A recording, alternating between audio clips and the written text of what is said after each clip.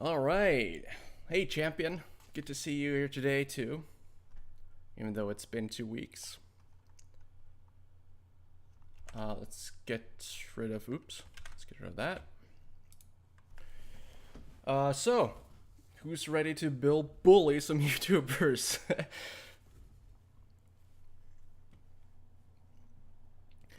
Who's ready to bully some YouTubers for their shitty takes?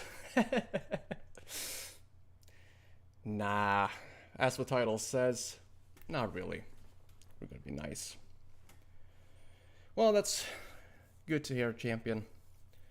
Anyways, I guess we could just go right ahead and start up the very first video, which is, of course, the one, the only, Ratchet and Clank Up Your Arsenal retrospective and development deep dive from the Golden Bolt. I've been told that this one has a lot of information. Hey Kev, good to see you. I've been told that this video has a lot of information not previously known before this came out. Much thanks to his interviews with some of the developers. I've also been watching the development commentary by Tony and whatever his name was, Mark, on the side. So yeah, this will be interesting, I think. I was biding my time for the last 4 minutes listening to Running Up That Time. That hill. Well, alright. It's nice to know that someone's actually waiting for these.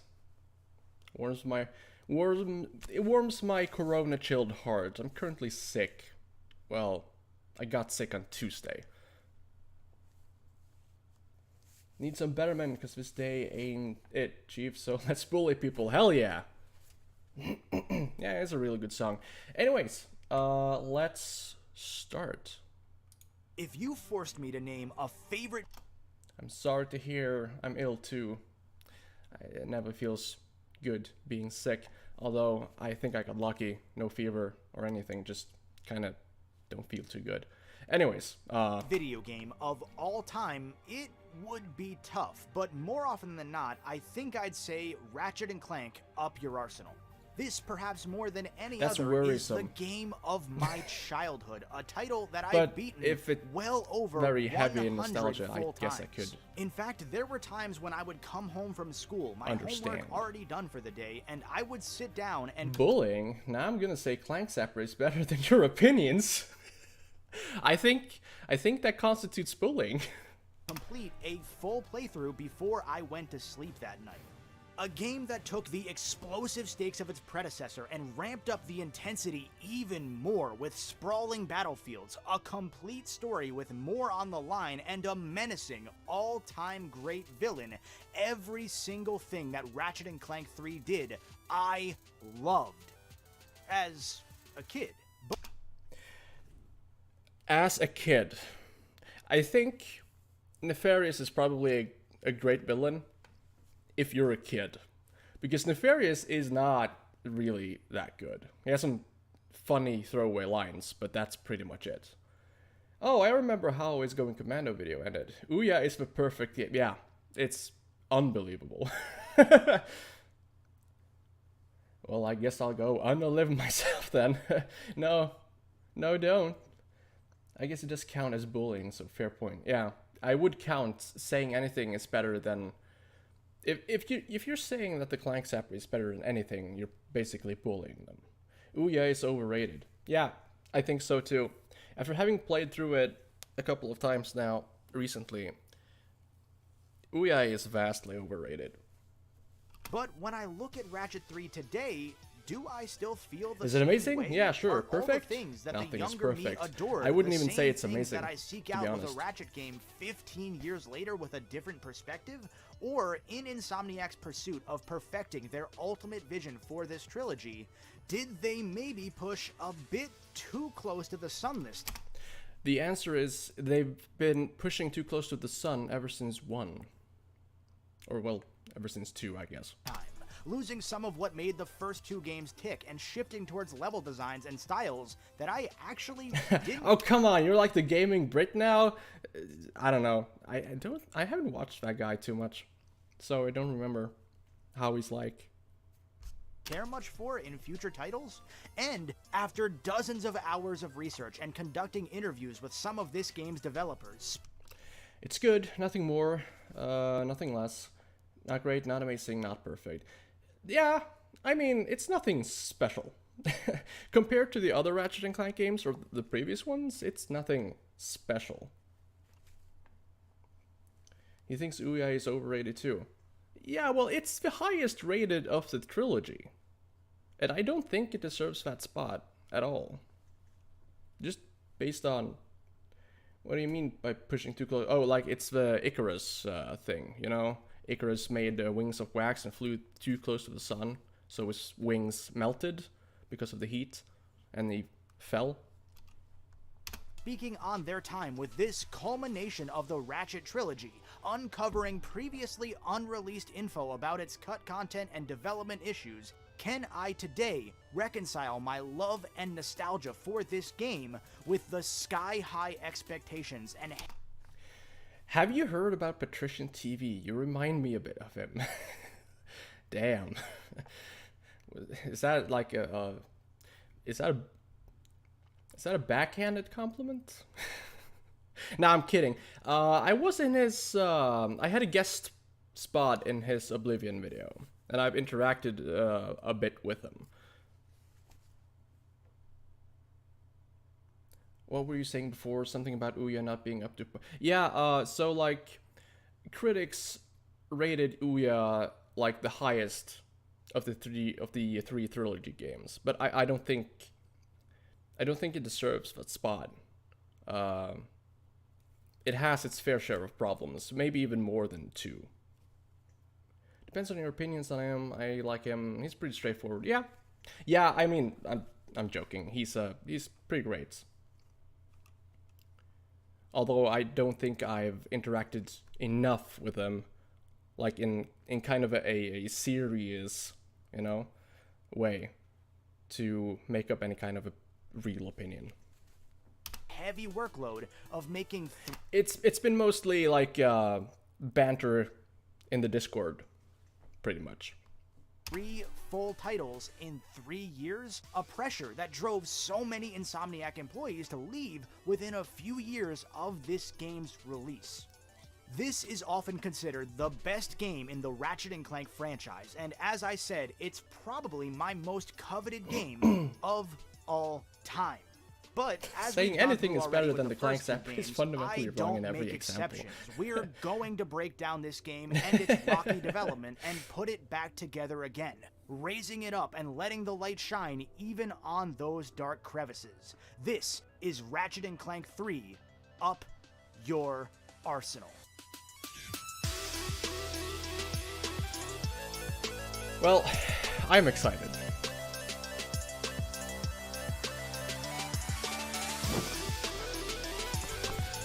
Pockets.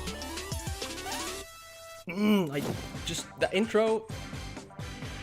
I want something like that. Ratchet and Clank 3 begins in much the same way that the development story behind the game does. After saving 2 galaxies in 2 years, our heroes are, well, heroes. They're the song is They're awesome. Full-blown It fits names. so well Ratchet for some is reason enjoying to the high everything. life in the duo's megacorp apartment, while Clank's a movie and holovision star now, which is pretty cool, donning a suit and fighting criminal masterminds on screen as Secret Agent Clank. And the fame certainly hasn't gone to the sidekick's head at all.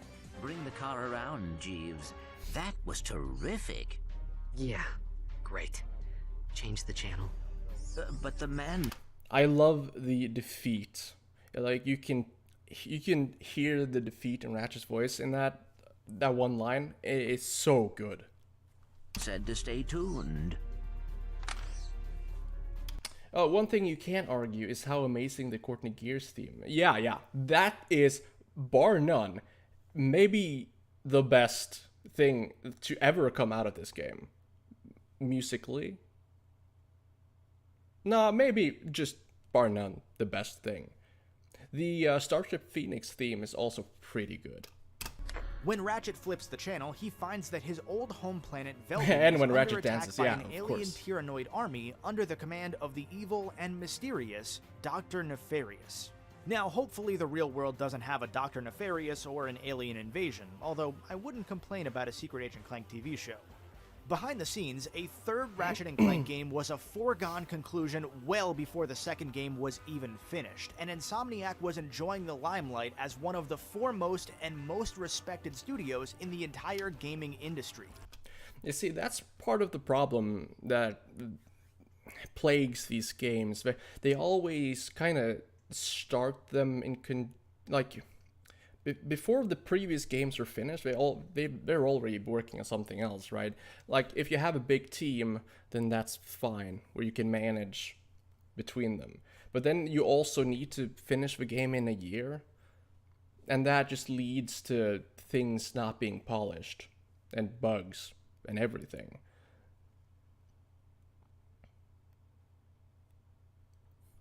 Going Commando had been developed in less than a year, a game that was 150% larger than the original according to Insomniac, and as pre-production began on what would become Ratchet 3, an outline was crafted for a game that would be 150% And larger we deserve than the that. Robo The Coochie. studio's upper brass seemed to know before Going Commando's release Well. that it would be their highest rated Those robots already exist, you know.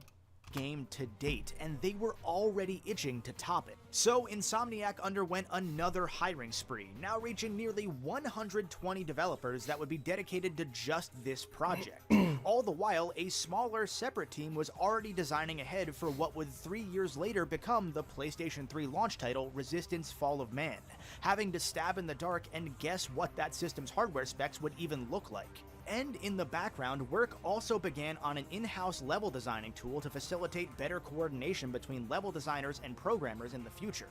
Many of these new hires, Wait, wasn't that level design tool already completed by the time they started on Ratchet 3?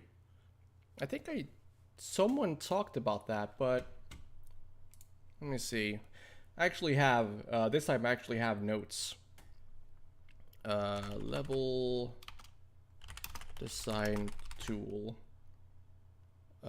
in progress or completed during Rack 3. fresh out of college, were huge fans of the first Ratchet and Clank game, brought in to work on Ratchet 3 before 2 had even been released, or at least before they could have a chance to play that. What would you say is the best Rack level ever? So I haven't played the like the PlayStation 3 games and onward recently enough to include them, but as for 1, 2, and 3, that's a tough one, because like it's pretty easy to say Metropolis just because of its environments, or God, I can't remember. Or like what's that level from 2?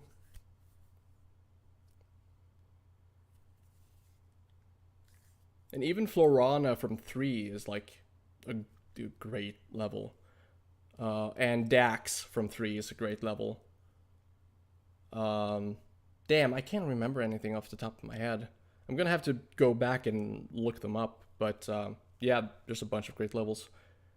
Turns out if you start a new game file, you're screwed. You have to activate the cutscene and not start a new game to get the 10% discount. Trust me though, I love most of the PS3 games, none of them, and none of the PS4 levels are it. Rift apart may have 1 or 2 levels that are top tier. Yeah, I don't know what they did with the PS3. Like, they're kind of forgettable, to be honest. Turns out if you start a new game file, you're screwed. You have to activate the cutscene and not start a new game to get the... Can you reiterate that, champion? I don't think I understand quite what you mean. That happened to me. Had to play most of Rack 1 again. Skipped Kalibo 3 with the decoy glove. Did the race. Activated the cutscene. Went back to Ouya then, and only then can you get the 10% discount. Oh, it's... Oh, so it's if you activate... If you don't activate the cutscene, then start New Game Plus in 1? Is that it? That's weird. Huh. That's odd. That game for themselves. You'd think that you'd only need a completed file, right? Isn't it weird for them to check something so specific? I don't know. But what does a game 150% larger than the already massive Ratchet and Clank 2 even look like? Well, to start, Up Your Arsenal technically wasn't a one-team project. It was two, because early on it was decided that Ratchet 3 would be Insomniac's first online game, featuring a full multiplayer mode that Sony could use to market the new PlayStation 2 broadband adapter for the original PS2 model. So I never really played the online multiplayer for Rack 3. Did any of you guys do that? We didn't have the adapter, and I had no idea that was even a thing, to be honest.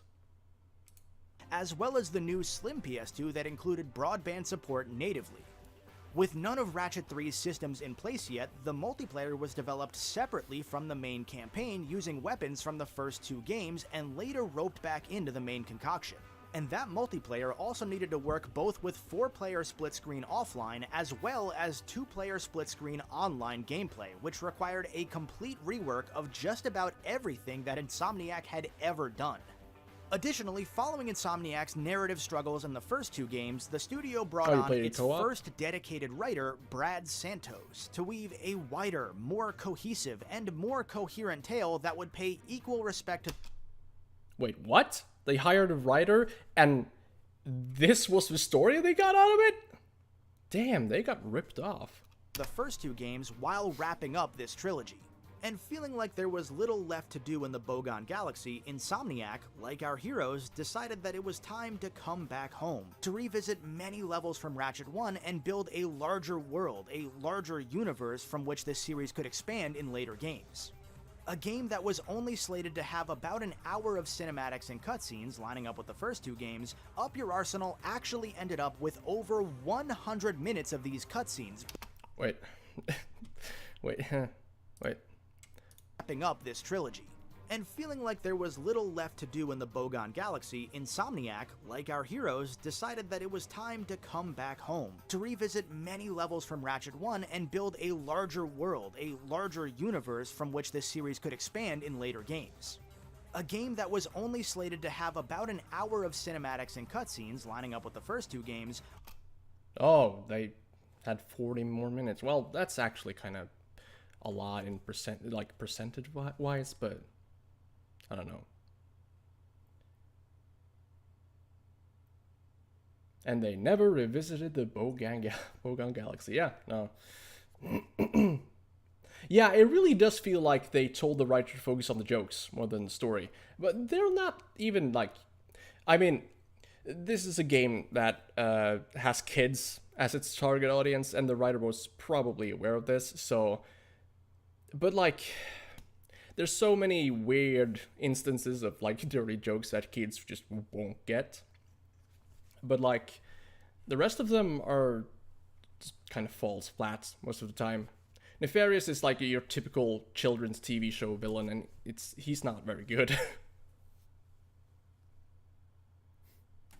It was rated T for teen, yeah, but it was targeted at kids.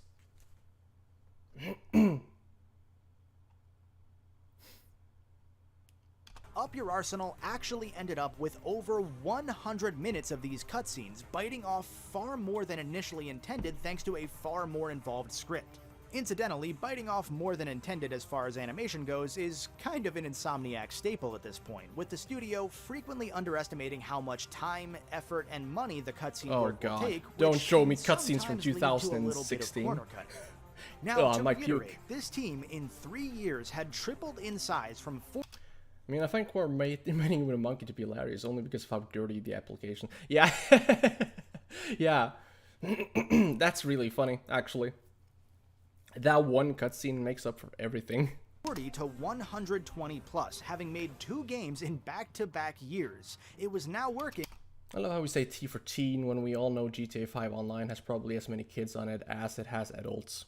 On 2 more games simultaneously, one on next-gen hardware that hadn't yet been finalized, and the other a 2-team age ratings has never stopped anyone. Untested water of PS2 multiplayer.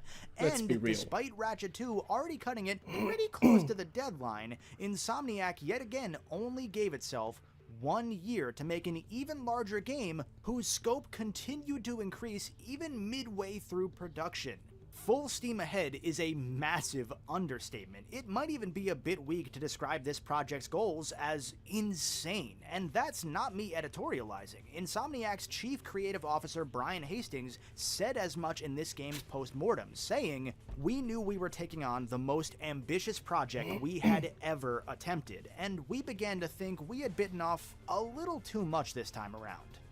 And yet, when Up Your Arsenal somehow released a week ahead of schedule, it blew away every... What? A week? Wait, hang on. So, it's already been stated that 2 weeks before they were supposed to go gold, everyone just thought that this was gonna flop because there were so many bugs and nothing worked, right? So, how did it release a week ahead of schedule? Everybody. Ratchet 3 to this day is Insomniac's highest rated game thanks to all of that dedicated work. So maybe I'll write that down too. Did it release just on time or ahead of schedule?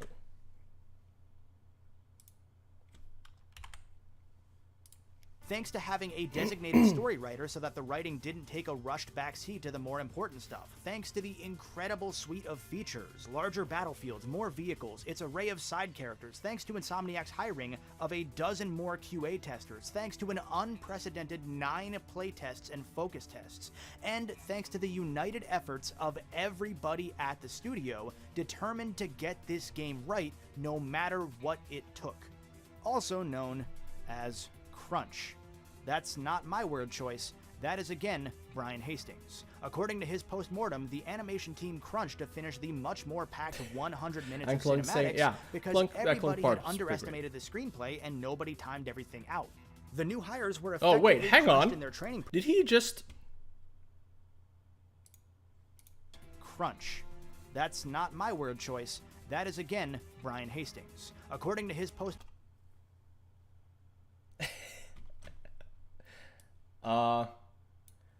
You guys seeing this?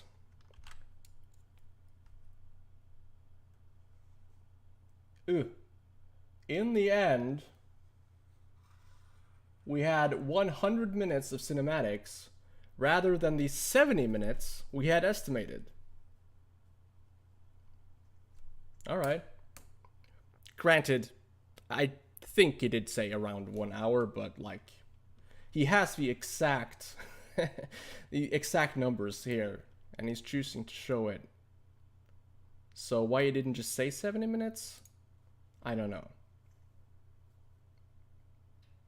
Yeah, they got half an hour more than expected, but he made it sound like they got 40 minutes. Like 10 minutes, it's a lot.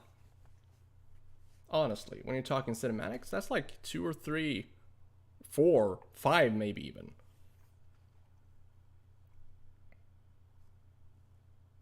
I don't know, it's disingenuous to present the facts wrong when you already have the numbers. That's my issue with it. Anyways. Mortem, the animation team crunched to finish the much more packed 100 minutes of cinematics because everybody had underestimated the screenplay and nobody timed everything out. The new hires were effectively crunched in their training process and thrown right into the fire because Up Your Arsenal quickly fell behind schedule, and because of that, Insomniac later outsourced the multiplayer's entire lobby system to another studio because they had kept putting that off to work on more important features, and that part is because Insomniac dedicated just one programmer at first to work on the multiplayer, who they then pulled off of the online for a bit to help make sure that Going Commando didn't get delayed. You're probably noticing a bit of a pattern here. This game was a lot, and even a few weeks before it went gold, just like so many games before and since throughout the industry, nobody inside the studio was really sure whether it would all come together or if it would be an absolute unmitigated disaster.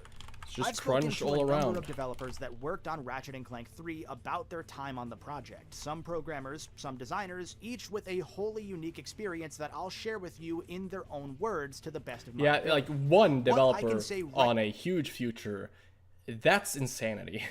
But like, it's so typical Insomniac at this point. They're just... They take on so much that they shouldn't. And it costs... Like, it comes at the cost of the main game. Like, they shouldn't have included multiplayer at all. According to some of the devs, it was like, it wasn't... They didn't have to do it. They were incentivized to do it, but... I don't know. Just checked YouTube, all Rack 3 cutscenes, and it came out as 1 hour and 22 minutes. I don't know what to do with the fact, but yeah. Really? Alright, but so then it's even more... Well, I don't know. He's probably just following... It's probably just reiterating what he found while researching, but like, that's weird. I'll write it down. Total cutscene length at 1 hour and 22 minutes? Really? That's not even close. At 80 minutes? Question mark? Right now, in my own words, based on these interviews, as well as the rest of my research, and more importantly, by playing this game for the 100-something time, is that I don't look at, again, probably my favorite game ever take a look at it later, the same Kev. way anymore. But thank you. But that's not because bringing of it to my comments or attention. allegations of crunch. It's not because Insomniac is secretly some Hey, Bob, my man, you done with the multiplayer? Yup, all done. Just need to do some bug fixes. That's my man. You always do such a good job. And now we're ready to ship tomorrow, right? Tomorrow? Wait, sir. Yeah, exactly. evil corporation. To the contrary, it seems clear to me, based on my research on this project as well as future games in this series, that they've learned so many lessons Just the thanks first to I these found by early Mario Ratchet Dragon. projects, Well, and that I'll take a look today, at it they just to likely be sure. take better care of their employees than most of the rest of this industry. If What I'm they noting didn't, down here is basically just things I want to research later. So, we would probably know by now. The reason I think my opinion on this game has shifted a bit is because thanks to this pursuit of bigger, better, and more, and because everybody was so fully invested in making this project work, even if it meant staying late or cutting some optional content or any number of compromises, nobody really had the chance to step back and wonder if it was all the right kind of more. ooh, he's getting into some stuff. Like, this is basically what I think of the game. I think that it's way too unfocused. I'm curious to wonder if he will reach the same conclusion. Even as a kid, it was unfathomable to me that this game could be made in a year, and that's because Oh it yeah, was the an Quarkbit comics also unfathomable has some feat. cutscenes, although most of them are just still pictures, right? With voiceover. There's not really any animation there. Inaccurate plus LMAO. Plus don't take those vids seriously. Plus lame.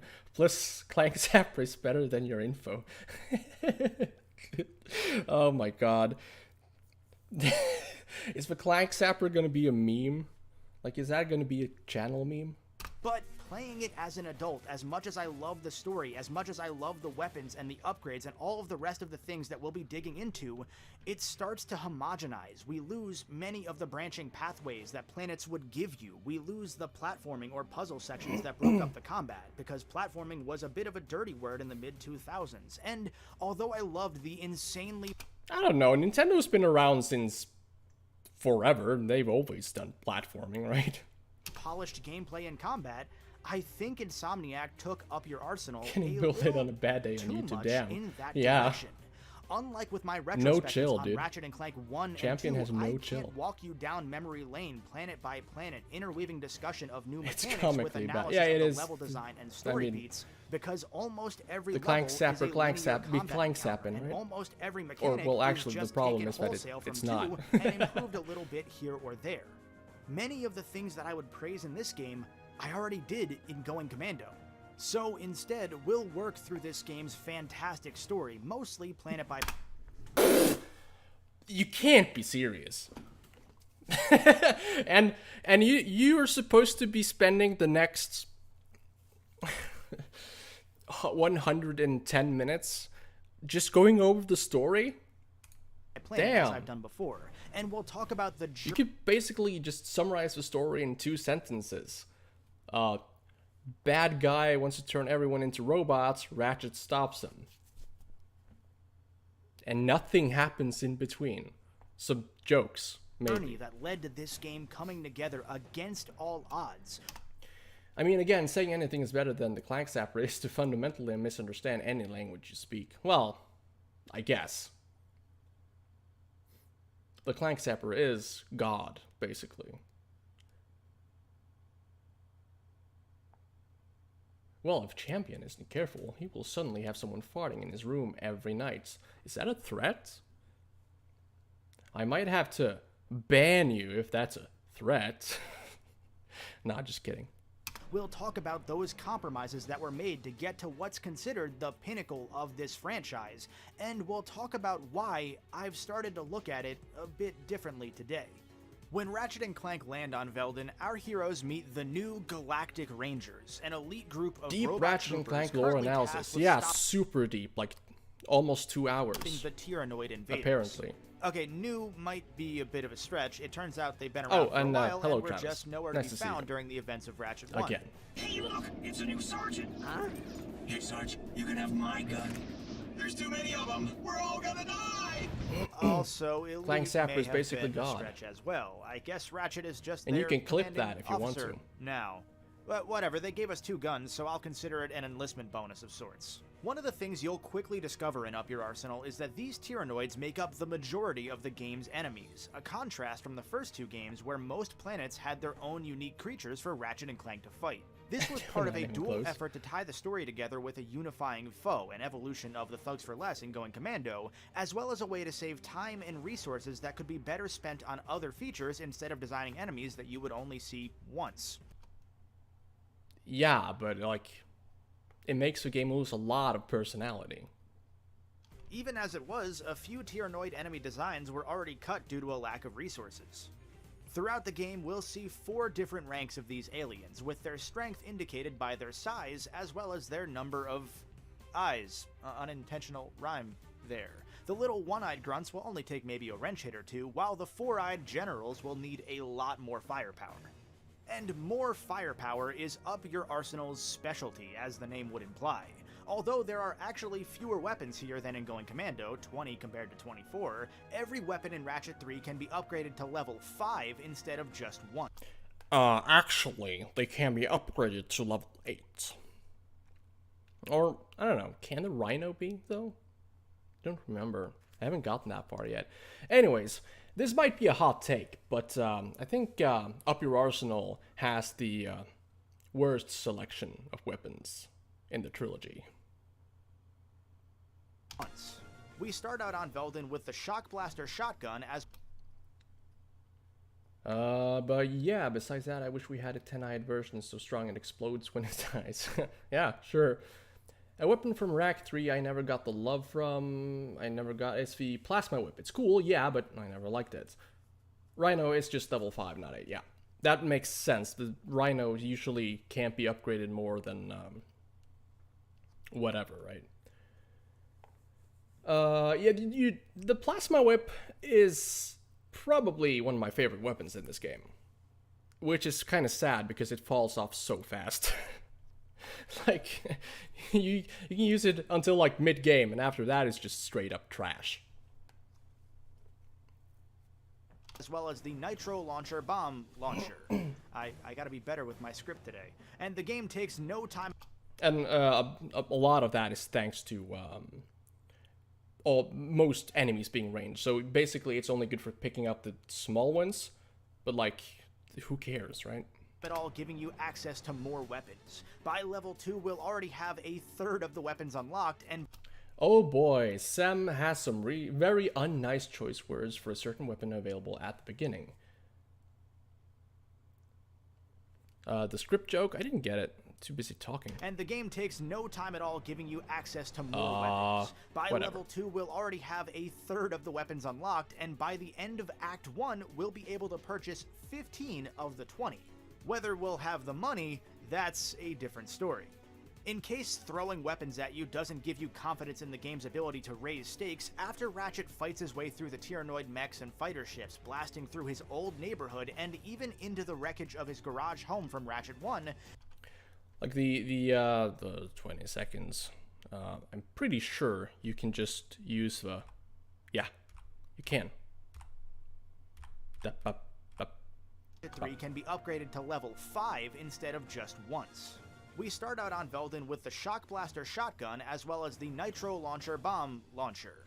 I gotta be better yes. with my- That's a and the pretty game one. takes no time at all giving you access to more weapons. By The Shock Blaster, God, I wish it was better. Wow, I wish it was better. level 2, we'll already have a third of the weapons unlocked, and by the end of Act 1, we'll be able to purchase 15 of the 20.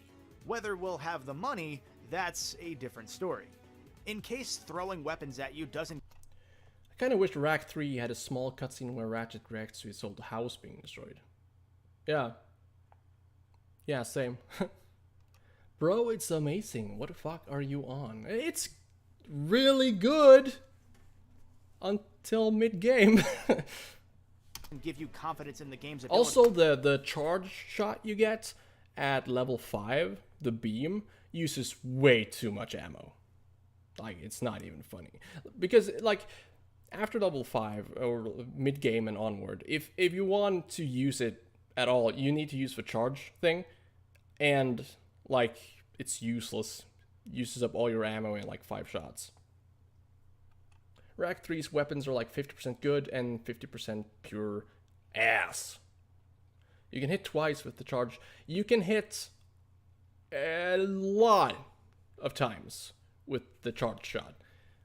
Like, you can just do a circle motion and everything's dead. That's great. But, like, when you can't do it more than a few times. And normal shots are just, they don't do any damage. To raise stakes. But then again, why would you even use the level 5 shotgun until you've purchased the Mega version, right?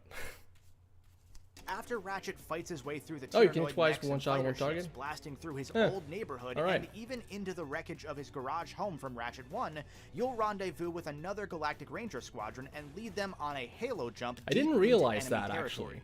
I Within tried to 5 use it on minutes of bosses, picking up but the I controller, you're jumping don't out of think the back that of a activated dropship and for me. free-falling Maybe with it's your because I'm own playing the militia PS3 past version. enemy missiles. It's a complete adrenaline rush. Is it? Now, something Because it's interesting that really I boring. rarely see discussed is that it's never actually explained why Nefarious chose to attack Veldin. Even though Ratchet just so happened to land right by his old house, it doesn't appear that this Dr. Nefarious, whoever he is concerned with our hero at all. Veldin, throughout the series, is described as a worthless backwater planet. It's Oh, obviously you just a can? good- Maybe it's just weird for me then. I don't know. I might not have tried it more than once because I don't usually use the shotgun unless I'm like I usually don't use weapons unless I'm upgrading them. Oh, you have to you have to do a complex sideways maneuver to do it. Ah, okay. Well, that's not a part, really a part of the weapon then. But like, the shotgun is really good, right? Like, it's a ton of fun to use. It's just, I don't know. It's called waving. Weaving. Yeah. Convenient excuse to get our heroes back home and kick some nostalgia up for players, but it's just kinda interesting. This second stage of Veldon's invasion gives us a primer for one of Up Your Arsenal's key gimmicks, the sprawling battlefield arenas that we'll be frequenting throughout this game. These function as a great technical showcase, solid world building.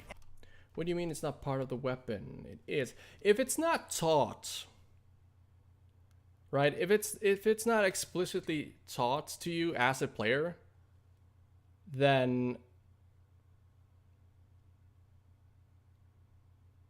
I don't consider it anything else less than a glitch. Another sad thing about Rack 3 is that most of the amazing weapons are just returning weapons from Rack 2. Yeah, that's, yeah, pretty much. Except, well, no. Too bad, a glitch is still part of the weapon. Yeah, but I'm not gonna praise the game for including it when they didn't actually include it on purpose.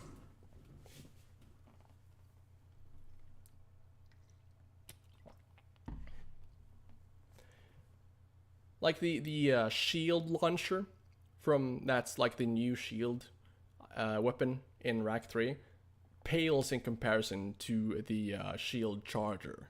It's not even funny. Especially in the PlayStation 3 version, because the shields you shoot out aren't see-through, but that's more of a bug thing than anything else. And another smart optimization move, allowing the game's designers to repurpose many of the large multiplayer maps across multiple missions featuring these Galactic Rangers battling the Doctor's Tyrannoid army. While this area specifically isn't reused elsewhere, it's just a taste of what's to come very soon. After driving off the Tyrannoid invaders, Ratchet and Clank are put into contact with the Galactic President. So the shotgun is much better than you think, and it is as good as you want it to be. Well, I think it's good. I think it's good. But it's like, I don't use it after I've gotten halfway in the game, because it takes so many normal shots to take down weak enemies. I don't like V5 Rhino 3. I much prefer V1 to 4. Huh, that's interesting. I haven't upgraded it to V5 yet. That's like one of the last weapons I haven't upgraded as of now. But yeah, it'll be interesting to see. That's another thing. Why did they make a new shield weapon in Rack 3? Just to return Rack 2's far more superior. Yeah, it's really weird. Some of the decisions with weapons I don't understand at all. Oh, really? That's, so they kind of nerfed the Rhino? Like, screen nuke weapons aren't fun at all. I wish they'd learned that from the Zodiac.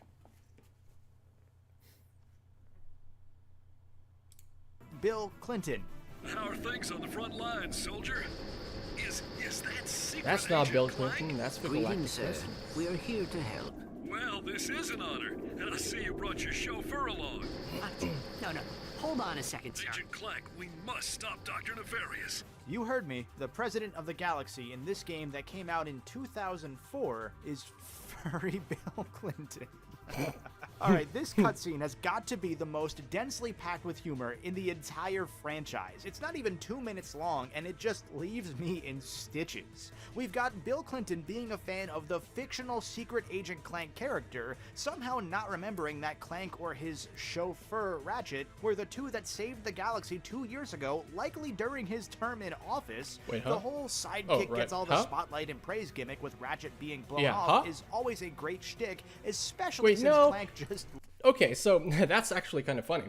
The president probably doesn't acknowledge that he saved the Solana galaxy 2 years ago, like in the first game, because probably didn't look like he was saving a galaxy at all because of, you know, Drek being a businessman, and odds are he probably got a cut too, right?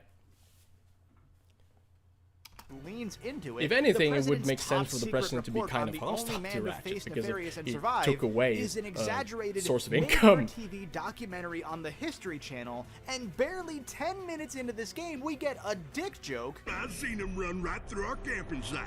He was buck naked, screaming and holding a banana. Or maybe it weren't a banana. It could be. I love this cutscene. Followed by the president insisting that whoever that jackoff is, they are the only person who can possibly save this galaxy, in front of the 2 guys that have saved 2 galaxies in 2 years, including this one. It's A+. This is why you hire a writer. As we move into the game's first proper level, this... It's not that good of a joke. jungle on planet Florana, we run into some Quark of the did he- usual Quark third really game did syndrome go that tends commando, to hit yeah. so many iconic franchises. The first game introduces everything and tends to stumble in a few spots. The second game fixes almost everything up and sets the tone going forward, and the third game tends to struggle to introduce many new features that don't end up feeling like unnecessary gimmicks. In this case, Insomniac had been struggling to think of new, meaningful types of crates that could complement the regular crates, ammo crates, nanotech, and explosive crates that had all been here since Game 1, as well as the metal crates that were in 1 but barely used in 2.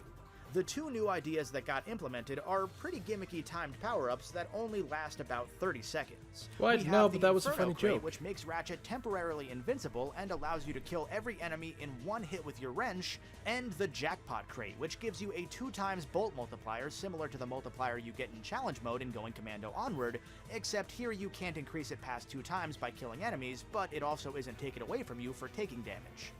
Neither is really used more than a handful of times throughout the game, or to really meaningfully impact gameplay all that much, but they were cool enough ideas to be included, and that was enough for company founder Ted Price to buy a case of beer for the person that thought them up.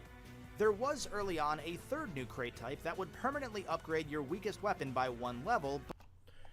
Why do you think they don't make the rack helmets a fixed part of Ratchet's character model? I know nothing about 3D modeling, so I might be stupid. Probably because they would have to entirely redo Ratchet's model for every new helmet. Like in one's case, you get like 3 helmets, although one of them you don't really see him wearing, I think, unless you can wear it outside of ships. In 2 you get new armor, and in 3 you also get new armor. In 3 you also get the Infernox armor, and that armor is just a completely new model.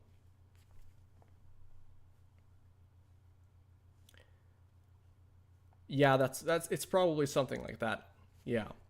So instead of having to remodel the entirety of Ratchet, they just remodeled the body, I think, without having to remodel the head as well. Oh yeah, you can probably wear all 3 helmets.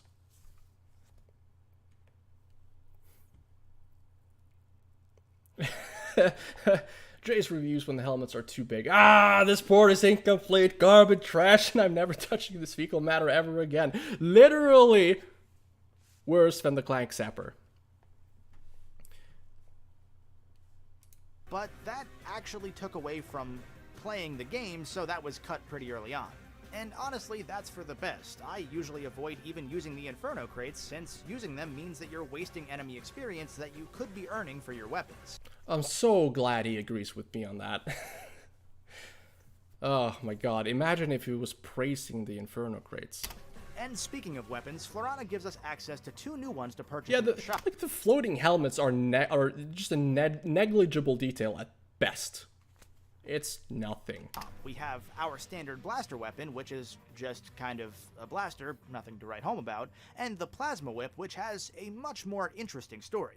While playing around during pre-production, programmer Tony Garcia wanted to design an enemy that used a whip with realistic animations inspired by Soul Calibur's Ivy. However, to save the already swamped animator's time, he developed a whip that was coded to flow and react dynamically based on enemy and player positioning, although it didn't react realistically due to hardware limitations. But after the work that went in, and based on how impressive the whip looked when tested on the Chainblade boss from Ratchet 2, it was instead implemented as a really cool weapon for the player to use. And then, in a funny twist of fate, realistic whip physics were then tested by the team working on Insomniac's PlayStation 3 engine, and somehow that work was then reworked back into this game on weaker hardware as an enemy weapon. So 2 whips made it into Up Your Arsenal that reacted differently to their environments, and later in the first PS3 Ratchet game, a whip weapon was included again, but that one didn't revisit either of these dynamic styles, instead being hand animated and ending up as a rather boring weapon. Funny how that worked out. After fighting their way through the dense jungle, or just skipping the level with a well-placed jump, Ratchet and Clank run into a dense character. If the blurry silhouette wasn't clear enough, the former hero that we were looking at before is none other than Captain Quirk, driven so insane by his 2 consecutive failures at the hands of Ratchet and Clank, or maybe just by the crotchetizer tests, that he's secluded himself to a life as the leader of a monkey tribe. It was probably the crotchetizer That life test. No, I think he liked bestiality. those, actually. It was mating season. How could I have known she was your Oh, sister? hey, the best In joke in the his game. simian haze, or maybe because of some sort of simian syphilis, Quirk makes the duo trek through the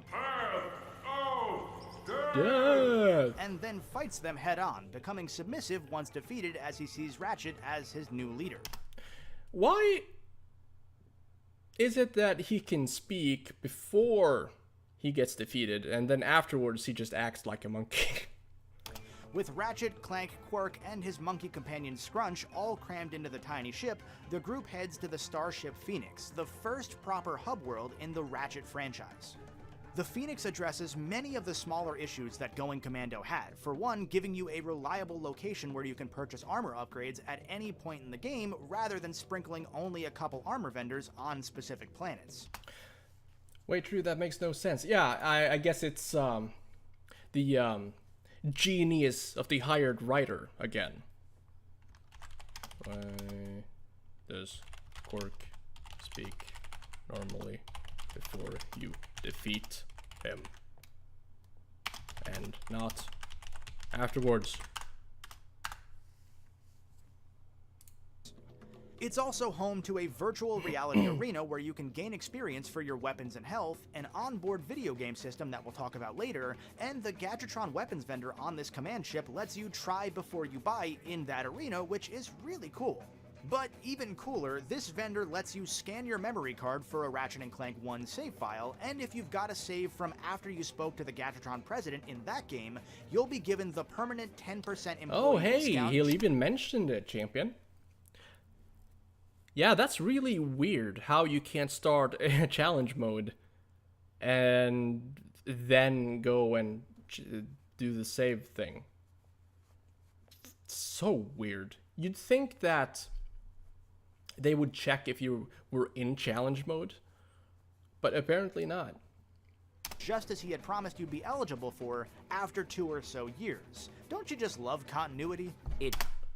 I love continuity. Sadly, there's very little of it in these 3 games. So hot, it's cool.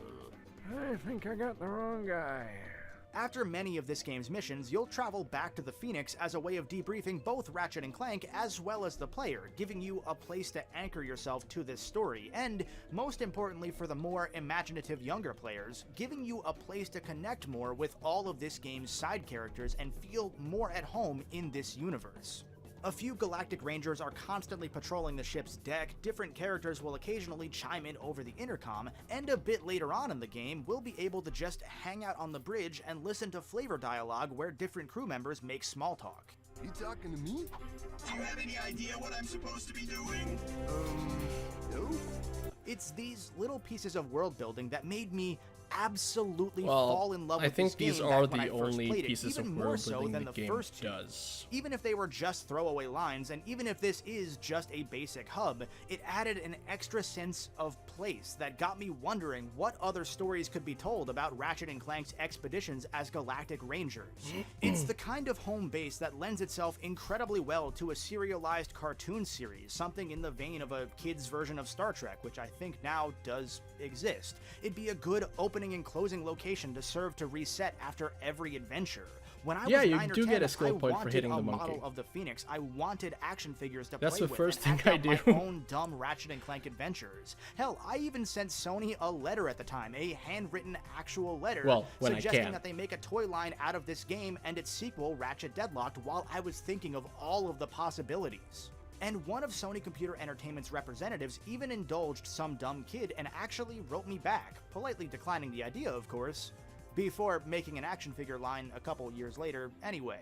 I'm not saying they Damn, the Golden Bolts should totally sue those guys for stealing his idea. took my idea or anything, obviously. I'm sure they got dozens of these letters just like mine.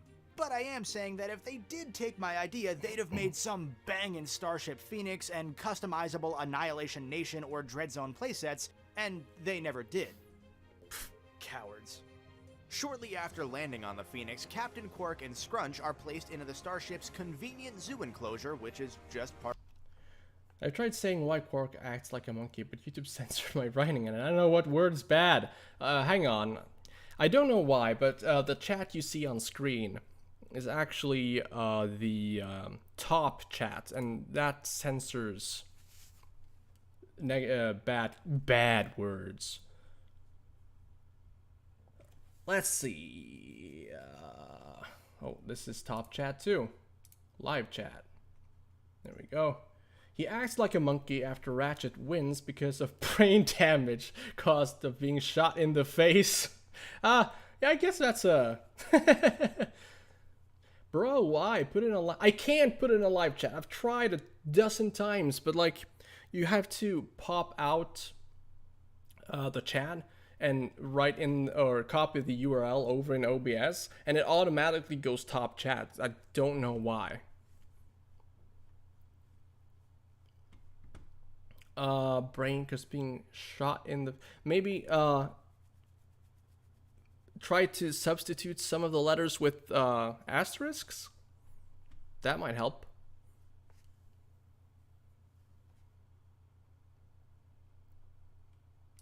Anyways, Part of the regular living quarters, and I'm glad they have that for a rainy day like today.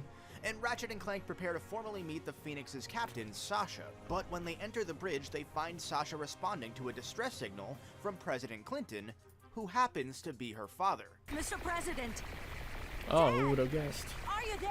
They're so different characters. Which makes Such different Ratchet's characters. earlier comment a little bit awkward. Will you marry me? Dr. Nefarious's troops have invaded the galactic capital on planet Marcadia, breaching the presidential compound, and the good doctor releases a warning shot to the galaxy, and what a perfect introduction to this character. In his transmission, Nefarious announces his plans to decimate every organic life form in the galaxy as a part of his goal to head a robot uprising. And he's even got his butler Lawrence doing sign language interpretation for any deaf robots out there. What a nice guy. With at least a bit of an idea now. If this had come out, if this cutscene had come out today, it would have probably been cancelled for making fun of deaf people.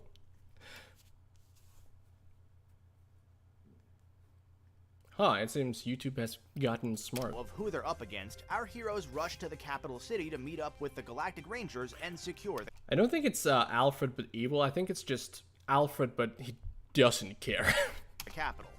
Although the first level Florana was a split from Up Your Arsenal's high-octane No, but is it Tyrannoid genocide fighting if introduction, you- a sort of they're cooldown still to allow technically for some alive? necessary exposition, Marcadia reaffirms that It's whether just like the pace is robots in the Ratchet and Clank universe are considered to be living, kind of, right?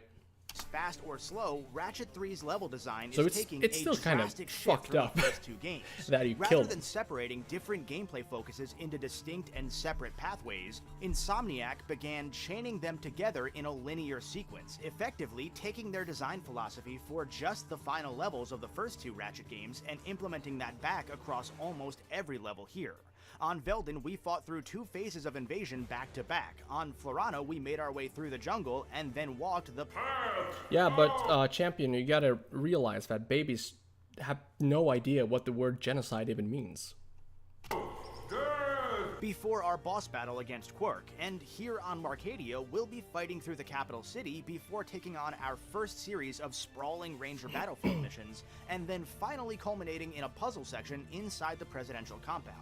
With very few exceptions, every level in Ratchet 3 is chained together in this linear fashion, and even those exceptions depend on what your meaning of the word branch is. Two of those branches are optional series of battlefield missions that only unlock after you finish the main level, so not really a branch at all, just an optional bonus. One of them is the crystal hunting excursion that returns from going commando, again unlocked only after you finish the level, leaving 3 levels in total that actually have multiple branched paths. No. It's not branched, it's just a continuation of the level, an optional, but it's not branched. Ratchet 1 and 2 each only had 4 or 5 levels that did not have multiple separate paths. I say all this to highlight one of the larger sticking points with Up Your Arsenal. While so many fans adore it We for can being riot. that complete It won't package help, that but both we can Ratchet riot. 1 and 2 struggled to be at points, others lament that this game's great story and gameplay improvements came at the cost of, to them, that irreplaceable feeling of exploration. Jesus Christ, how many times is he gonna... How many times is he gonna say that this game has a great story? Variety that made Ratchet, Ratchet. You cannot go wrong with any of these games. Each of them is one of the best that the PS2 ever saw. But over time, Up Your Arsenal's popularity has wavered a little bit because of its linearity. Me personally, I jump back and forth because I did love that almost light Metroid approach that Ratchet 1 and 2 had at times. I loved how Going Commando was able to raise every single stake except for maybe the main villain. And I love that Up Your Arsenal raises its stakes in a very different way, including that main villain. Although the vast majority of this game's levels might... I think the Golden Bolt likes to kiss the Rack 3 stories behind. Yeah, he probably has some type, like some really close connections to it since he played it a lot as a kid. And I get that, but it's like, it's not really that good. Might be linear, that they're broken up into these little segments. It's pretty much as enhances unfocused each as the level's rest of the feeling game. Importance. It makes shorter levels feel bigger, Bro, better, what's your and more problem? He likes the story. Let me enjoy something you can't. meaningful to the overall story, and not just because of the occasional extra Well, I'm loading not screen to stopping mask him. that these I'm not levels literally were now writing too him a big to be message saying to contained in stop the enjoying the PS2's 32 story. megabytes of memory. Let's It's take just he Marcadia, keeps for harping on example. about it. That initial linear rush through the city only lasts a brisk 5 minutes, bookended by quick cutscenes featuring the Rangers. You'll have just enough time to test out the returning suck cannon or the new infector weapon that... While on the topic of the suck cannon, how the fuck did they think it was a good idea to have you buy the suck cannon? turns enemies against one another, both weapons that you can buy when you first reach the Starship Phoenix. Or maybe you'll use that time to level up one of your current weapons once or twice, but otherwise, this is a quick in and out string of fights. After that, you'll spend only about 10 minutes in total clearing the presidential compound in this game's first series of Galactic Ranger missions, with this whole set of missions reusing this one flat little oval courtyard that happens to double as a map in the multiplayer. You won't really notice the reuse or repetition though, because the missions mask it well, whether you're being thrown into a turret and destroying waves of dropships, or running back and forth across the battlefield clearing Tyrannoids, or staying close to some Rangers and defending them while they make repairs, or running back and forth again across this little map, but this time blasting more Noids with the Galactic Rangers' help and turning bolt cranks to activate the perimeter defenses. Between the mission variety and the Rangers' funny combat dialogue and anecdotes, these 10 minutes blow right by, and before you know it, you'll be meeting with the President. My daughter tells me you're a... Oh, the jumping down the long shaft in Aquatics cutscene. I was trying to make Ratchet fall instead of jump by using the charge boots in New Plus. Yeah. I heard it was free if you had the stingy file. No, it's not free. It's 10% off. Well, technically, all the weapons are free with the cheat codes, but you're not supposed to use cheats. Come on, man. Don't get me banned. A man who's good with his hands, Ratchet. Sir, I swear I never... The city's laser shield went down during the attack. Now we are defenseless without it. And then moving into the planet. But like, to be fair, it might as well have been free, because it's like 9,000 bolts. It's originally 10,000, but like, it's 9,000 bolts is still too much for the suck cannon. You should have just gotten it for free. Planetary Defense Center to restore the city's shield system, where you're given the new refractor gadget. With many of the Insomniac designers' ideas exhausted by the back-to-back of the first two games, designer Mike Stout turned to a tried-and-true inspiration, Sweat Zelda. child.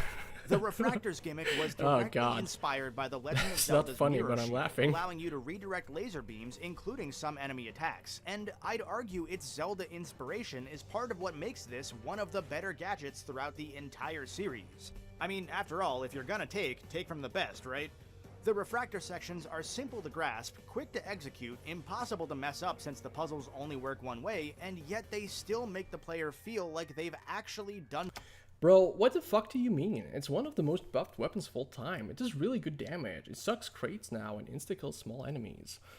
Well, okay, but it's like not really that special. And you have to have crates or small enemies to actually use it.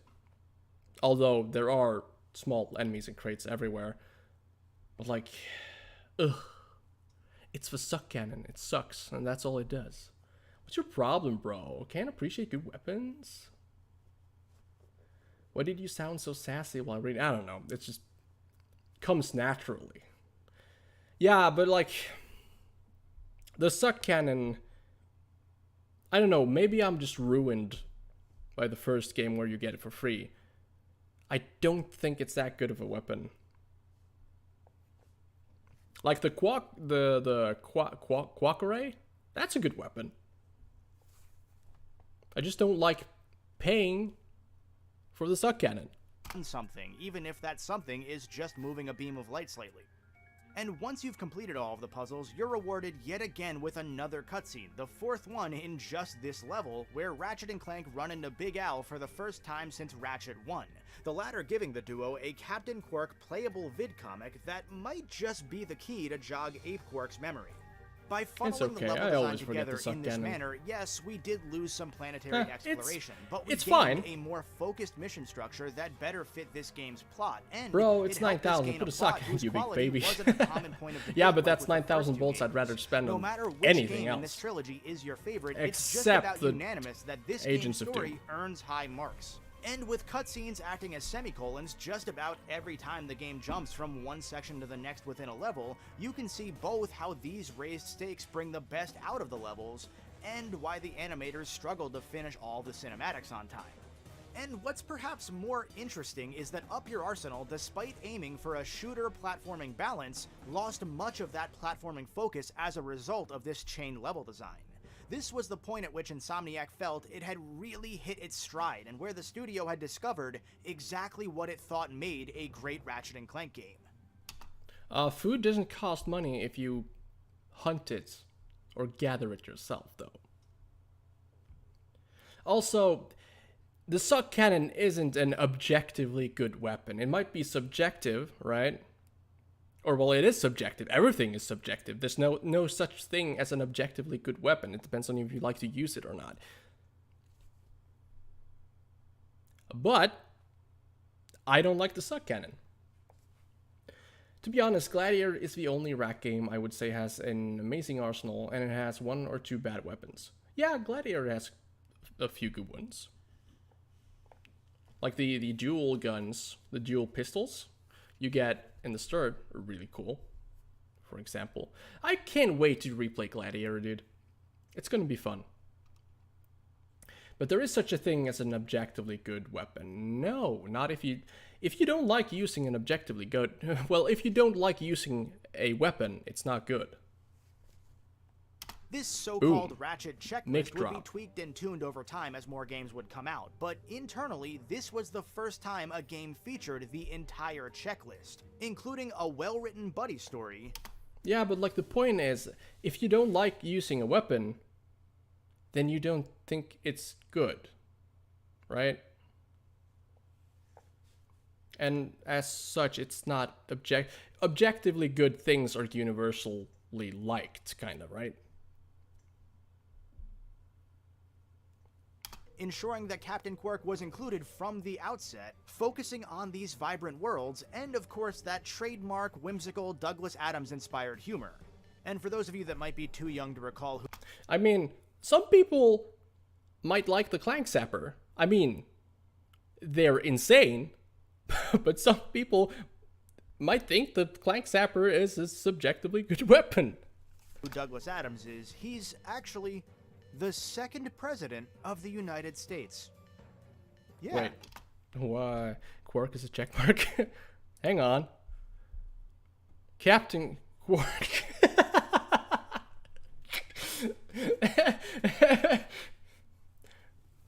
It probably because he's a well liked character, right? That's really funny. I'm gonna have to write that down. Captain Quark, check.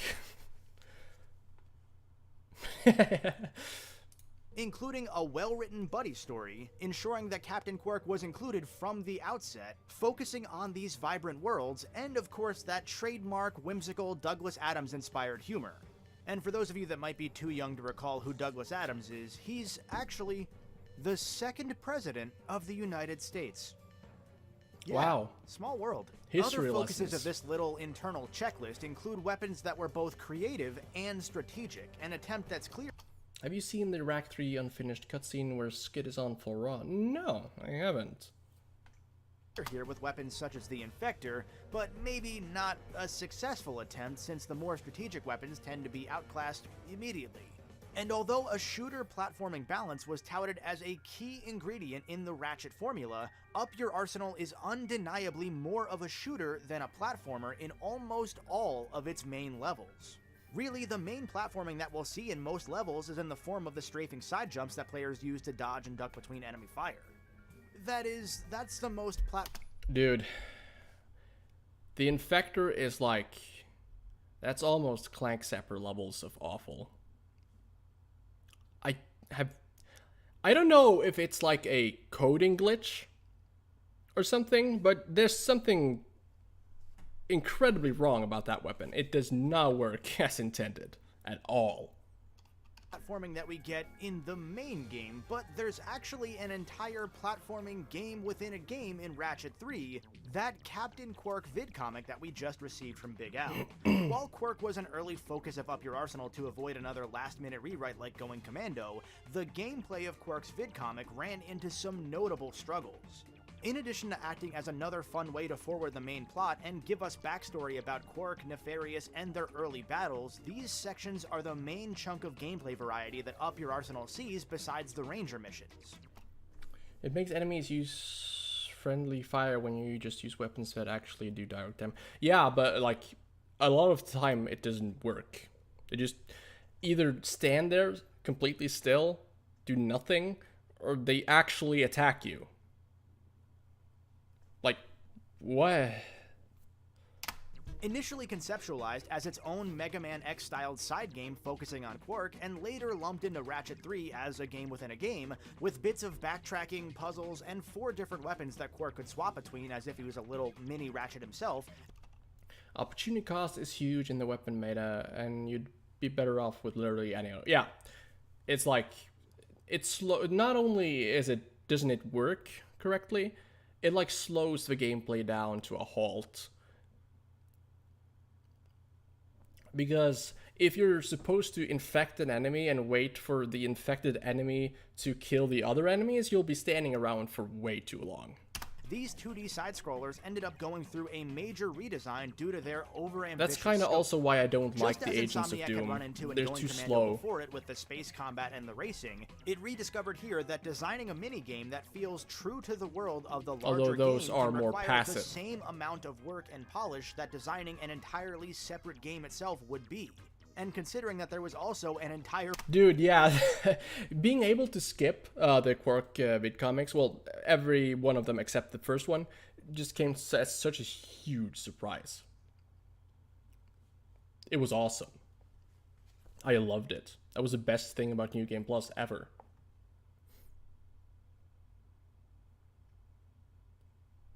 multiplayer game being designed separately from Ratchet 3 as it was, as well as new versions of racing and space combat being ground up redesigned from. I don't think you can skip the first one. I didn't get the option to, at least. I'm pretty sure.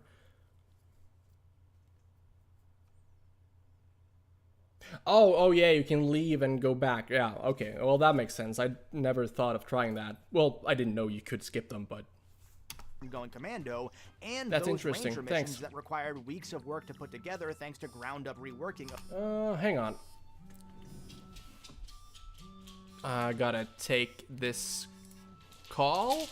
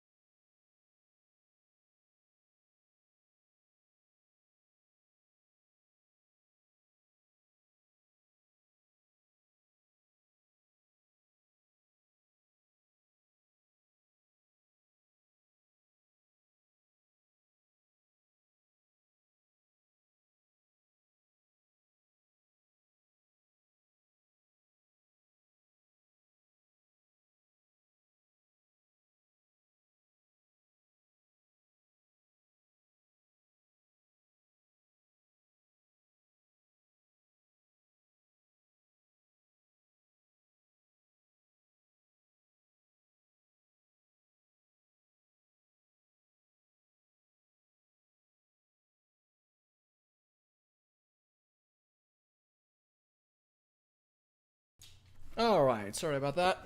My brother called. He wanted advice on what kind of gaming PC to buy. Let's catch up with chat. Skipping the Mezzanite inclusion.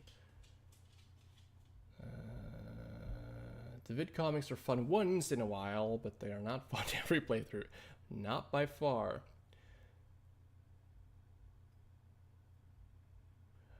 A guilty pleasure planet of mine in this game is the Quark Ice Planet. Like, it's not interesting, but I like fighting the gnomes and the robot Quarks. Yeah. The gnomes were like a thing in it too, right? It never showed up, but it wasn't a cutscene.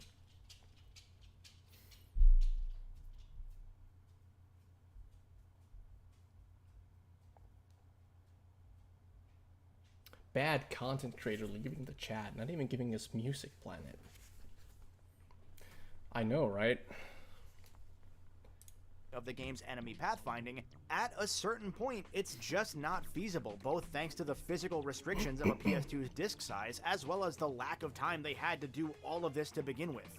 It also helped that the game's target audience, kids aged about 10 or younger, first off, by and large, wouldn't even know what Mega Man X was at the time, and that some of these kids apparently struggled during focus tests with the subpar original designs of the 2D platformer gameplay. Remember that side-scroller gameplay on consoles had been dwindling during the early 3D era, and that the Nintendo DS came out after this game, even... It's the Obani, not the Obani Moons, but the Obani something something. The one where you fight Britney Spears. I mean... With the great sales of the Game Boy or GBA, there were more kids that hadn't played many side-scrollers than had. And on top of that, given this game's constant struggles with development... Oh yeah, the Gnomes was totally a Megacorp thing, weren't they? Yeah, Quark totally got those from there. Timelines, it just wasn't possible to rework the original gameplay design in a more user-friendly way without going well out of scope. In Ratchet 3's secret Insomniac Museum showcasing some of the game's cut content, you can find the much harder original version of this first vidcomic, with multiple branching pathways that you needed to explore to unlock the main path forward, and you can find another cut vidcomic level that was much heavier on the platforming, the original test level for this gameplay approach. Both of these are, frankly, not really all that fun, and even a seasoned platforming fan could run into trouble on these. And since it wouldn't have been smart to lock progress to a secondary game mode with which many kids might struggle, the gameplay was dialed back into a far more basic platformer. With a slimmed down version of Ratchet's main gameplay, Insomniac ensured... Imagine a Ratchet game where you actually fight Britney Spears. Yeah, it's called Up Your Arsenal. That players could easily transition back and forth between these 2D Quark... No, wait, I mean, it's, Courtney Gears, right? And the main 3D attraction, and Insomniac... I always get those two mixed up for some reason. Worked in further incentives so that players would look at these vidcomics as a positive instead of just another side gimmick. For example, each vidcomic has a skill point that challenges you to beat it in under a certain time limit, and somehow these vidcomics pay you in real bolts for beating them, or, as I like to call it, a reverse microtransaction. If you collect all 100 of the shitty Quark incentive, tokens that's sprinkled what it throughout each is. comic, you'll get a titanium bolt for your troubles, which in this game are used to buy different skins for Ratchet. With far more forgiving checkpoints than the... Oh, is it really because Courtney's based on Britney? I didn't know that. The rest of Up Your Arsenal, you'll never have to worry about dying or losing the tokens you've collected thus far. And if you find the hidden green Quark token in each of these levels, you'll gain a permanent health increase for Captain Quark that tracks across each episode of these vidcomics, encouraging at least a little bit of exploration, even if it wasn't nearly as much as originally scoped out.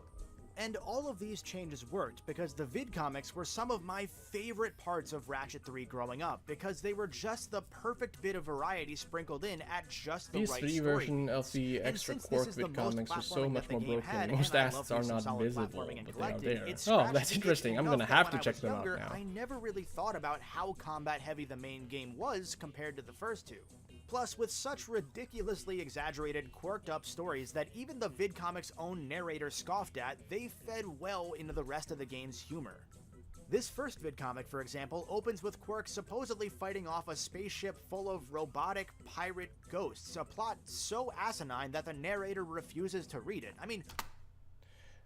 I know he's about to make this joke, but like, yeah, imagine a game about fighting off pirate ghosts. Who would even think of that?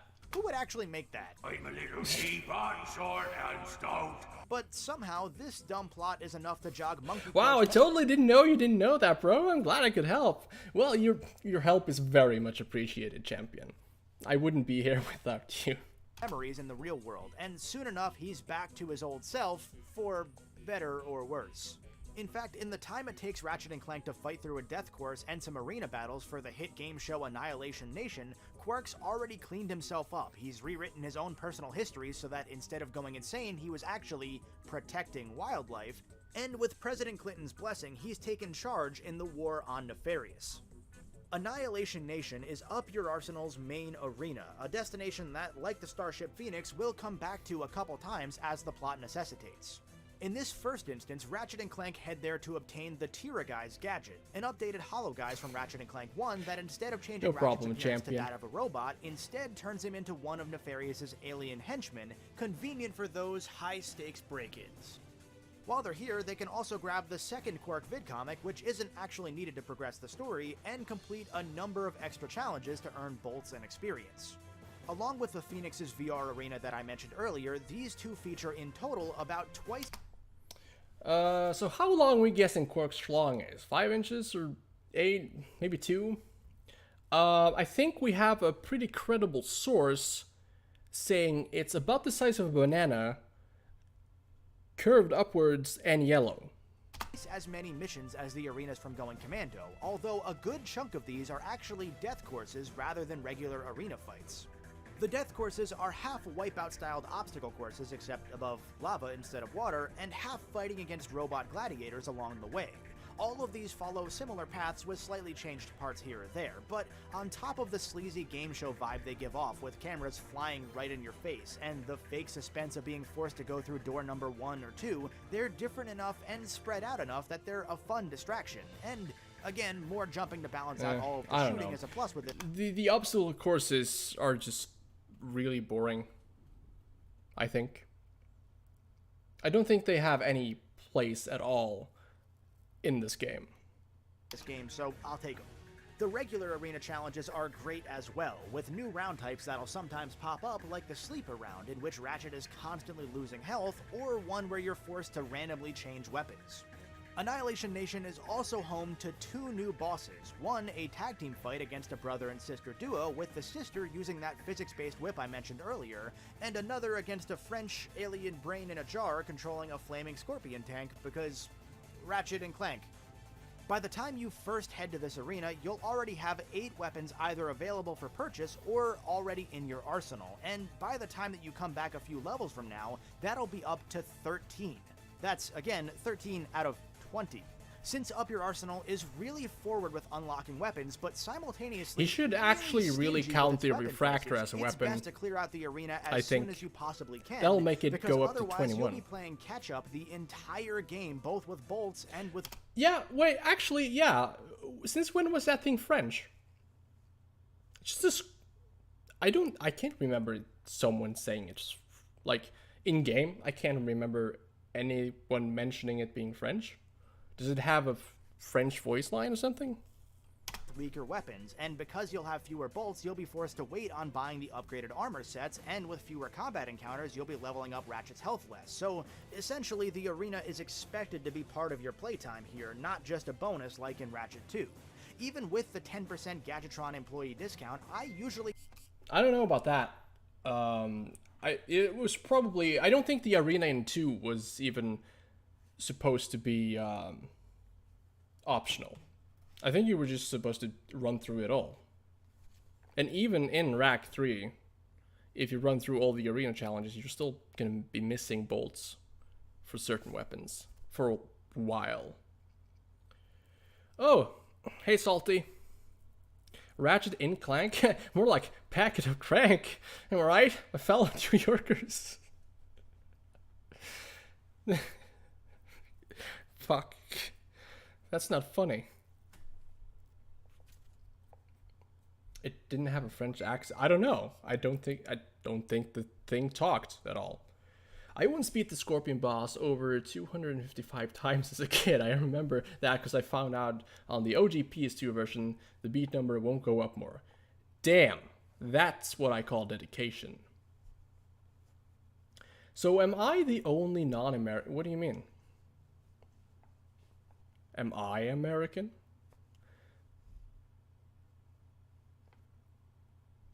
The door thing. What door thing? Did he mention something about a door? Damn, I need to start paying more attention to the video. To wait on buying the upgraded armor sets, and with fewer combat encounters, you'll be leveling up. But what door? Its health less. So essentially, the arena is expected to be part of your playtime here, not just a bonus like in Ratchet 2. Even with the 10% Gadgetron employee discount, I usually can't afford the Spitting Hydra until after a few of these arena challenges, even though it's available for purchase as... You may not be an American by birth, but so long as you believe in the truth and justice of U.S. imperialism, by God's good grace, you are an American in spirit. During the obstacle... Oh, no, the door thing is fake.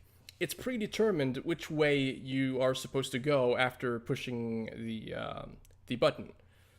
So basically, no matter how many times you replay one of the challenges, you will always go the exact same way. It's just made to be random for funs and giggles.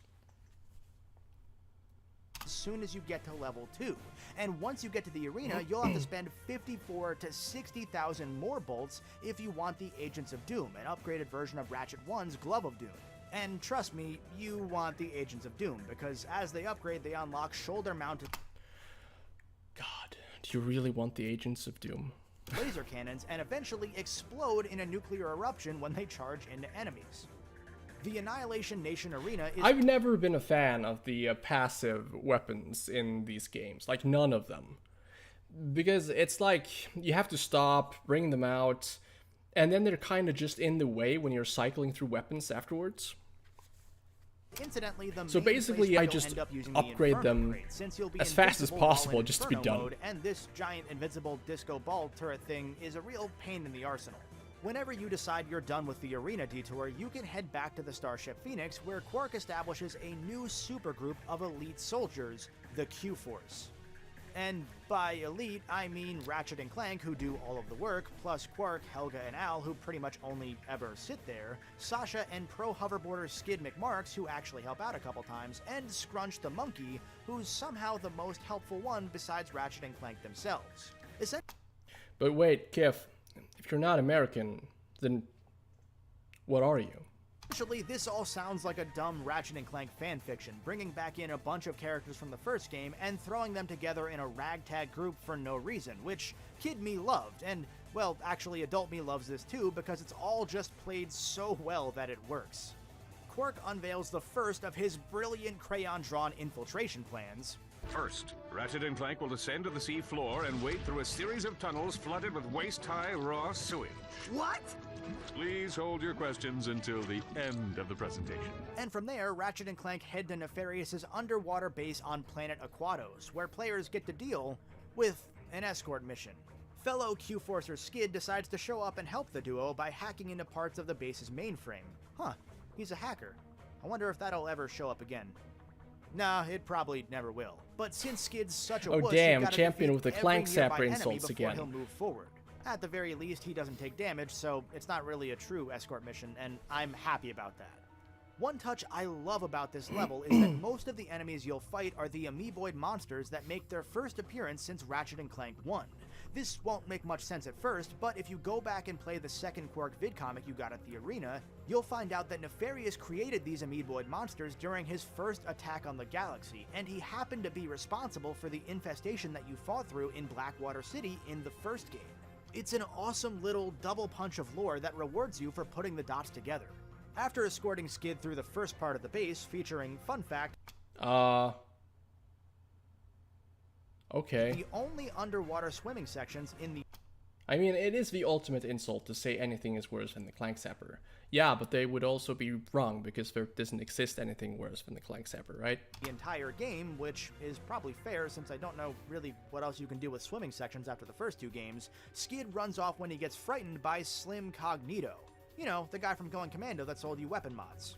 Apparently he fled the Bogon Galaxy and went into hiding after selling a... well, you know what? I'll let him tell you himself.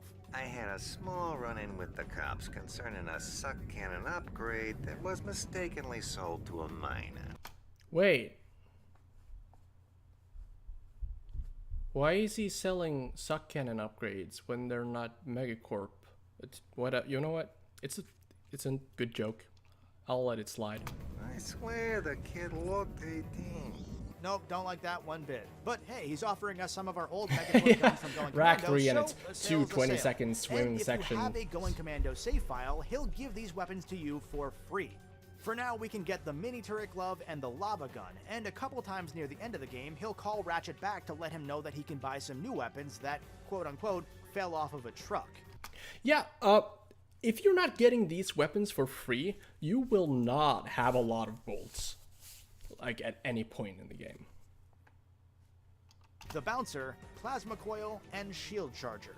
Hearing that both the Bouncer and Plasma Coil for are back free. is great news since I love And, like, they even give, they give away one of the best weapons in Ratchet and Clank 2 for free. those That's guns. amazing. But even better news is that I am, of course, talking about the lava gun. unlike the weapons that were carried over from Ratchet 1 into Ratchet 2, these guns were rebalanced with up your arsenal in mind, so they're actually useful. While I still love the Bouncer, and I actually think that the Plasma Coil is better in this game than it was in Going Commando, the Lava Gun is the most noteworthy of these additions, as it's a little note from Insomniac saying, hey, we listened, sorry. In Going Commando, this weapon upgraded to the Meteor Gun, and it completely changed all the weapons are basic awesome. utility of this weapon. But here, it will instead evolve into Even the the liquid nitrogen upgraded, gun at level 5, still spew- Like, he's bringing up the lava gun, being, like, kind of a nod, saying, yeah, we fucked up, here's a better version. But, like, even the mini turret glove has that same thought behind it, because now the rockets are shot faster. Like, it's still shooting rockets, but the rockets are faster, and they also teleport to reach enemies, which is an awesome addition. spewing the same liquid spray as the Lava Gun, but instead freezing. How many original weapons do Rack 3 have if you don't count all the weapons from Rack 1 and Rack 2? Let's see, it's 5 from 2. And then it's the suck cannon from 1. The glove of the Agents of Doom, I guess. So it has like 14 weapons?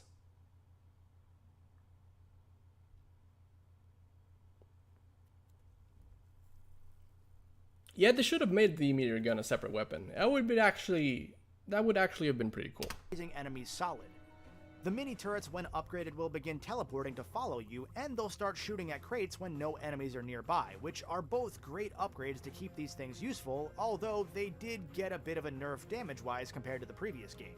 As for the shield charger, well, you actually can't get that until the final level of this game, so it's really not all that useful until...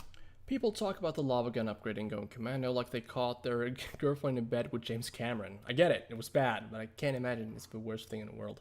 Now, you gotta understand how universally loved the lava gun was. And then just to see it upgrade into this horrible, hideous monster that doesn't serve any sort of purpose. At least not the same purpose as the lava gun did. It just breaks people down. challenge mode.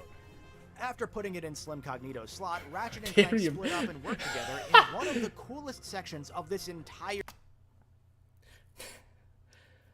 The lava gun did it with someone else. Don't you get the pain? game, as we jump back and forth between our two heroes as they help one another break into Nefarious's inner chamber. Not only is this probably the best Clank section in the PS2 saga of Ratchet games, it's, I'd argue, probably the best one all the way until 2009. in part thanks to Clank's new banana gun, which he can use to lure Scrunch the monkey on the switches or distract enemies from Clank.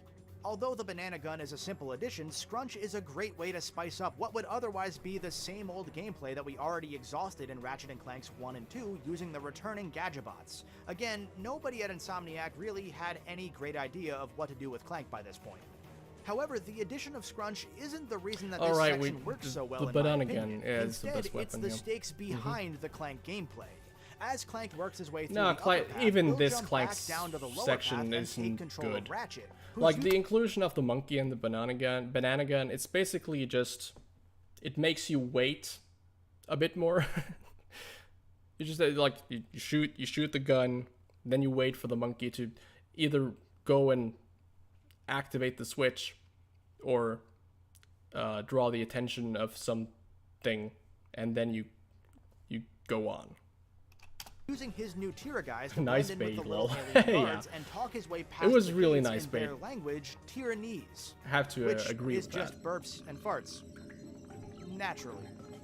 The actual Tiraguys minigame itself, like the Clank gameplay, isn't really that great on its own. This is just an average little rhythm minigame Crack in that's Time, saved by the hilarious written dialogue. For what it's between the worth, at least it Tyranoids was and Ratchet. different, right? Seriously, somehow writer Brad Santos was able to sneak in a line about amoeboids gone wild, including the line, "You won't believe what those slimy co-eds will do when the cameras are rolling."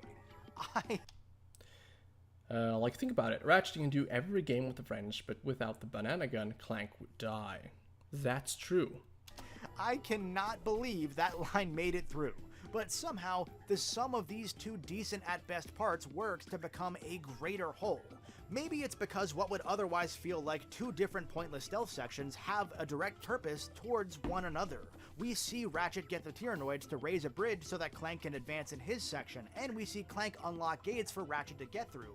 And, unlike a similar back and forth section in Ratchet 2, we see this teamwork all in real time as the camera pans between our two heroes, who finally kind of feel like equals for the first time during this section.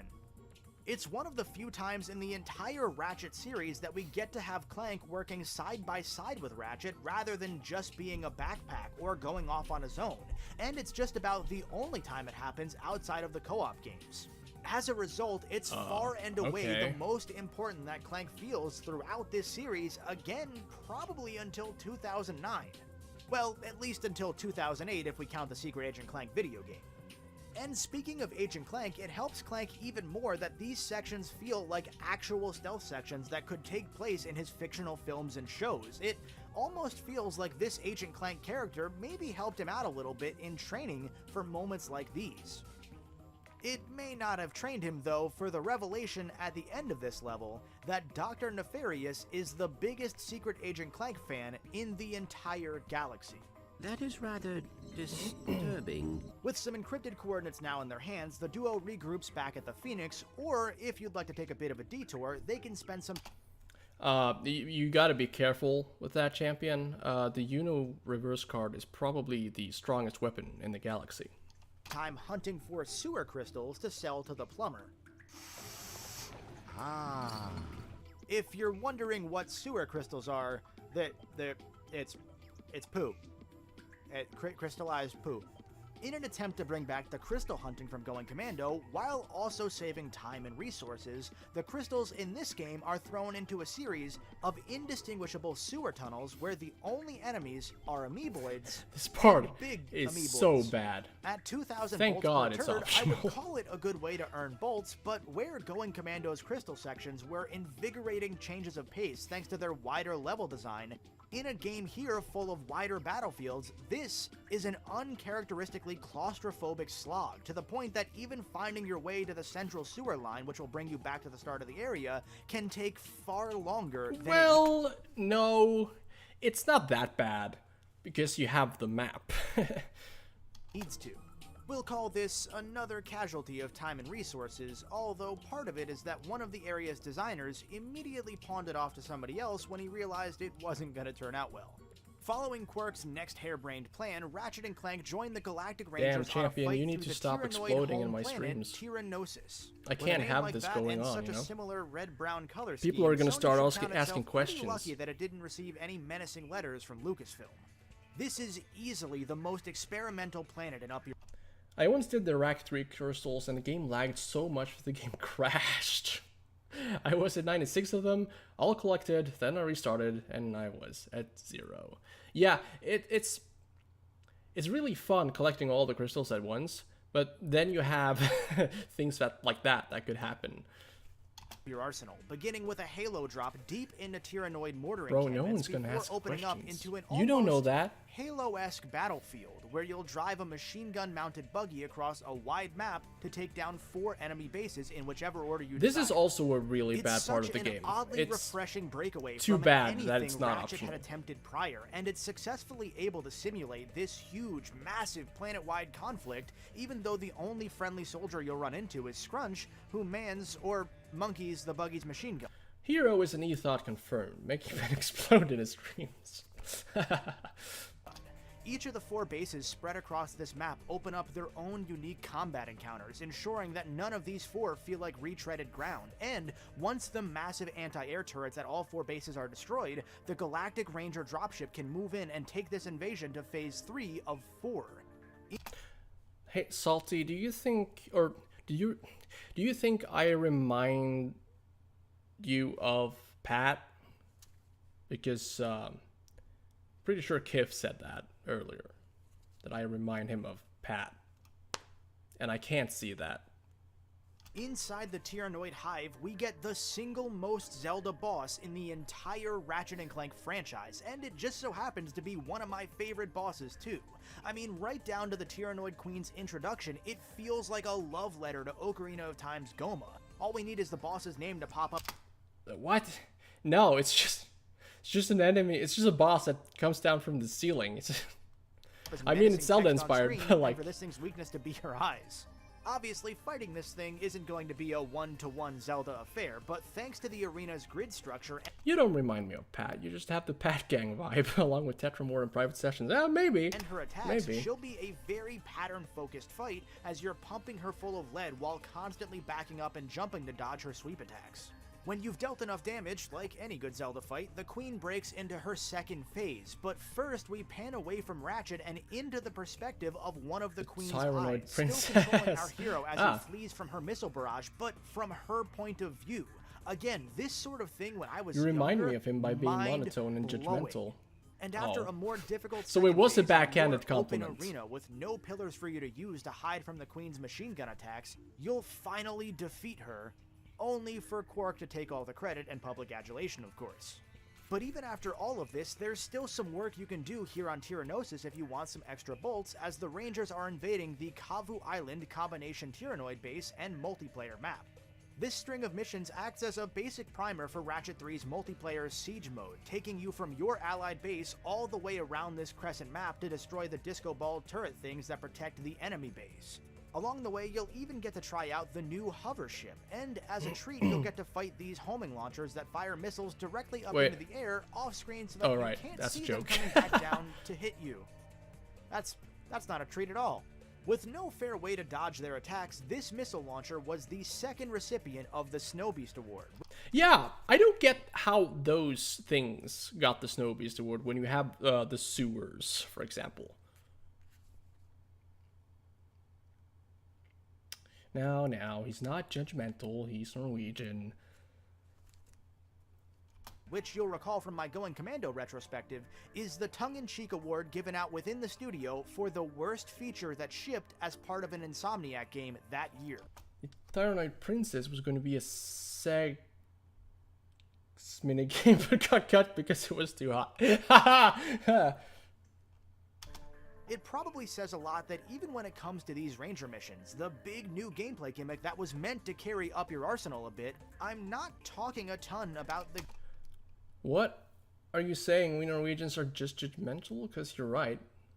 Yeah, fuck those guys, right? game's combat itself, because anything I could say I've already exhausted just by saying it's Going Commando, but a little bit better. For one, that's a You're like you're all of the Norwegians? That's cool. Massive testament to how amazing Going Commando is, that the best that they could do and what's often considered the best Ratchet game is just more of that one. But it's also a testament to Up Your Arsenal's unique position behind the scenes. According to programmer Tony Garcia, who had worked in quality assurance on Ratchet Yes, 1 I am and all then of them. as a Yeah, programmer on Going Commando and I've Up Your heard that there aren't that many of them. Arsenal, one of the things about Ratchet 3 that was very interesting was that the team working on Ratchet 3 was pretty young in a lot of areas. I don't have the numbers exactly, and while there were a lot of veterans on the team, I do believe that we Oh wait, hang on. I Going want Commando and Up Your watch Arsenal. this. One of the things about Ratchet 3 that was very interesting was that the team working on Ratchet 3 was pretty young in a lot of areas. I don't have the numbers exactly, and while there were a lot of veterans on the team, I do believe that we probably had more very new to the industry types working on that game than we had on the previous projects. In addition, because we were now working on the third game in the franchise, we were also breaking some interesting new ground in that people who were coming on board the team were coming in as previous fans of the franchise, which wasn't something that had been possible on 1, obviously, or 2 since it turned around so quickly.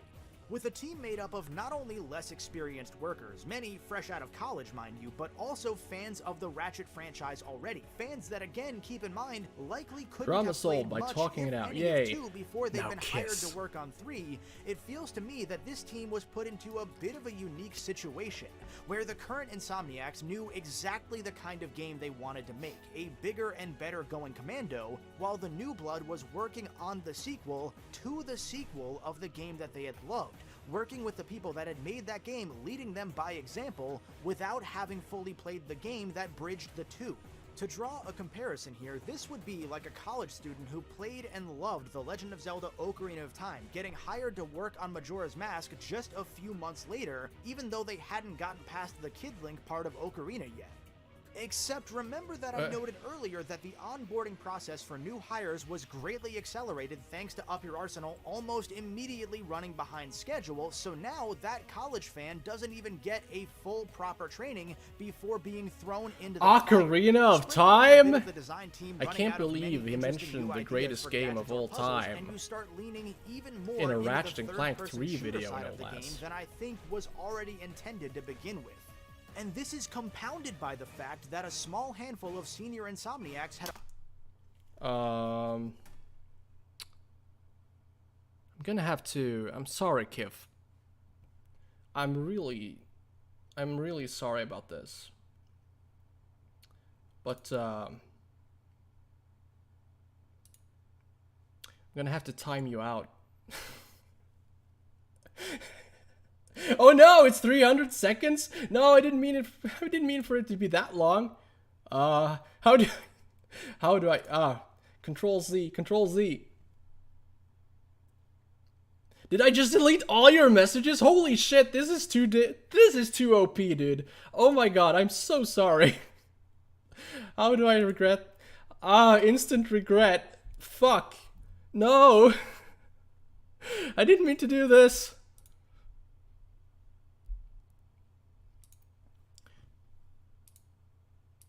Fuck. No!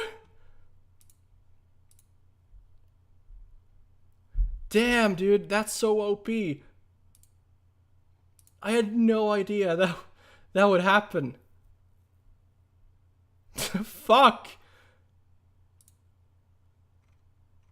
Oh yeah, I'll just add another 300 seconds, why don't you? Damn, how do I fix this? No. God. Is this really that stupid? Well, I had intended to just time him out for 10 seconds for the the Clank Sapper joke, but like, this is too far, man. This is way too far.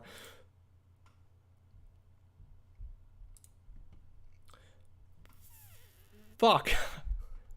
How do you fix this?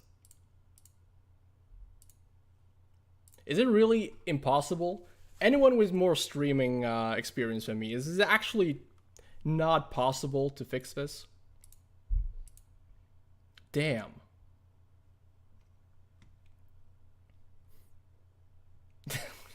That's what he gets. Oh, he was saying he didn't like Ocarina of Time too? Well, yeah, fuck him.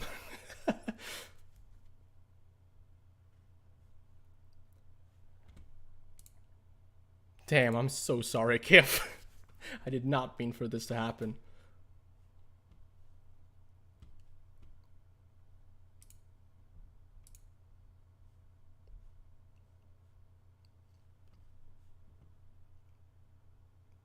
I won't hide him from the channel. He's a good dude.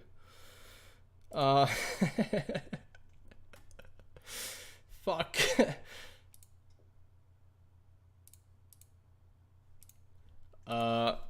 How to time out someone from YouTube stream chat. How to use moderate. Maybe I should have read through this before I started streaming.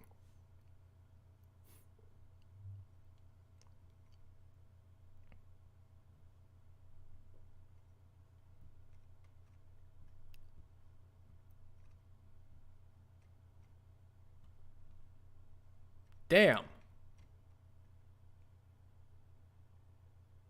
Yeah, that was a bad mistake, dude.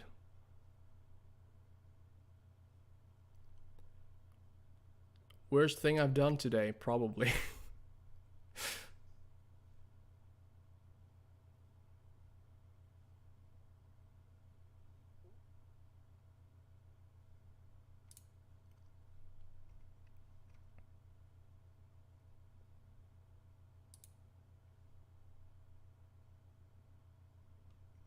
Like, I had no idea it would be like 5 minutes. That's so stupid.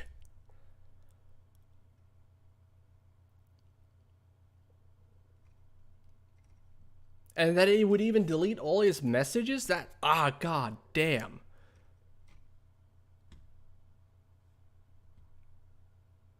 That's way too OP.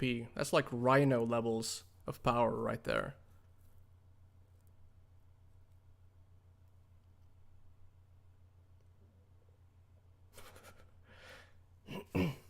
It's only a joke. It was only I know the song, but I don't remember it.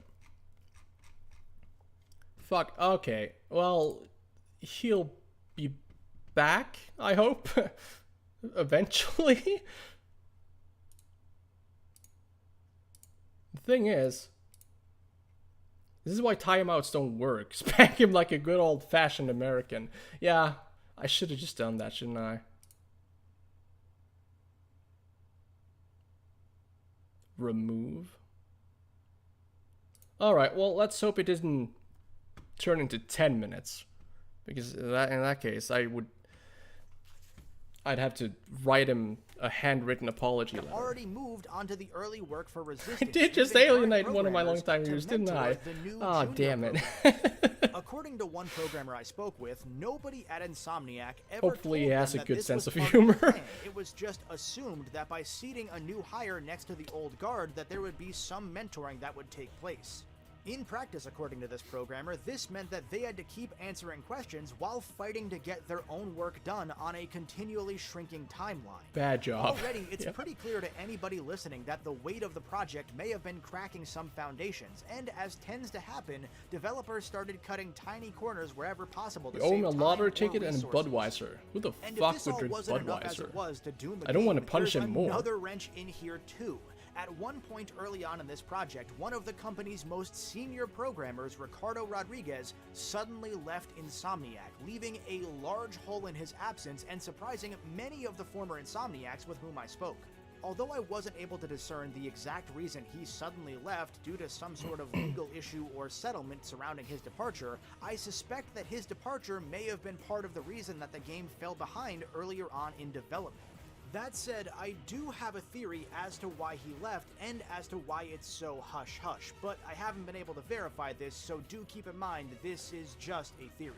Before he left Insomniac, Rodriguez, according to one Bet you like girly ex-Insomniac I drinks, spoke like to, tequila, seemed like whiskey. he may have been Yeah. scouting for talent, and in 2004, Hey, you're back! he founded High Impact Games. Thank God. a developer that would end up hiring many former Insomniacs. I'm sorry about that. And the company that produced That was the not two my PlayStation intention. Portable Ratchet titles, using many of the ideas that were left on the cutting room floor during Rodriguez's time at Insomniac. And during his tenure at the top of High Impact, Rodriguez was supposedly Well, you adamantly were opposed to here crunching during the or first stream, weren't you? unrealistic development timelines. So, You've could he at least have been been here since trying the to start take of the a stream, chunk I of the think. studio with him to greener pastures out of frustration? I said that I don't get the love for Ocarina of Time, not that I hate it. I'm willing to give up 104 viewers. Respect, my dude. Well, you know, nothing goes unpunished here. With Insomniac's management? I can't say definitively, of course, but that's a theory that I've had. And since we're digging, let's peel back the layers even more than that. Near the start of this retrospective, I mentioned that it was during Up Your Arsenal's development that an in-house level editing tool named Luna was also being worked on, and on top of this, a separate scripting tool programmed in the Lua. Okay, now I gotta say what I was wanting to say while waiting. Yeah, just pour it all out. I'll read it. He hath timed thee out with righteous fury.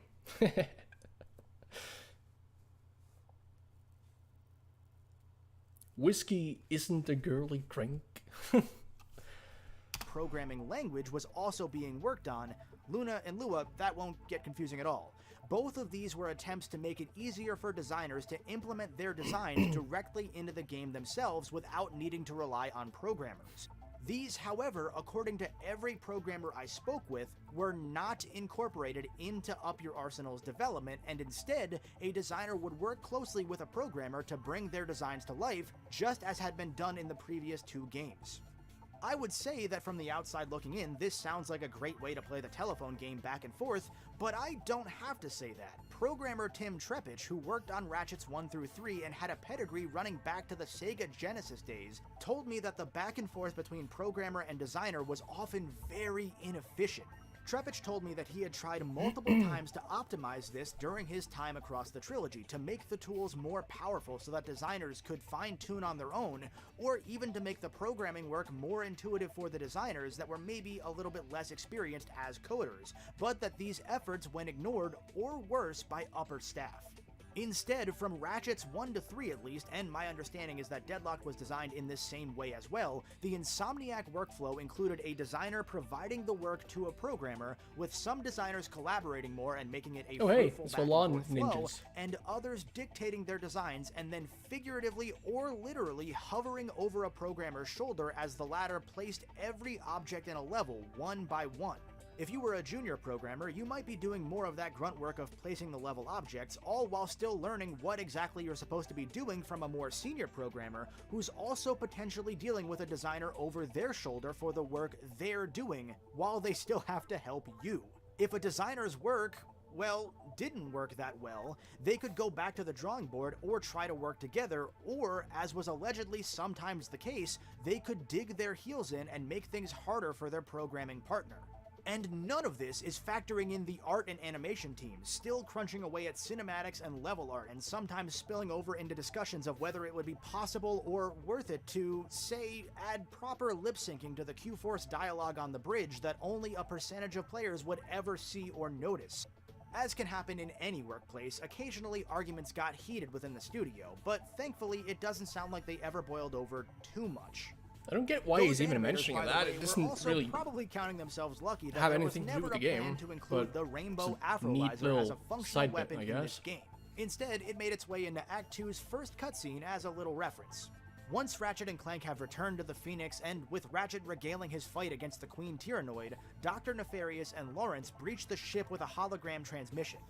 After Dr. Nefarious gloats at how informidable the Q-Force looks, and then reveals that, like President Clinton, he too thinks that Agent Clank is a real yeah, that secret would agent. probably make the game chug a bit. Okay. The transmission is traced back to planet Dax, named after some loudmouthed rat creature. This planet, as Nefarious's weapons facility, had been home to many Daxter? diabolical tests, including a device that forced a rainbow afro onto the target's head and forced them to dance uncontrollably. This was a conceptualized weapon for Ratchet 2, but again, the animation teams had far too much on their plate to begin with. Don't worry, I'm sure we'll We never eventually see a got dancing weapon that Afro weapon from the Groovitron, as I said last stream. Yeah, correct. the series ever again.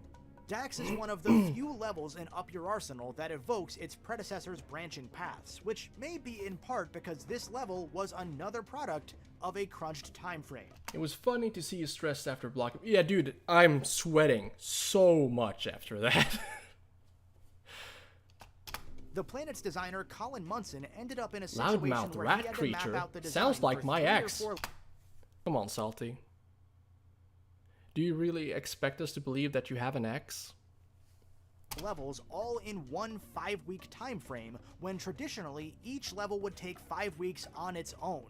Since Munson wanted to focus his time on the other Gonna levels ban that me he was too? working No, I'm on, not gonna he ban you, decided to champion. more or less copy homework from one of Going Commando's most internally praised levels, Planet Dabo.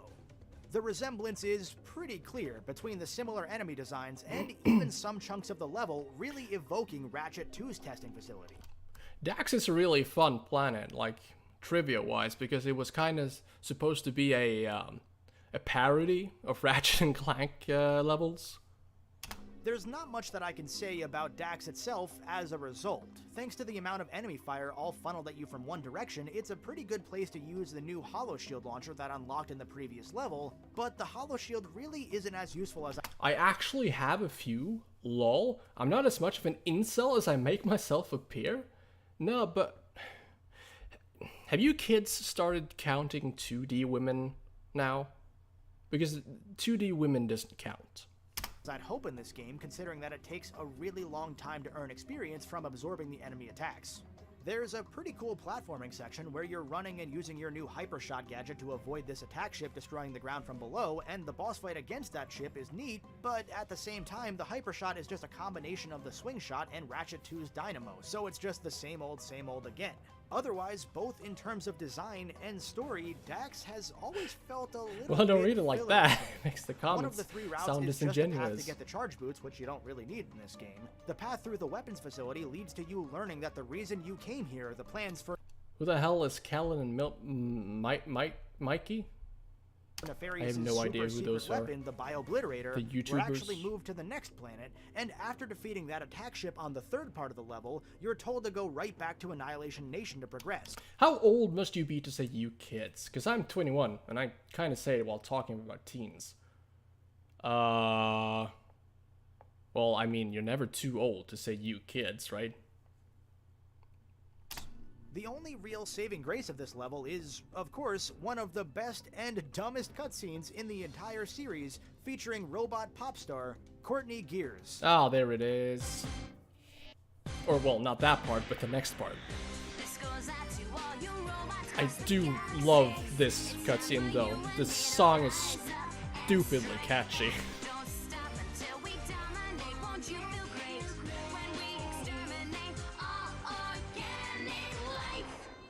Salty, don't get ahead of yourself. You're not even a millennial.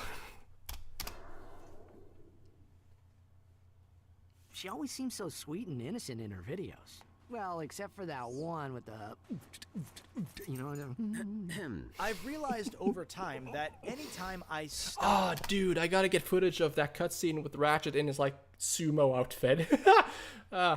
playing Up Your Arsenal, it's right around this string of levels in Act 2. All of my old save files, both on PS2 and PS3, stopped not long after Dax on one of the subsequent 2 or 3 levels. Gotta write that down. Get footage of Ratchet dancing while in sumo skin. I think because the game starts to stretch a bit thin here, and we've seen almost everything that it's going to have to offer besides story. Right now, you'll have access to 75% or more of this game's weapons, and only one of the remaining few is an all-new style of gun. As I've already said, I've rolled credits on this game 100 times, so if I want my fill of Up Your Arsenal, it makes sense that By I the might way, only you said play I'm a this nice guy while I was banned. Bro, you don't ban nice people. Not on purpose. stellar first act and get out in a couple of hours before it starts to get stale. Even then, when I think back, this is always where I stopped after I first completed the game. Which is even more interesting since one of the 2 story forks here is one of my favorite levels in the entire game. That would be the Obani Moons, a 2-in-1 level featuring God, both he of the likes the spherical Obani mini-worlds Moons. that appear in Ratchet 3, custom gravity and all.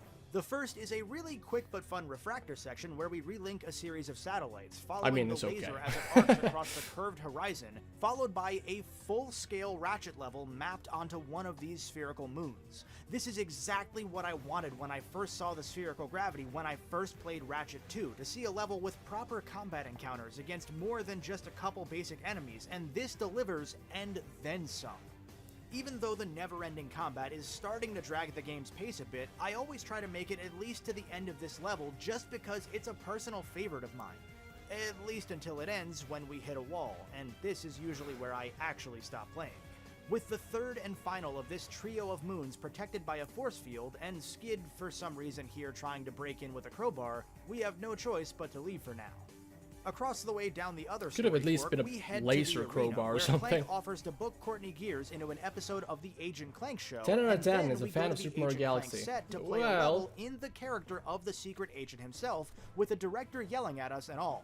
We even get a giant Clank fight against a Godzilla-like monster, which, yeah, there's a reason that we never see Giant Clank again after this in the Insomniac Ratchet games. The gimmicks kind of already run dry.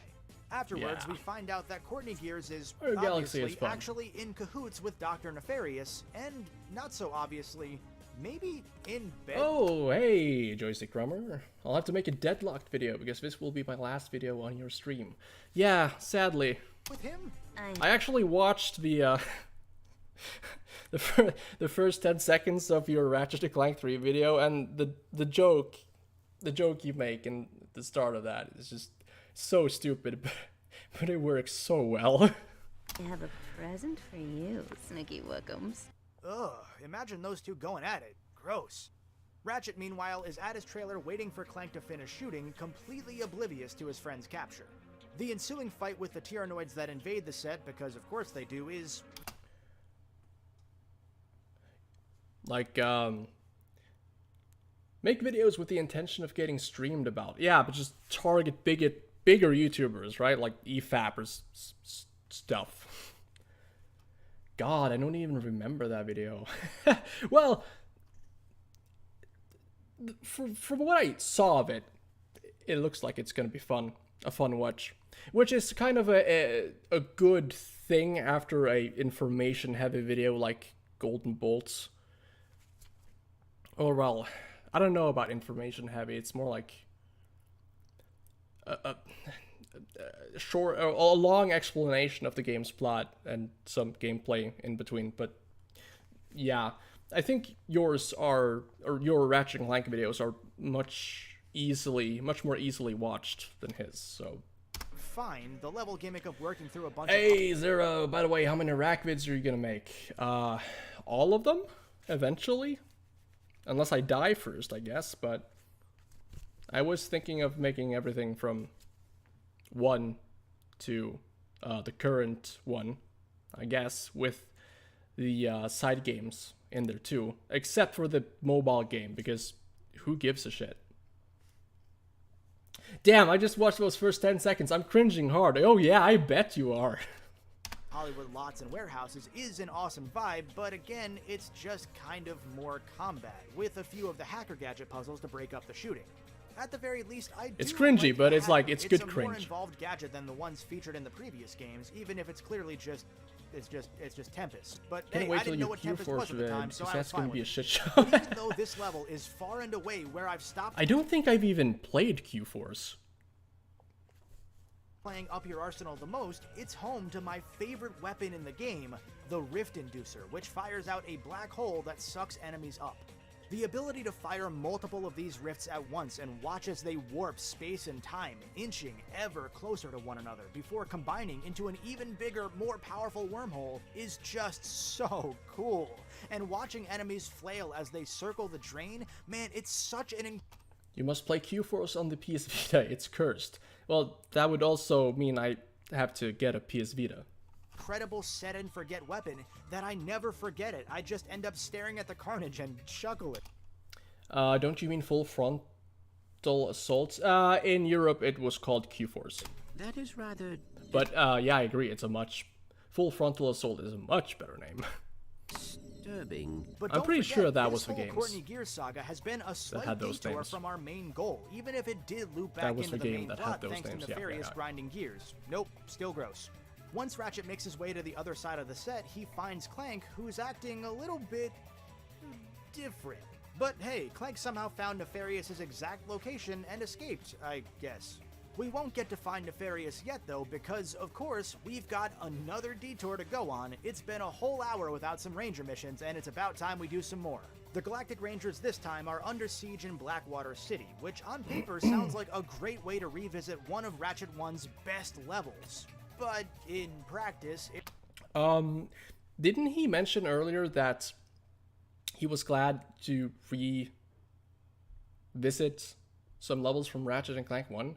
Because so far, the only levels he's actually revisited are Velden, and the Battlegrounds just doesn't count because they're something else entirely. And I'm pretty sure the only other level you'll be revisiting is Metropolis. it's just a random multiplayer That map actually with looks Blackwater City anything in name like only. the Rack 1 After saving the counterpart. Rangers behind yet again in a handful of missions, one of the Rangers gives Ratchet a pair of gravity boots, because I guess Ratchet was in such a rush at the start of the game that he forgot to pack his bags. It's a good thing this game doesn't have any grind boot tracks, or else we'd have been screwed. At the very least, this is the dumbest lead up to the new item jingle in the entire trilogy. I love it for that alone. I tripped over these gravity boots while I was running from the Tyrannoids. I believe they're your size. Now, depending on your playstyle, you might tackle this Blackwater City fight a Wait, few huh? the dumbest lead up to the new item jingle in the entire trilogy. I love it for that alone. I tripped over these gravity boots while I was running from the Tyrannoids. I believe they're your size. Now, Wait, huh? What did he such a mean? rush at the start of the game that he forgot to pack his bags. It's a good thing this game doesn't have any grind boot tracks, or else we'd have been screwed. At the very least, this is the dumbest lead up to the new item jingle in the entire trilogy. I love it for that alone. Just the jingle? I tripped over these gravity boots while I was running from the Tyrannoids. I believe they're your size. Now, depending on your playstyle, I kind of get what he's trying to well, say, you might but tackle this Blackwater I had to City think fight about if you it for a played us while. earlier. I usually do it in this order because Blackwater City is Rack frankly 1 the least and levels is Velden, kind of like Metropolis, kind of like Blackwater, just by name, Iridia, just by name. Yeah. enjoyable of the Ranger side ventures, clearly the one most shoehorned in is Paddock. Like with most of these Ranger missions, it's Like, they might as well have just called it something else. just short enough that I don't mind it all that much in the moment, but when I step back to look at it more critically, all of these little, just short enough moments add up enough to lead to me tuning out here so often. Not every multiplayer map needed to be reused in the single-player campaign, and the thing is, Insomniac clearly did know this because half of the multiplayer maps were multiplayer only, including a callback to Ratchet 1's Planet Hoven that I almost expect to find out was originally meant for the campaign too.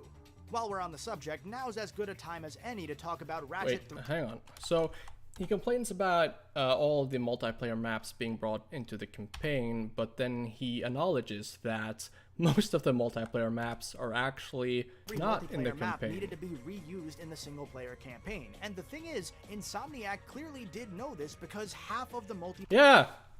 What? What? player maps were multiplayer only, including a callback to That's a Ratchet 1's weird thing Planet to say. Hoven that I almost expect to find out was originally meant for the campaign too.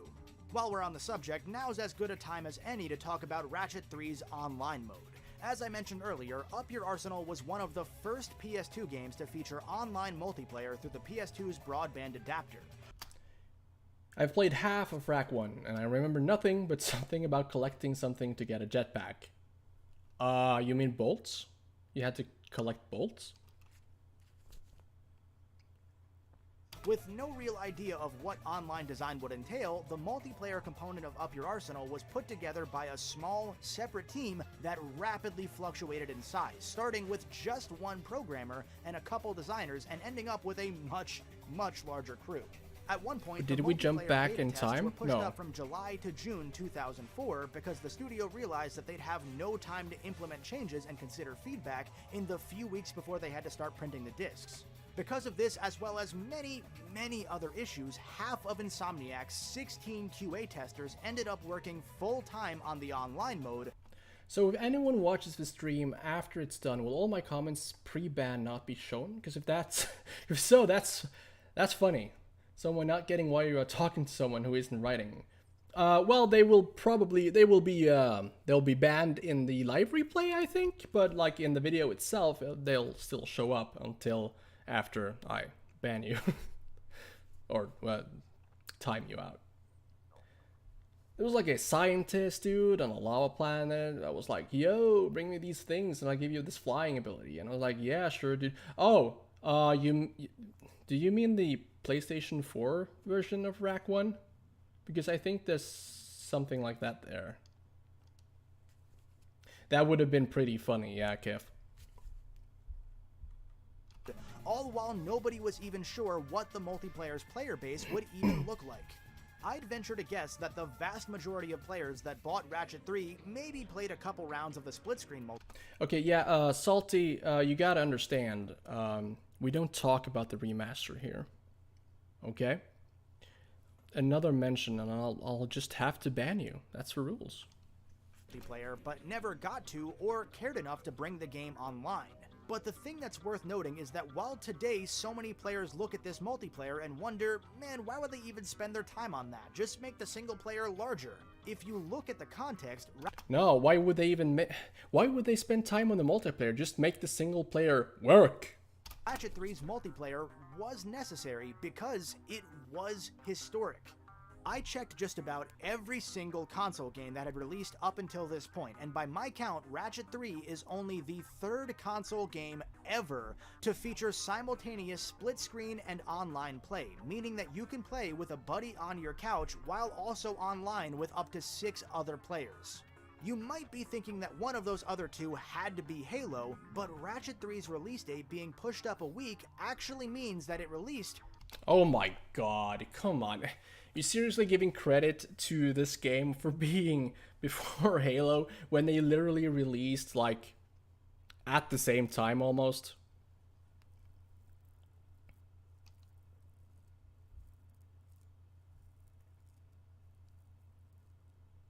What about the Xbox One game? There isn't one.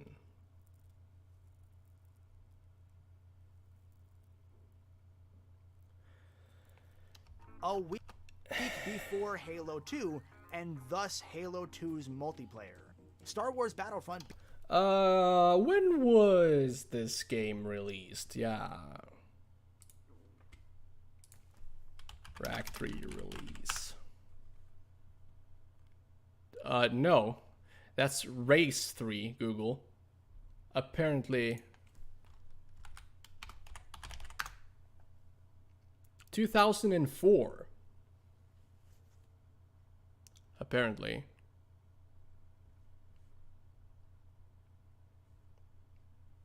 Yeah, Champion got it.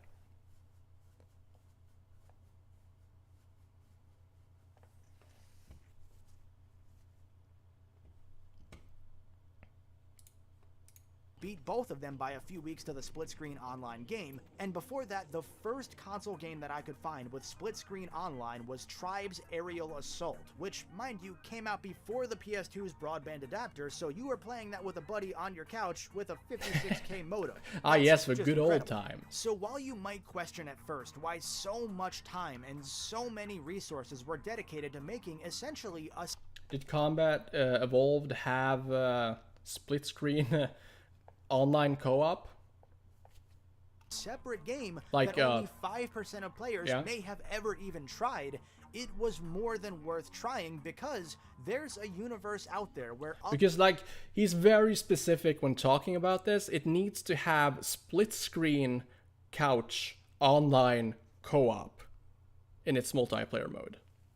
Your arsenal is the big breakthrough. So, like, he might not technically be right, but it's like a huge technicality. Console online multiplayer instead of Halo 2, and that's just incredible to think about, even more... Yeah, but, like, that's his entire thing, right, Salty? Because this game has split-screen, a couch co-op, which you can play online against other people. if you catch my drift. More so when you remember that Ratchet 1 came out a year after Halo 1, and here, this third game in this franchise is out right before Halo 2, beating it to the punch. It's a shame that so many of us didn't get to try the online much when it was active on the PS2, because the main Siege mode is really cool, and the fast-paced Ratchet gameplay translated into a PvP battle is a sight to behold. In Siege mode, you'll work with your team to capture a series of nodes across the map. I find this bit the worst in this video, to be honest. It's so not true. I haven't really spent a lot of time with the multiplayer, but I remember it being just boring. By defeating the defense And turrets and okay. turning bolt cranks. Once a node is yours, you can spawn there upon I will death, spend more and time with it after I'm importantly, done it with the brings you main game, closer but to the enemy's base. Each team has a slightly different base in terms of defenses, but both have these giant it's not disco really Gatling gun important. turrets as their main defense. Once you destroy well, them, you can super teleport important, into at the least. enemy base's interior, and all you have to do is destroy the power core inside to win the game. it reminds All the while, you me... can find Well, and maybe equip not. each of the 9 weapons spread across the map, all but 3 of which are weapons that are reused from 1 and going commando, since this game's multiplayer was developed ahead of and separately from the main game before 3's weapons were even actually designed. By killing enemy players, the weapons will level up just like in the main game, and the buggy and hover ship are also available in some maps as well, with each allowing for a driver and a passenger to help shoot at or bomb enemies. On top of all this, gadgets like It's the fun with hyper friends, shot but the and way he gravity talks about it boots are seems like available Rack by 3 Online default could have for been swinging revolutionary. across large gaps or walking on magnet paths Yeah, it kinda to has try that and feel, flank doesn't it? enemies, and the hyper shot especially is useful since some parts of some maps are destructible. It's incredible how ahead of its time this game's multiplayer was. At one point, there was even a planned kill streak that would drop in a giant mech to wreak havoc on the enemy team. Now, that idea ended up being probably a little bit too ambitious because the PS2 simply couldn't handle that and thus it was cut. But even still, Ratchet and Clank 3 almost beat Titanfall to the punch by over a decade.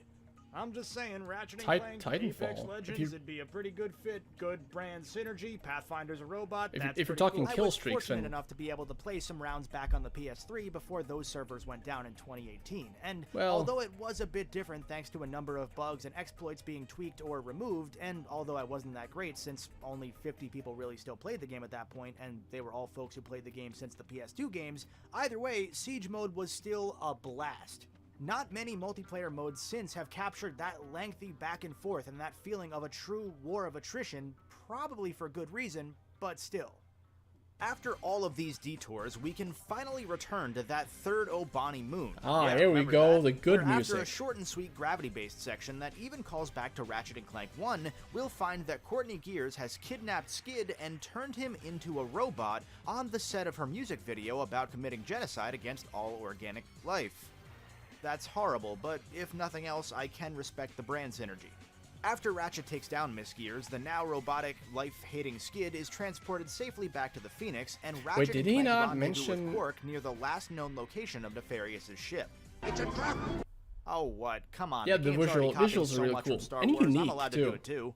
Somehow Quark sneaks past all of the security and leaves it for us to fight because, hey, more combat is always nice, but as Clank foreshadows, this ship is actually set by Nefarious to He self-destruct. didn't, did he? Captain He didn't Quark mention stays that behind Clank to has been try and switched out retrieve as something at this important, point. and Ratchet waits as long as he can for Quark to show up, but with time running out, Clank ejects their escape shuttle, leaving the villain-turned-hero to die in Nefarious' Am I drunk? trap. I feel like I write like I do After when a I'm drunk somber right now. funeral on the I don't know. Phoenix, Are The you? man was a hero, brave, honest, It's Saturday. kind, and humble to the core.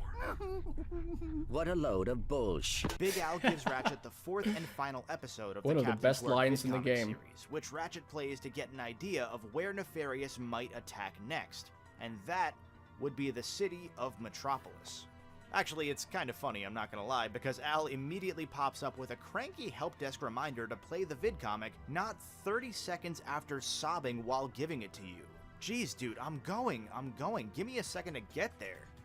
For as weak as this second act can be, thanks to all of that back and forth runaround and the maybe kinda sorta starting to stagnate combat, Metropolis brings us to Act 3 with an absolute bang. For one, rather than drag out the reveal that Clank has been brainwashed or something, we get a cutscene on the way to Metropolis that shows Nefarious revealing to the real Clank that Ratchet's been none the wiser while working with a nefarious I don't know. It's pretty obvious the second he gets back. That's already a good enough start, but even like the second Clank's kidnapped and replaced, it's pretty obvious that something's wrong. Better is that unlike Blackwater City, Metropolis is a full, proper level, not just a multiplayer ranger level, and more importantly, it looks and feels like the same city that defined the energy of Ratchet and Clank 1, and really as a result, the entire franchise. And after invoking that feeling of being right back at home in a classic level, Ratchet 3 jolts your system early into the level when Nefarious unveils the the constant red eyes are a giant Death Star that turns the entire planet's population. And also just the way he speaks, like the real Clank wouldn't have said the bullshit line, right? One into subservient robots. All however many billion creatures, even the Tyrannoids that already worked for the Doctor to begin with, instantly under his dominion. Nefarious isn't just another Drek who has a great plan but happens to end up one planet ahead of Ratchet and Clank every step of the way. He's not a Captain Quirk who also has a plan but tends to stumble the whole way with execution and everything happens to work out for him. He is a villain's villain. He's actively been leading Ratchet and Clank astray from the moment he first appeared, feeding the Q-Force into his traps, even if those traps may fail somehow. It's sinister, and it's even more of a gut punch that Nefarious actually succeeds before our very eyes, not off-screen, right in front of us. And after you get to this Bio-Obliterator... Yeah, the robots are really strong. This is like a pretty big difficulty spike. But like the way he's talking up Dr. Nefarious, I don't think he's that great of a villain. Like, Drek had a plan too, right? I mean, for the most part, it's just Ratchet and Clank chasing after him. But like, he does take steps to ensure that they stop. Like sending out people and all of that stuff. And then when it doesn't work, he just goes completely balls to the wall and tries to lure them in by announcing that Veldin is the planet that he has chosen to obliterate and replace with his new one. Bro, this dude acting like Nefarious is the ultimate supervillain. Yeah, and he's not. He's just a silly robot. And then Quark actually infiltrated Megacorp somehow. And made everyone believe that he's Mr. Fizzwidget somehow. And then actually, fooled Ratchet and Clank to giving him the Protopet. And everything pretty much went as planned until he managed to put the batteries in the wrong way and got swallowed by the boss. So I don't think he's giving the previous... big bads enough credit, and I think he's giving Dr. Nefarious too much credit, because honestly, they are just chasing after Dr. Nefarious for the most part.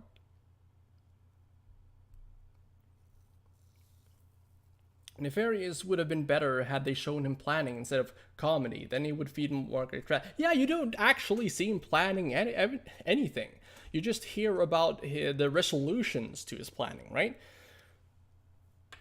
And that's kind of what I don't like about Dr. Nefarious. He doesn't have a single speck, or he doesn't have an air around him of anything. Like, he's just laughing evilly.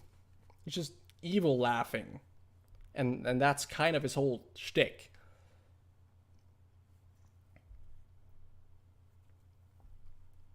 scene, every Tyrannoid that you'll see from here on out is a robot, even if you go back to previous planets to clean up titanium bolts or skill points or for whatever reason you may have. And although that sounds like such a minuscule touch, swapping the enemy textures quickly after a certain triggering point later on in the game's story proved to be a monumental effort, to the point that the game's PS2 discs had to be printed. Oh, sorry. Golden Bolt, when Nefarious does a kind of smart thing. Oh my god, this guy is like the best villain of all time. This guy is truly amazing. Story is perfect. Game is perfect. Well, it did sound kind of like that, yeah. Again and again and again as tests with some of the data on the innermost part of the discs to figure out a configuration where the game would load everything fast enough between planets and not crash. This act of moving... Wait, huh? Wait, no. Wait, hang on. That's not how loading stuff works. So basically, when you travel between planets, the memory just kind of wipes, right? Except for the parts you need, like the loading screen and such. And then the game loads the level into memory with like the textures they're supposed to have. And if there's something that says that they're supposed to have textures and, you know, HP of the new enemies, then that's that. It just loads a different texture. Right? It's or is he referring to the fact that since everything is stored on specific parts of the disk, that it wasn't loading fast enough? To the point that the game's PS2 discs had to be printed again and again and again as tests with some of the data on the innermost part of the discs to figure out a configuration where the game would load everything fast enough between planets and not crash. This act of... Oh yeah, that might be what he's referring to.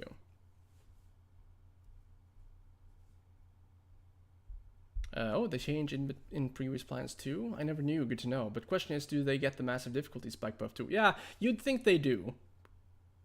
Right? Because of the code associated with the textures? I don't know. Maybe I should go back and test that.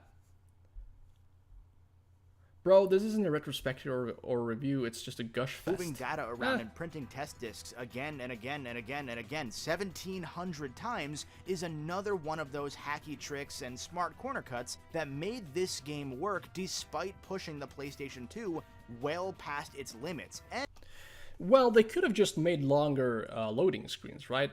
They did have an internal goal of having loading screens be only about 5 seconds.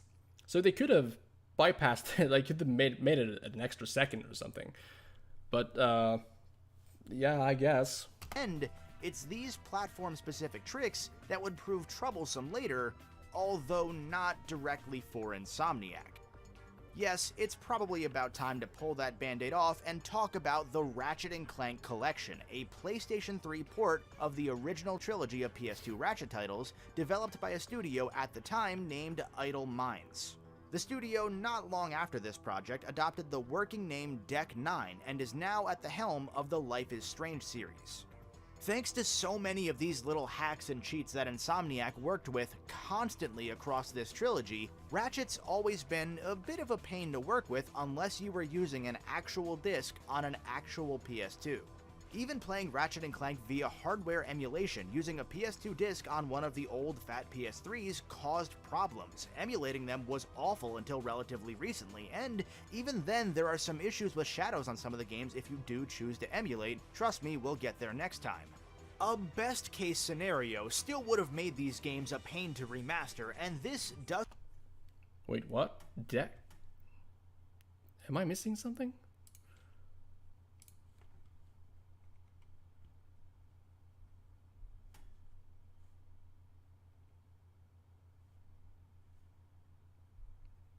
What do you mean, Deck 9?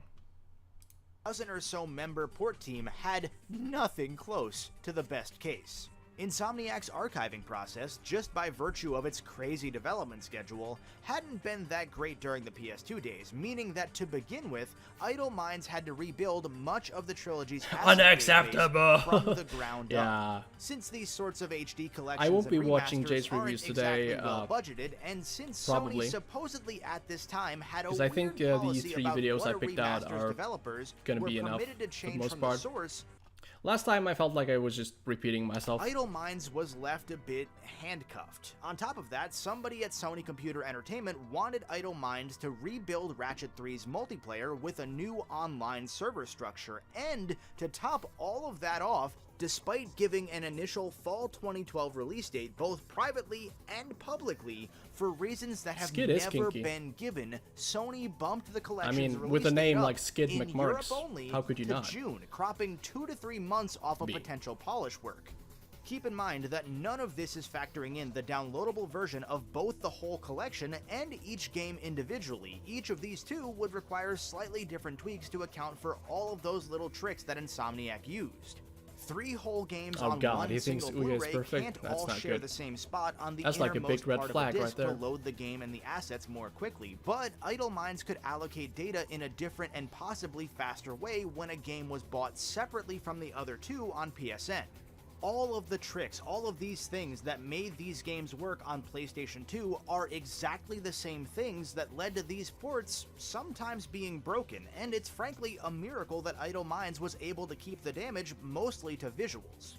The end result here is that Ratchet 1 more or less came over totally fine since it had the most time that went into it. Going Commando ended up with a couple visual issues, such as the weird, oversized floating helmet. Well, during at least they cutscenes, but is prioritized the otherwise better fine enough, and Up Your of the Arsenal 3 got games. the worst of the trilogy, both thanks to the multiplayer requirement and the shorter time frame. I mean, I really can't take this review seriously, not after the way he's Going Commando ended. Yeah, but Which- that's hyperbole, right? That's just a way to drive interest in the next video, probably. But it's a bit disingenuous, yeah. I guess is fitting, given that that sentence could also describe the original version of Ratchet 3. Red flag when dating. Do you like Ouya? What's Ouya? Up your arsenal. Up my what?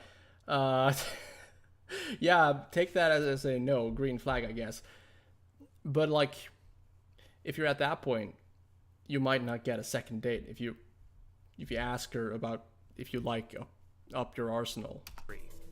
Now, I would love to give you some first-hand verification of all of this, or the direct story of why these ports struggled so much, but sadly, the team at Idle Minds responsible for this collection comprised fewer than 12 people, and they're all just about ghosts. After hours of searching every lead I could find, only one of them had any online presence whatsoever, Hyperbole. and any attempts I had to contact these developers or the Man studio said word directly wrong. were Entire met with no stream reply. validated. So until somebody can reach these folks, my Hyperbole? decade-long quest to try and get answers about this Oh my issue God! It's hyperbole. Jesus. comes down to a combination of my own recollection I didn't of the catch release that. date I should have fiasco caught that. and the suppositions of a couple former Insomniacs that worked on the original trilogy. English is hard, alright?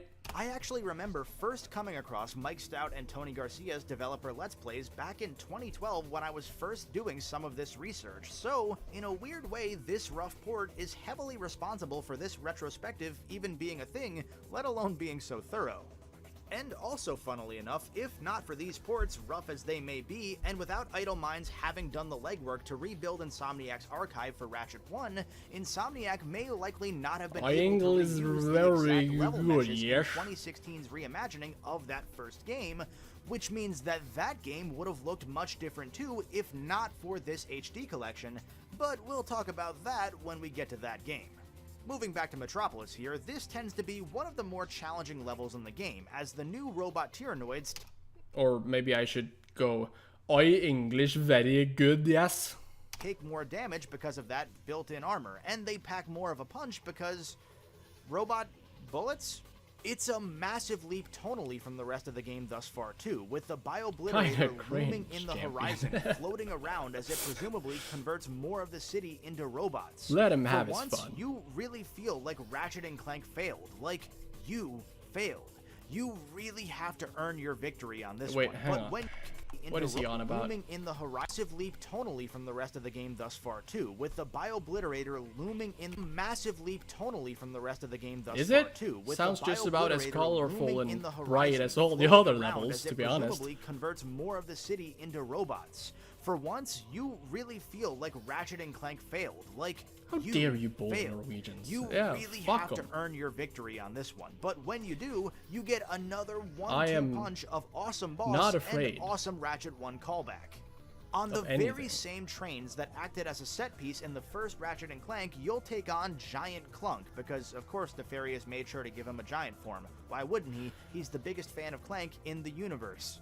The fight isn't exactly hard per se, since he's mostly just throwing the same bombs with shockwaves that most bosses throughout the series have had, but it's a system-pushing there it is! sight to There it is! behold as The Giant blimp! Clank flies between the front and the back of these parallel trains, with the city flying by behind you.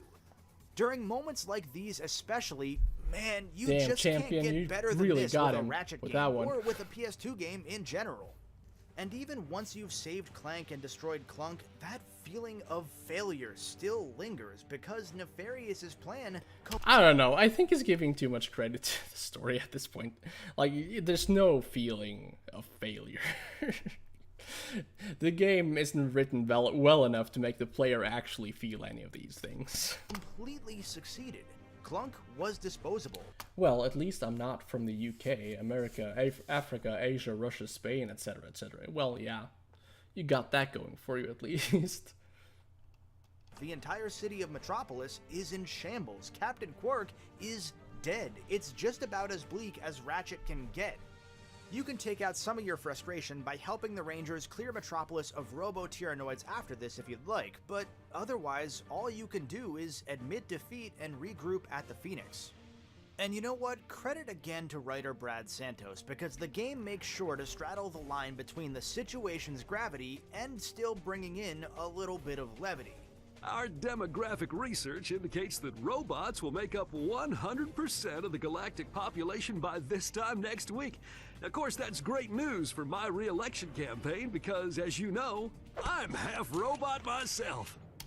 I'm still holding out hope for this video to teach me something I don't know, champion. I mean, these are still really weird jokes Also, to make it's only 4 like years after the guy left 30 office, minutes left. especially to your 10-year-old audience, but How I guess much when worse you've been can it working get? non-stop for 3 straight years cranking out video games, some references are bound to date themselves a little bit. Aside from the usual jokes though, Ratchet 3 tends to keep this darker tone for the entire third act up until the game's conclusion, almost harkening back to Ratchet 1 a bit. Sadly, the rush behind the scenes does peek its head out a little bit at this point as well, and it can take away a little from one of Ratchet 3's shining achievements, its ability to conclude Captain Quark's character arc. Naturally, it's been obvious that Quark's not What? away a little from one of Ratchet 3's shining achievements, its ability to conclude Captain Quark's character arc.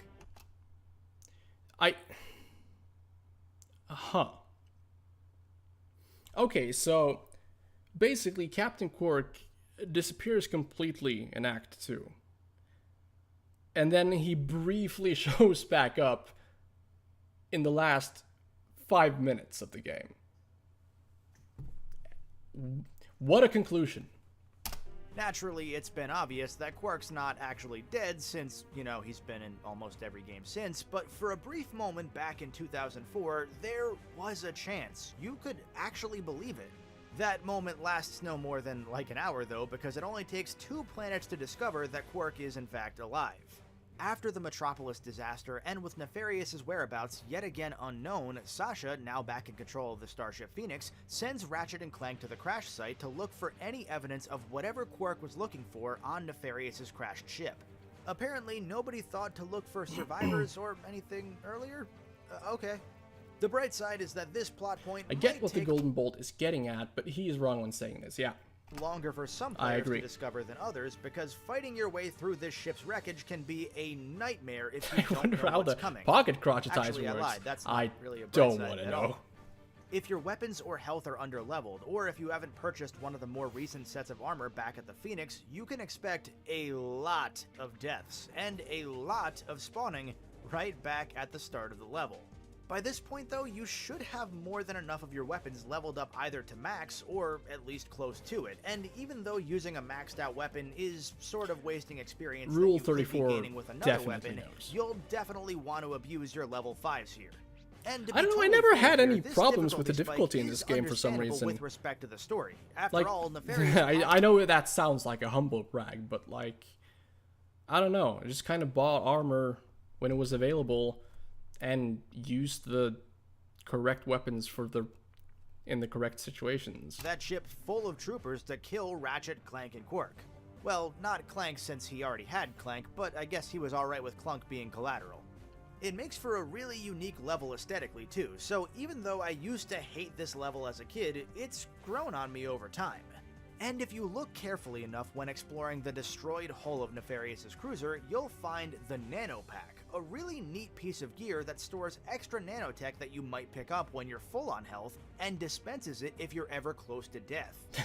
While Ratchet and Clank do actually find that Yeah, Quirk how was is that not censored? for something, an encrypted data disk specifically, they also find his boot tracks in the dirt and discover that he escaped and took a cab somewhere. Before we can find out what's on that data disk though, the Rangers need help one final time. This time on planet Iridia, another throwback to Ratchet 1. Oh, If you this didn't is know such any a better, you dumb might think padding this was meant to move. be the final game in the series with how much love it throws back at the first two. Really? Iridia also unlocked Really? Iridia is that supposed to throw love back at 1? The inclusion of Iridia as a goddamn battleground that looks nothing like Iridia? our final new weapon in the main game, the Quacko Ray, this game's morph weapon which turns enemies into ducks. Later it'll turn some foes into bigger ducks that'll fly around you and dive bomb into enemies, and the rest of the ducks will shoot out fiery exploding eggs. Kazooie, eat your heart out. After trekking through multiple missions on yet another multiplayer map, including one mission where you're tasked with assassinating several Tyrannoid generals, which, if you ask me, is pretty brutal messaging for a Ratchet I and missed Clank that game, bolt. the Rangers reward you with this game's token last-minute gadget that's only used once, No, the I'll, Warp Pad. I'll be timing out for Yet like 5 another minutes. casualty I of can't time do in this that. game. The Warp Pad was Not with a initially good conscience. glove-based gadget that would let you teleport anywhere that you could throw a warp point. So imagine Ratchet 1's bomb glove, except anywhere you could throw a bomb, you could teleport. Since the idea of teleporting would have been easy to work into the game, everybody involved put it off for a while to work on more important things, and then realized when it came time to implement it that, oh, dear God, wait, can you imagine how easy it would be for any player to break the game or get out of bounds and softlock themselves, and if Sony finds any sort of out of bounds softlocks, they won't let us release this game until it's fixed. Oh he's dear paid God. ahead. So instead, the warp pad was cut back in scope immensely and can only be activated now on specific warp points, of which there are only a couple, and only on our next level, Quark's Yeah, there are like secret 2 hideout, warp pad which points or Ratchet and Clank something? discovered It's thanks to a ridiculous. Why did they secret even bother? Quark vid comic. The Should've just Captain's taken it secret out asteroid completely. hideout is mainly notable as one of the few multi-path levels, with the optional path giving you a Gadgetron PDA, fitting considering Quark's side gig as a PDA salesman in Ratchet 1, and also because it has the third and final Clank section. Wait, The optional secret asteroid hideout is mainly notable as one of the few multi-path levels, with the optional path giving you a Gadgetron PDA, Wait, fitting hang considering on. Quark's I side gig as a didn't PDA know salesman that. in Ratchet 1, What? and also because it has the third Damn. and final Clank section. Where's that of the second game. path? Conveniently, Scrunch the monkey is hiding in a briefcase in the middle of this random asteroid too, because Clank wouldn't have gotten far without him. The level itself is another one I'll chalk up as just fine. It's mostly combat as usual, this time against hundreds of Terminator. Wait, aren't you gonna mention how it throws love back to Ratchet and Clank 1 for kind of mimicking the Quark's HQ level? Styled Quark robots. The main reason to push through at this point is that at the end of this level, we get the catalyst to what I would argue is Captain Quark's final piece of character development in the entire Ratchet series. Even though he's been in almost every game since, often prominently, he gets pretty badly flanderized after Up Your Arsenal, and that's a shame, but it does make sense. See, one of the strongest facets of Ratchet 3 to me is that it pays off the fact that this trilogy, at first completely unintentionally, is more of a story arc for the Captain than it's been for our titular heroes. When we first meet Captain Quirk in Ratchet know what? 1, he's a past He's his got a prime point. wash-up, trying to cling to any money train he can. In Going Commando, he's so driven by his need to be that hero, by his need for the fame and adulation, and maybe a bit by revenge, that he'll rig a galactic crisis just to save it. And in Up Your Arsenal, when he's had the chance to truly redeem himself, he comes so close to that redemption, only to tuck his tail when his life is in danger. We've seen Ratchet go from idolizing him as a younger kid to making his life's goal revenge on Quirk, to laughing him off as some buffoon, to, in some small way, trusting and maybe even respecting Quirk in this game. And many players will feel the same way. Yes, he's obviously the actual villain of Ratchet 2, and that's a bit inexcusable for the character, but when push comes to shove here in Ratchet 3, he does the right thing. His horrible plans somehow end up working perfectly every time, and they're always spot on even if they're drawn in crayon. The Q-Force that he handpicked is actually a pretty competent squad despite looking ragtag, and Wait, hang on.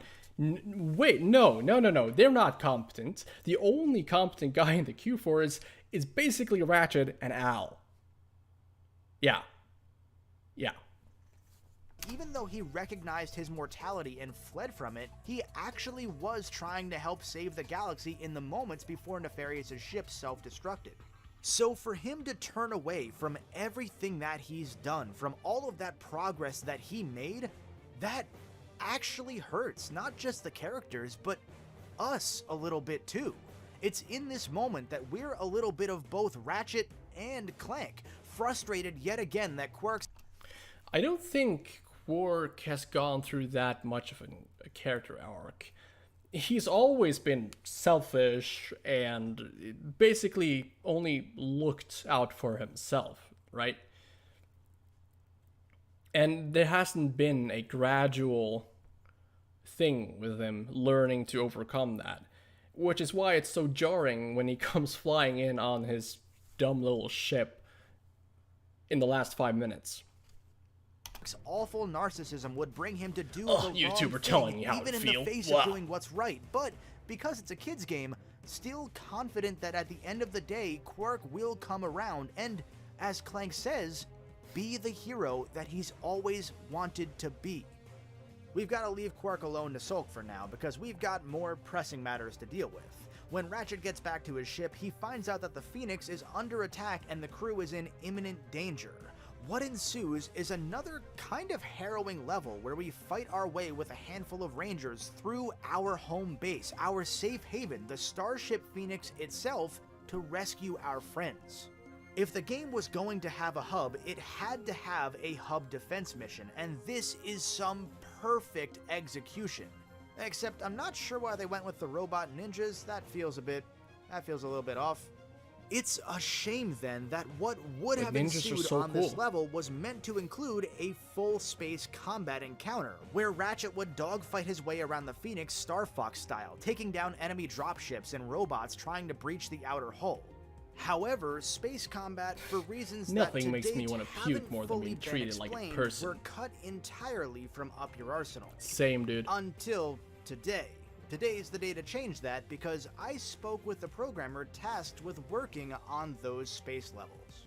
Considering that space combat was featured in both of the first two games in some capacity, its absence here is pretty loud, and there's Damn, how absolutely fast a are bit they of a going hole to left be behind when the game, getting aiming to be bigger that than close its to a black predecessor, hole had to at this crop speed? back multiple features that were present in that predecessor. This game, after all, features almost everything that the previous games did as part of that goal of being bigger and better. We have spherical worlds with their own custom gravity, we have Giant Clank, and there's even a spot in the Phoenix where you can purchase ship upgrades. Since there's no space combat, it's limited only to colors and aesthetics, but that the cosmetic store made it into the game without the accompanying gameplay has always been odd to me, even since I was much younger. And even though almost every other piece of cut content from Ratchet and Clank 3 made it into this game's Insomniac Museum, including the scrapped racetrack in a semi-playable state, the space combat was never even mentioned. That's in part because, according to designer Mike Stout, the space gameplay never made it past the dev kit, and thus never made it onto any of the early builds, nor any of the 1,700 discs that had been burned during Up Your Arsenal's development. The space combat was at least censored? playable, but That's it was weird. early enough into development that it never That's had actually any really proper weird. art made, nor was any art implemented. Stout, who I'd like Can't to note believe was not YouTube responsible for designing the space like, levels in Ratchet 3, with good recalled to conscience, me have that people these sections run were meant around to be on their similar to streaming the service on-rails saying Star the P Fox-esque word. sections that later appeared in the PS3's Ratchet and Clank Future Tools of Destruction. And this sounds similar to the concept that programmer Tim Trepich described to Someone me as needs the to programmer take that was charge tasked with bringing Ratchet 3's space combat and bring together. YouTube to justice Trepich for this. described a style where you would be Think of the chasing a children. string of enemy ships through an asteroid belt in a circle, Where and is later Jim another censored design for? where you'd be flying No, up and around what? the starship Not Phoenix, here. fighting off attackers Please during don't the ban me, ambush YouTube. later in the game. When I showed Trepich a clip of the Tools of Destruction space gameplay, however, it apparently didn't look quite like what he was tasked with making based on the designs that he'd been given to work with years ago. To Trepich, and apparently to others within the studio, the on-rails sections just didn't seem good enough to show Sony during an early demo showcase, or that good at all, really. Trepich was given a month to turn the space combat around, a design in which, remember, he had no say as a programmer that had to answer to the designer, and the pressure certainly didn't seem to help. This, he told me, was the third time he'd been given such an ultimatum during his 3-year stint at Insomniac. Did you see the image I put on private server about the update to YouTube's nudity and sexual content guidelines? No, I did not. They basically said, if you're an ASMR channel making sex noises, you're demonetized. Well, they should have just said that if you're an ASMR channel, you're demonetized. To be honest. Just under a month later, Actually, everyone should just be demonetized. Except for me. Trepich made it clear that he couldn't make the prototype Give work me in the all time the he was ad given, revenue. and he departed the company not long after. That this was allegedly the third time he'd been told in no uncertain terms, make this work in a month or else, had me very concerned about what's been, for most of my life, my favorite game developer, the crew that consistently released games that I enjoyed more than most anything else. And again, I had some weird ninja behavior during this level too. He was like jumping all around in the ceiling and in the middle of the air and At no everything. point throughout this retrospective weird. have I personally They also relaxed insinuated some that restrictions like excessive showing crunch sex occurred. toys that aren't I've being only used for referred to educational crunch purposes or when whatever. directly talking Yeah. about an employee's mean, words either to me dick's or a dick, to right? the public. Many of the ex-Insomniacs I spoke to leveled the crunch pretty evenly compared to their other employers before or since in the industry. ASMR one Nothing was. too I'm bad gonna have to check that necessarily, out later. Just about what you'd expect near the end of a project. Likewise, there's a strong chance that this retrospective will receive testimonials in the comments from other Insomniacs with whom I didn't speak. After all, even with all of my research, there are more than 90 people that I couldn't reach that worked on this game, and I had blind spots where I couldn't obtain interviews, such as the multiplayer crew, the Idle Minds remaster team, artists, management of course, etc. And some of these people may very well vouch that Up Your Arsenal's development was more... The update was a 9.7, so it's not new per se. What do you mean? That was like July? 9th of July? It's pretty old, right? or less fine. But crucially, that's from their perspective. Especially across different specialties, developers will invariably have their own experiences during production and with management, and just as invariably, their own experiences cannot discount others. We've heard stories of people being called back in late at night because something with their work went wrong, and stories of programmer Tony Garcia. Oops, sorry, Euro moment, September 7th, lol. Yeah, I knew. But, like, it's not my fault that you're using a objectively bad date system, right? Why would you go month, day, year anyways? It doesn't even make sense. Staying at the office and working for 72 straight hours to clear up his bug list.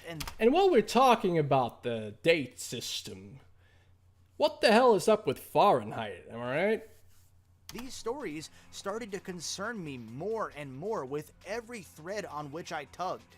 When I asked Garcia about that 72-hour crunch period, he made it clear that nobody at Insomniac had asked or pushed him into doing that. It was something that he did, in his own words, entirely on my own for some pretty dumb and misguided...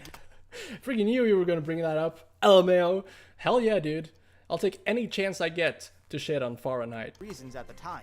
And importantly, he noted that when somebody higher up noticed, they stopped him right away. That bug crunch, according to Garcia, didn't even make much sense when looking back because they weren't in any final stretch to finish the game or clean it up, and the game would have been just fine if he hadn't done that. But this is where the development team's relative age and experience is crucial. As Garcia noted during our conversation, he was only 3 years into his employment at Insomniac, and even though he was so new relative to some of the folks who had worked on Spyro, he was in some sort of position to set an example for... Oh, Hero, that is the least based thing you've said all day. Damn. For many new hires that sorry, had come in sorry to between disappoint. Ratchets 1 and 3. I don't know what to say. While Garcia I'm sorry you're wrong. Alright? didn't say this part to me directly, the Snow Beast Award... Hey, I remember the hidden item on the crash site planet. Can anyone here tell me what it does? The crash came site to be planet. specifically because of how many new hires complained to him about the Snow Beasts that he had worked on in Ratchet 2. I don't remember. A situation where fans are talking to the artist directly about his work, except those fans aren't just fans anymore, they're colleagues. If you're this fresh young developer eager to... Oh yeah, no, that's not. Fans are talking to the artist directly about his work, except those fans aren't just fans anymore, they're colleagues. If you're this fresh young developer eager to prove yourself in a competitive industry working at a studio that made one of your favorite games just a few years ago, and you see those same developers working day in and day out, you follow in those footsteps. One of the former Insomniacs I spoke to who worked on multiple projects told me that they worked 12 plus hours a day on weekdays, and on top of that, an additional 12 plus hours over both days on their weekends, effectively working 7 days a week for their entire multiple-year tenure at the studio. According to this former Insomniac, they were given a small salary increase at one point during their time there, which placed them just above the threshold at which they were no longer guaranteed overtime pay for those extra 40 hours a week. Damn, look now, how if you came in and you saw that as a new worker, the Nitro you launcher might not is. know, you probably wouldn't know about the alleged avoidance of paid overtime. You would just see somebody working incredibly diligently every single day and think that's the normal here, without knowing that that person was going through hell every day. And if you overheard CEO Ted Price say that if you're not working weekends, you might not have a future at the company, as one former Insomniac recalled to me, guess what? That's the normal to you, and you'll want to step up to stick around, and you'll want to work weekends to stick around. And if you saw people sneaking in little hacks, such as printing discs in a specific way to load those Tyrannoid's robot textures on earlier planets, or a workaround to patch the game's multiplayer on a console that did not allow for patches by writing updates... But like, what did they do with all the normal Tyrannoid enemies then? Because they are everywhere too. Did they have to... How did they get those to load? Couldn't they just... I know I'm not a programmer or anything, but like, couldn't they just collect them on the same space? It seems kind of weird. Into the buffer space underneath Sony's... But then again, with all the hacks they had to do to actually get it run. The normal to you. You work up to that Maybe level. it's not that weird at all. And if you saw the fancy new tech being worked on for Resistance and wanted to somehow work it into this less advanced project, oh, like, look at that! say, Even at level reworking 5, pathfinding it for the struggles to Battlefield take missions, down this one the enemy. Normal to you.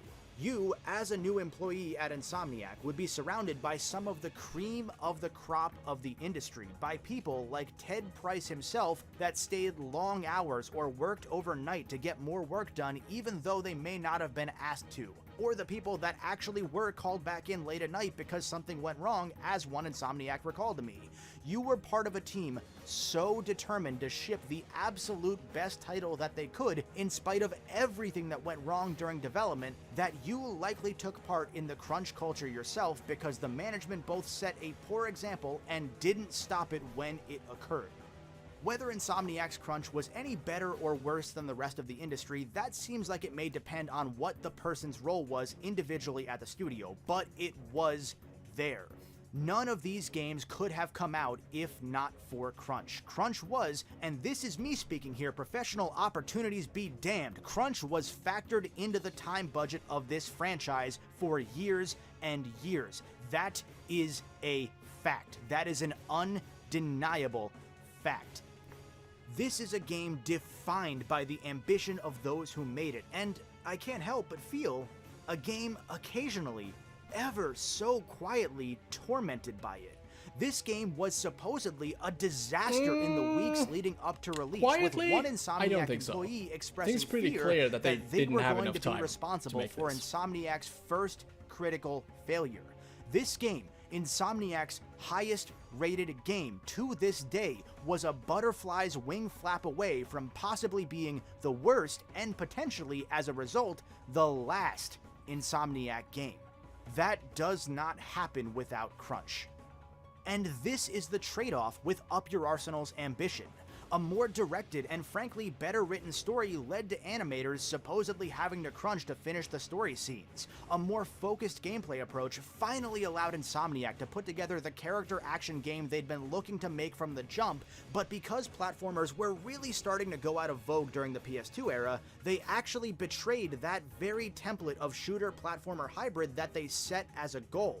The constant barrage of enemies allowed designers to better balance the weapons, especially now that those weapons can be upgraded multiple times. But almost all of Ratchet 3's variety as a result is either weapon variety in a game where 7 of the 20 guns are standard weapon tropes and 5 more return from previous games directly, leaving only a few that are outright really new, or a variety of combat situations, since secondary entire features like Ratchet and Clank space combat ended up being crunch. cut partway through development due to either a lack of time and resources thanks to the issues that arose from the multiplayer, or simply because they weren't turning out to be that fun. It's insane. Because there was arguably a lighter variety, some fans felt from the jump that Up Your Arsenal was chasing that high that was Going Commando, but struggling to keep up with it after years of current developers pushing so hard just to keep these games churning out. Or maybe it was and the irony of that variety, thanks to all of this, thanks to the animation team being behind, thanks to the story treatment aiming to save artists the time by cutting back on the number of unique enemy creatures, is that there's less of a variety of enemies in the game where you're fighting enemies the most. And the thing is, despite how this all may I think sound, recently, I love especially with Jason's articles and all that, I think crunch has become shown up a bit more in the limelight, I guess. And companies that utilize crunch are generally looked down on these days. So I think most companies are probably working to remove crunch. Gotta respect Golden Bolt for taking the time to dig into the developer side of things. A ton of reviews and critiques just ignore any behind-the-scenes context for issues. Yeah. And like, he even went to the lengths of emailing them and doing interviews. And I think the community as a whole really appreciates that, because it unearths a lot of previously unknown information, right? Game has that combat focus. In the moment when you're and it's nice that he's bringing it up as context for the issues. And not just listing it off. And Up Your Arsenal is an exceptionally paced game that masterfully puts together all of what Insomniac had learned from the first 2 Ratchet and Clank games. There is constantly something to look forward to right around the corner, whether it's a crazy new weapon or a twist in the story or an interaction with a fan-favorite character. I love the perfected feedback loop of upgrading your weapons, that satisfying feeling of feeling a weapon get progressively more powerful as you shred hundreds of enemies per level. I love that weapons now give proportional experience when enemies are defeated rather than all of that experience going to whichever gun dealt the killing blow.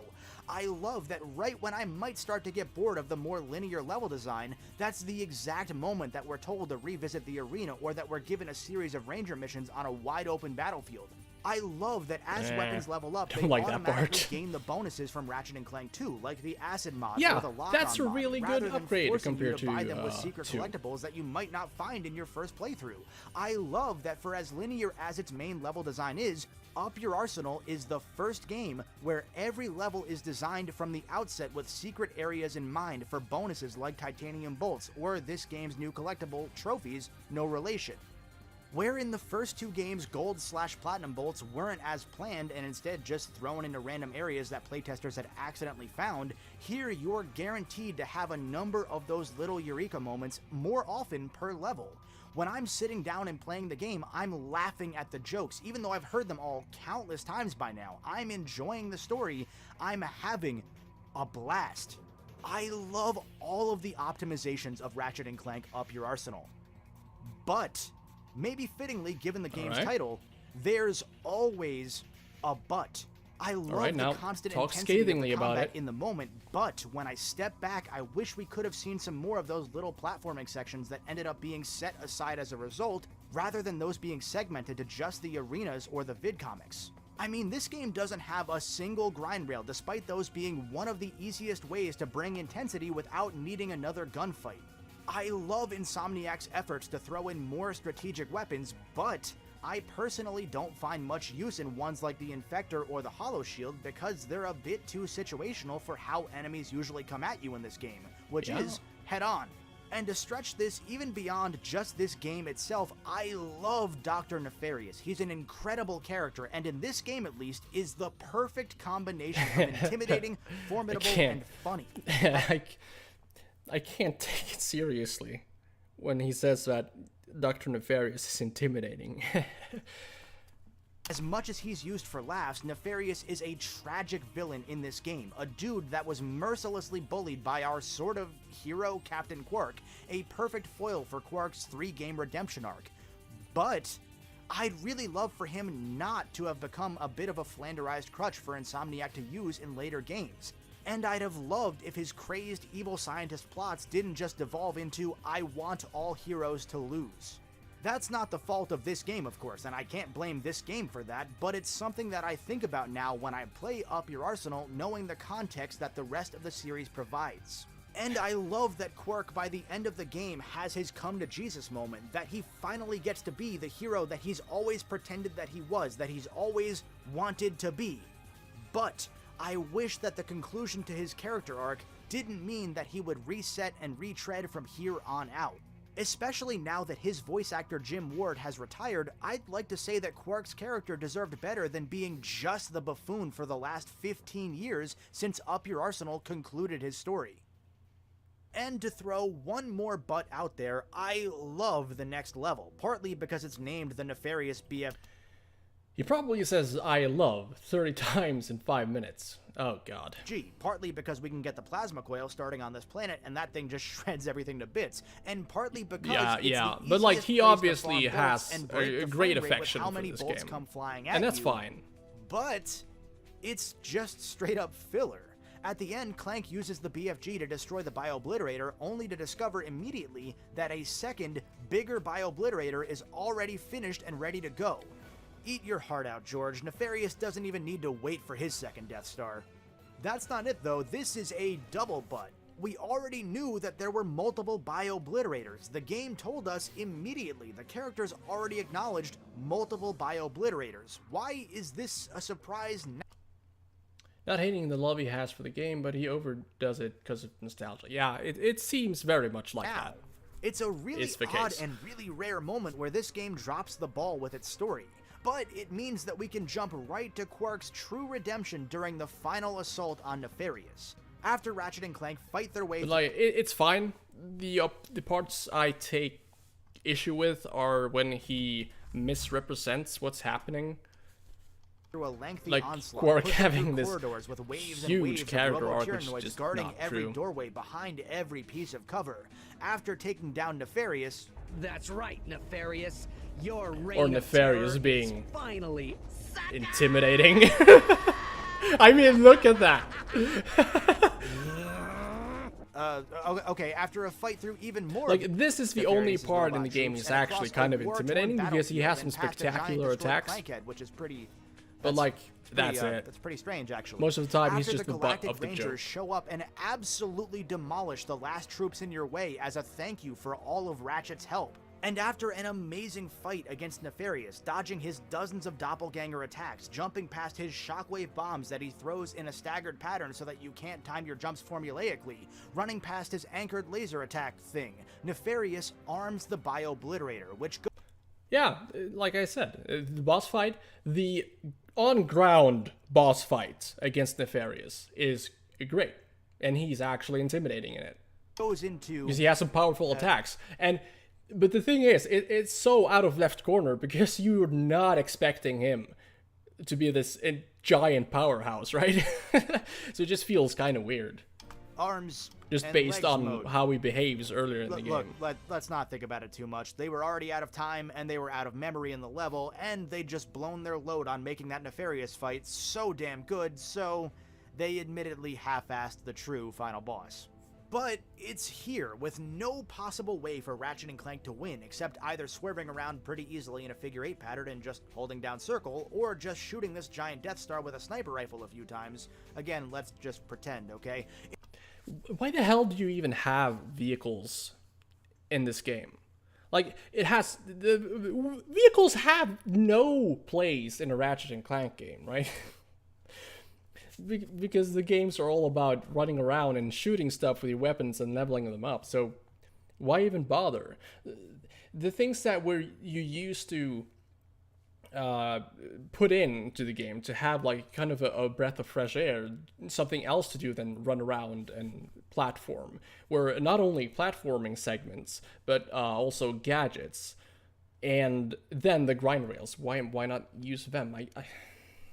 There's so much about this game that just it strips the soul from the series in a way that I don't think any of the other games so far does. It's here that Quark makes his grand return, flying in his ship to distract the Bio-Obliterator and give Ratchet a fair chance to fight. And it's thanks to Quark's help, it's thanks to Quark's redemption, at least if... Wait, what do you mean a fair chance? Quark literally just flies around and does nothing. Nefarious is solely focused on Ratchet. And so are all the other ships and stuff. That Ratchet and Clank are able to... Random thought, have you considered covering Scalar? Not sure if you've played it. I have no idea what that is. to defeat Nefarious, with the Doctor and his butler teleporting to some space rock 10,000 years away from any planets just before the Bio-Obliterator self-destructs. And with that bang and a live screening of Clank's newest Secret Agent Clank film, featuring almost all of the characters that we've interacted with over the last 3 games sitting in the crowd, we end our story, and we end the Ratchet and Clank trilogy. I could talk about the challenge mode in detail. You should probably talk about how this ending cinematic provides absolutely nothing. Like, they might have just cut... They might as well have just cut the credits, and it would have felt the same. Or the new Rhino. Vehicle are a part of the Rack games, though. Like, the first game started with a few ship fights, so saying it's not is kind of wrong, because it's been a small part of the Rack series DNA since the start. The first game? The first game? The first game?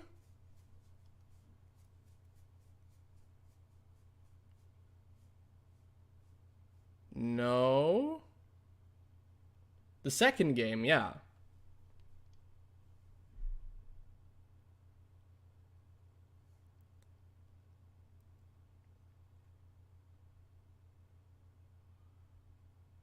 Ah, see you later, champion. Thanks for stopping by.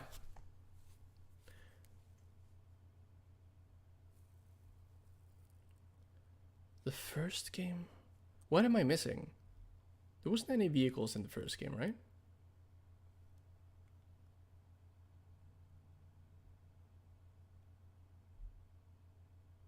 Oh, yeah, of course. Yeah, but like those are like, oh, well, maybe it's kind of, it's not. Well,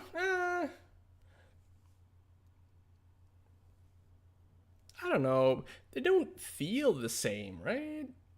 Maybe I am wrong. I'm gonna have to think about that for a while, actually. The small part, yeah. But like it's not that big of a part in Rack 3 either, if you don't count the last boss. Yeah, the Quark boss fight, of course. Yeah.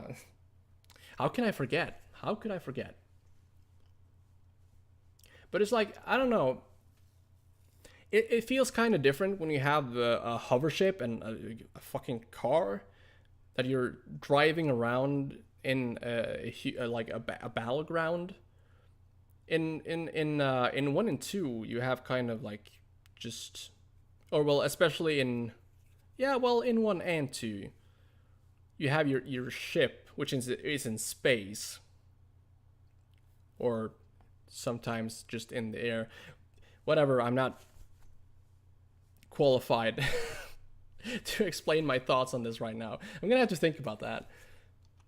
3, but as with many facets of this game, they're both pretty similar to what we already saw established in Going Commando. The Rhino in this game acts like a combination of the first 2 Rhinos at first, before eventually just becoming a screen-clearing weapon like Going Commando's Zodiac. So that's how it looked like. I could talk about the Insomniac Museum some more, but aside from a few secret minigames hidden inside that really aren't all that noteworthy, it's very much an evolution of the very same museum that we saw in Ratchet 2. Ratchet and Clank 3, to many people, acts as the pinnacle of this franchise, but to many others, it's just acting, and they make a strong case that this game is more of a case of iteration than innovation. But at the end of the day, do these buts matter? Does it matter that this game feels like it has less variety than Going Commando did? Does it matter that the game was so close to collapse thanks to this top-down overambition at Insomniac, or that dozens of Insomniacs were undeniably afflicted with heavy crunch at points throughout the project, enough that despite this team being so young and so excited to be here, many of them were out of the company and some even out of the industry within a couple years of Up Your Arsenal's release? Yes, I cannot lie, all of these buts matter. And they matter because if there's anything we can take from these buts, it's that Insomniac has been more open than you might expect from a game studio regarding the subject of crunch. The thing I don't like about the cinema ending is that a few of the people you see there is kind of supposed to be killed. At least I thought so. And also, why is Angela in her thief costume? Good question.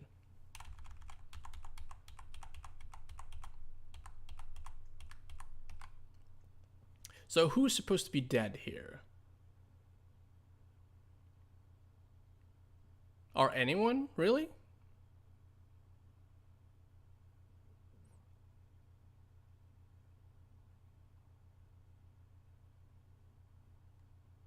I don't think anyone's actually supposed to be dead, right?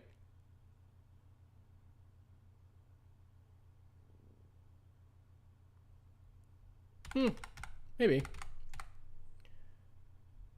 How did they turn Skid back? Movie magic. Oh right, Scalar. It's a 3D platformer that is pretty similar to Ratchet and Clank gameplay-wise, except you basically play as a fantasy lizard dude who can shapeshift into other types of dinosaurs by killing enough of them. It's interesting, you should check it out. Maybe. Maybe I will. Some even out of the industry within a couple years of Up Your Arsenal's release? Yes, I cannot lie, all of these buts matter. And they matter because if there's anything we can take from these buts, it's that Insomniac has been more open than you might expect from a game studio regarding the subject of... How is he twisting this into a positive thing. Crunch, and that the studio has learned lessons from these games and from their own ambition, if sadly not immediately. In this game's post-mortem write-up, Brian Hastings noted that in response to this project's management failures, the studio had begun improving all of its those training negatives into practices something in each positive department at the company, and that it aimed to improve its prototyping and butts do planning not lie. from the outset to avoid running into issues with scope anywhere, be it cinematics or side modes. It's worth noting that the incredible struggles with this game's online mode didn't come from a place of malice. It came from a genuine underestimation of what multiplayer design might take. But these failures would serve to improve the online multiplayer This is for amazing. future Insomniac titles like Ratchet We're and witnessing the entire Resistance series. some of the Other most realizations impressive took a mental bit longer gymnastics to hammer I've home. ever It seen. wasn't until the postmortem for 2006's Resistance 1 that an Insomniac higher-up acknowledged the so-called star developers that would step up and bring a project together, and even after struggling with hiring and training during this project, those struggles continued well into the first PS3 Ratchet game that came out a year later, Tools of Destruction, when they were still hiring and training people on this project just 3 months before it shipped. Budgeting time for animations continued to be a struggle even as recently as 2016. But through each of these issues, the studio seems to have openly audited itself and admitted when it failed. Crunch is a dirty word in the games industry right now, and yet the main times that I've used it throughout this retrospective have been in reference to when Insomniac's third ever employee used that word himself to describe developing Up Your Arsenal. And yet, the crunch on Resistance wasn't as bad as it was on Ratchet, according to that game's postmortem, and the crunch on Tools of feels like Destruction, he's based on my research, reaching a hasn't wrong sounded conclusion. as bad as the crunch on Resistance, even as development costs have skyrocketed and projects have bloated more and more in scope. Nothing came as close to the sun as Up Your Arsenal did, and Insomniacs, both former and current, seem to have taken from that experience and used it to improve themselves it's almost like and he's their projects. praising Even the former Insomniacs the that game I've spoken to that left the games industry for having entirely in for part how it because of turned this out project, despite the loved their crunch. time working on the game. They Right? just wanted it to be a bit better managed. Does that passion from these former employees, that lamenting that they loved their But work, like the way just I see it, the game suffered heavily because of the crunch. Like there's so many things that probably would have been better if they didn't have to, like if they had more time. not the hours, excuse Insomniac's management for allowing a toxic culture Yeah, of overworking Kev, debris? it really Absolutely not. And sounds some like part of that's me what he's can't saying. Look at these early games in the same light because of that.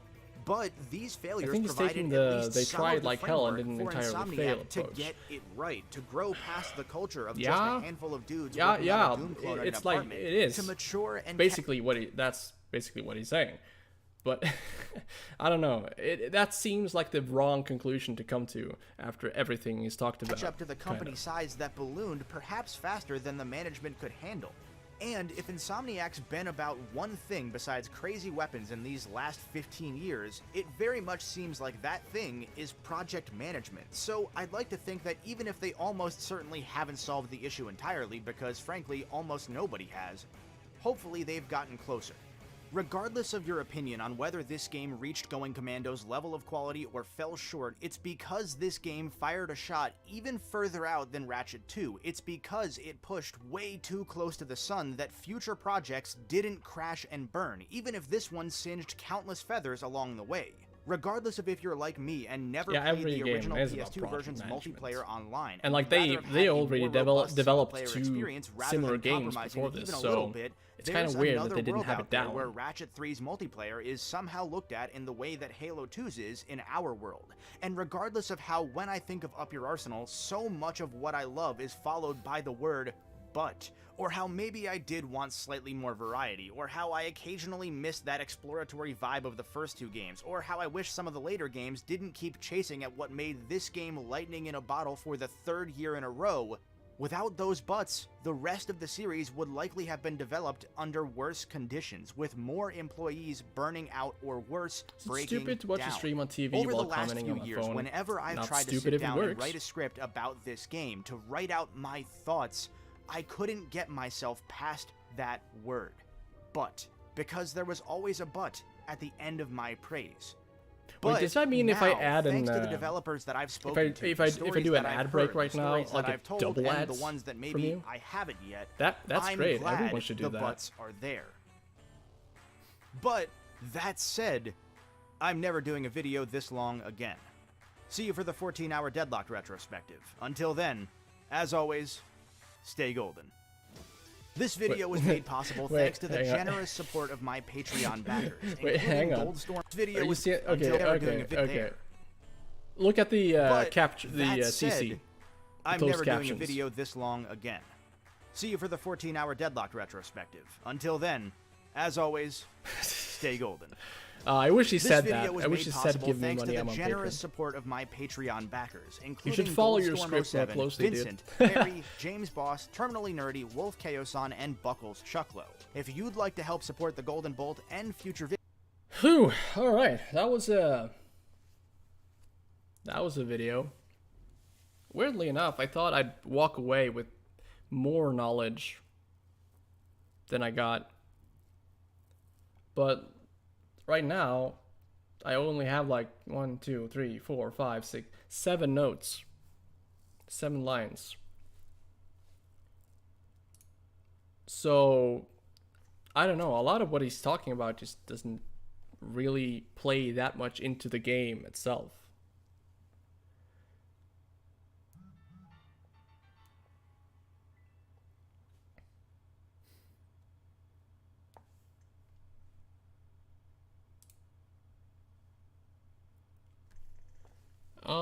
So basically, to sum it up, is this just a bunch of nostalgia? I don't know. I really do appreciate him taking the time to interview the devs, or at least reach out to them and ask them questions. Because it's fun to listen to some of the behind the scenes, especially if it relates to the game, but I don't think he integrated it well enough so that you understand the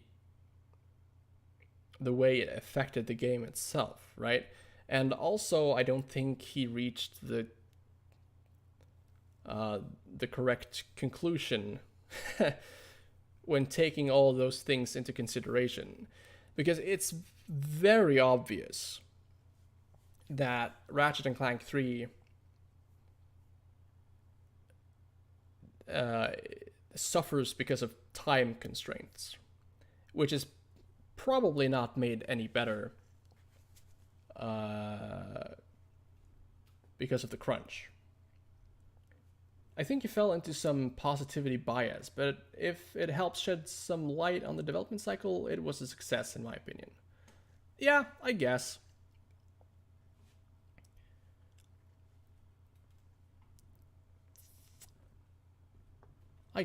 Yeah. Like, it's new information too, right? But, so, because as of this, before this video, a lot of this wasn't public, you could say. But then again, I will say that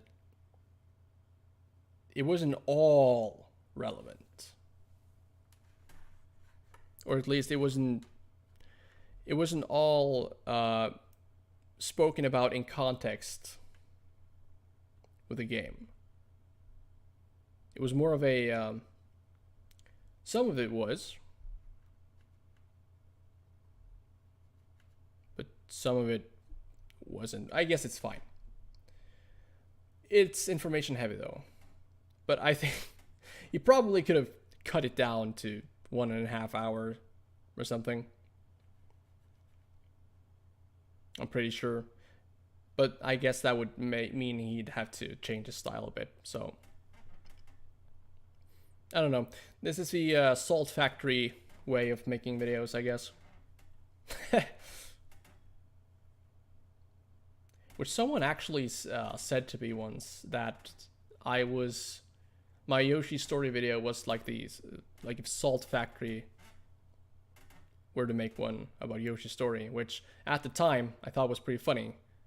I didn't realize it was meant to be, well, maybe probably wasn't meant to be, but kind of sounded like a bad thing. Ironically, we both brought up Salt. Granted, the average viewer and Salt Factory who don't think critically about games may take it at face value. Yeah, that could be a problem. Well, a problem. I'm talking as if this is like some kind of worldwide issue, but it's really not. It's just a stupid YouTube video about some dumb baby game. Anyways, I'm just gonna go and fill up my water bottle, and then we'll watch Joystick Drummers Ratchet and Clank 3 video, which is probably gonna be a more fun watch than this was. More entertaining, I should say.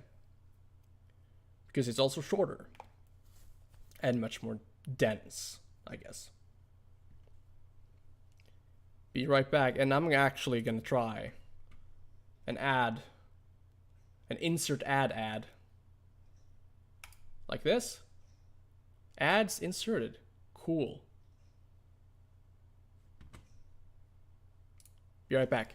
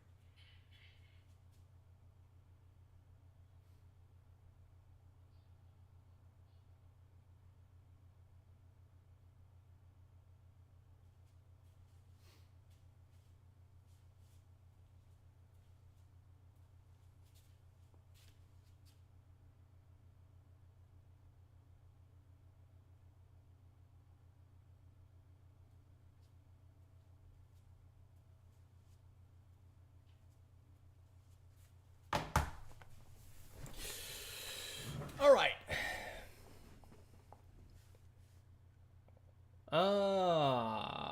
EU convenes amidst concerns that the Golden Bolt's Ratchet and Clank Up Your Arsenal video may have been biased. I do leave the stream a bit on my phone to do other things. Oh, yeah, you did send that twice for some reason. Ha, loser. Tap water is actually drinkable in some countries. Yeah. Not everyone gets an ad, Kip. I don't know how it's decided who gets one, but it's only the lucky few. Alright. Let's search joystick drummer.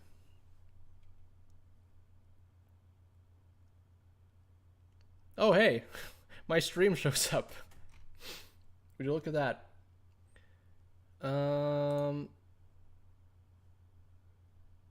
It should be one of his more recent videos, I think. Ratchet and Clank 3, Up Your Arsenal, the best game of the trilogy. The biggest difference between Up Your Arsenal and the previous... Yeah. If you ask someone what their favorite Ratchet game is, it's probably the third one, Up Your Arsenal. Up my what? The quality is horrible. Wait, okay, we need to If watch you ask that someone all what the their way from the favorite start. Ratchet game is, it's probably the third one, Up Your Arsenal. Up my what? Huh. That actually was Up My Arsenal. I'm not proud to admit that I laughed way harder at that joke than I should have. And yeah, the thumbnail is actually really nice.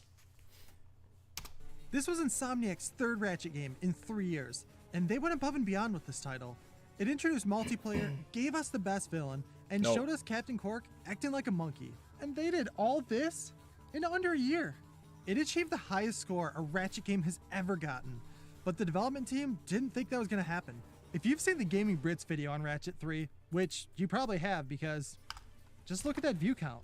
He has a clip in that video that's a developer commentary from 2 people that actually worked on the game, and they revealed that the game was almost unplayable 2 weeks before it launched. If I remember correctly, this game was a disaster until 2 weeks before Gold.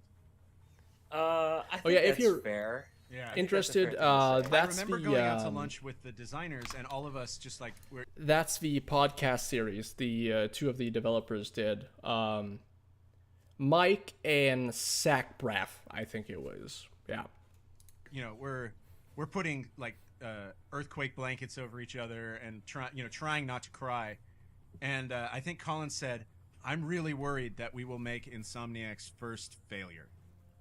And then like 2 weeks later, it was the highest rated game Insomniac's ever made. With such a troubled development, what changes were made to the formula that earned this title the highest rating of any Ratchet and Clank game?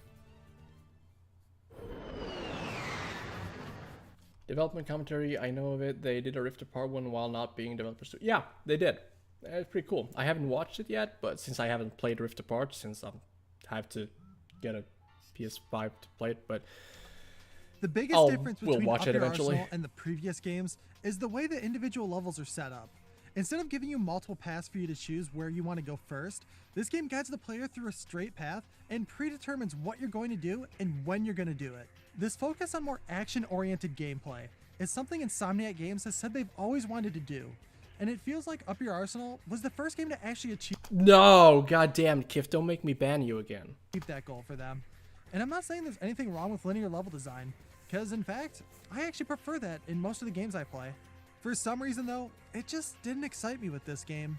I couldn't figure it out until I got to the planet Dax, and then it showed me exactly what I love about this franchise.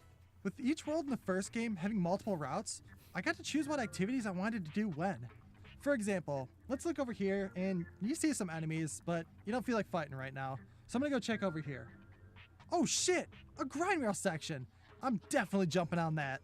I was given a game that let me choose where I want to go in each world, and Up Your Arsenal plays like the exact opposite of that. Linear level design runs rampant in this game, but like I've said before, that is not a bad thing. Let's take a look at it like it's coffee. You can drink it with cream, sugar, or just plain black. There's no wrong way to enjoy it. Me, I like maple syrup in my coffee. Damn, this guy is absolutely shot. It's just the perfect combination of flavors. You get some sweetness and an amazing flavor as well, but you only have to use one ingredient instead of 2. I'm not weird. Okay, yeah. The way this pertains to Ratchet and Clank is that the black coffee is the It's combat. just kind of You can get charming. different kinds of coffee, I like which it. represent all the flavors of And it goods gives you some more can use in character this to the game. video. The sugar would be grind rail areas, because these offer a fun auto-scrolling section that gives you a true spectacle, and are just fun as hell to play. The cream would be pure traversal sections that give you a fun and fair challenge, while also breaking up Imagine the drinking gameplay coffee, loop by couldn't not be me. exclusively focusing Same. on combat. Up Your Arsenal is just plain black coffee, because holy shit, no cream or sugar is to be found here. He actually makes a pretty good point. But I don't know. I don't mind the linearity of the stages that much. Ugh, too much maple syrup. Out of the 18 worlds, only 3 of them let you choose which path you go down first, and the other 15 just funnel you down a straight line. They sometimes have multiple sections to them, like a vehicle combat mission or puzzle solving areas, but you are told when to do those. only one world has 3 different paths that let you decide where you want to go first, and that became my favorite level of the game. Dax is such an amazing world. But yeah, Dax because all is these paths really give you good a because of unique that, experience partly from the because of last. that. But Go like, down just this the first level path design in and face a general is gauntlet of really enemies good there. waiting for you at every turn. This one takes you on a platforming adventure that has you swinging from platform to platform while they are being shot out from under you by this flying ship. It ends with a boss battle where you can finally take down that bastard, and it's so satisfying. The last path takes you down a similar combat gauntlet, but it throws puzzle solving into the mix to break up all the enemy encounters. If you compare this planet to the rest of them, the others feel so restrictive and don't give you many options to explore. I was so desperate for variety that when I got to Aquatis and I saw 2 different paths, I could finally decide where I want to go. Guess I'll go this way. I know I'm complaining about the way they laid out the levels, but I don't think it's bad design at all. In fact, I think most people prefer this way than the way they did it in the first game. Personally, I like the first design better, because I can choose where I want to go, and once you take that away from me, I'm not going to like it very much. The first game just nails that mixture of combat, traversal, exploration, and puzzles in every level. I just miss it. With the majority of these worlds, they are purely combat focused and are broken up into a list of missions instead of like a planet to explore. These are great for leveling up your weapons, and I don't mind doing some of these missions once I finished a level, but not when that's the only thing you do in the world. He's actually got a pretty good point here. They started kind of doing this in 2, where they would place enemies in the exploration or platforming segments so that you had something to shoot, I guess. And then in 3, they just kind of combined it all into one single path. I think the problem when you do that is that everything feels kind of the same. So you don't have that variety that you had in 1. Or 2 to a certain degree. And maybe that is why they decided to add the battlegrounds and the vehicles and all that. To make up for that lack of perceived variety. At least. Yes, combat is fun. Shoot something, it blows up. Cool. Just don't waste an entire world on that. It honestly feels like these are filler levels that weren't thought out that much and are here to just pad out the game length. But at least they give you bolts and you can test out your new arsenal of weapons in a wide open area. Hey, look! It's a new sergeant! Huh? Hey, Sarge, you can have my gun. Up Your Arsenal has, well, a wider arsenal of weapons for you to choose from. Most of these weapons are very similar to the previous ones in the series, or they're just brought over from the other games. My favorite weapon, the lava gun, returns here, and they kept it exactly the way it should be. Instead of upgrading to the stupid meteor gun like in Going Commando, once it's fully upgraded, the way it fires stays the same. I may not have gotten a lot of use out of it in the late game, but for the early situations I did get to use it in, it was perfect. The upgrade systems from Going Commando return as well, but this time they are better than ever. Each weapon now has 5 levels, and your health upgrades to 100, which... Actually,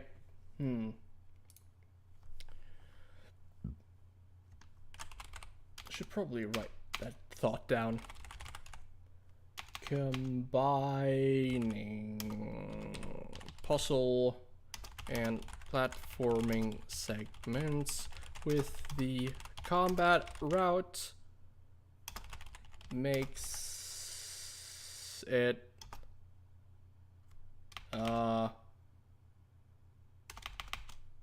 makes you perceive it as less, what was that word again? Varied? Yeah.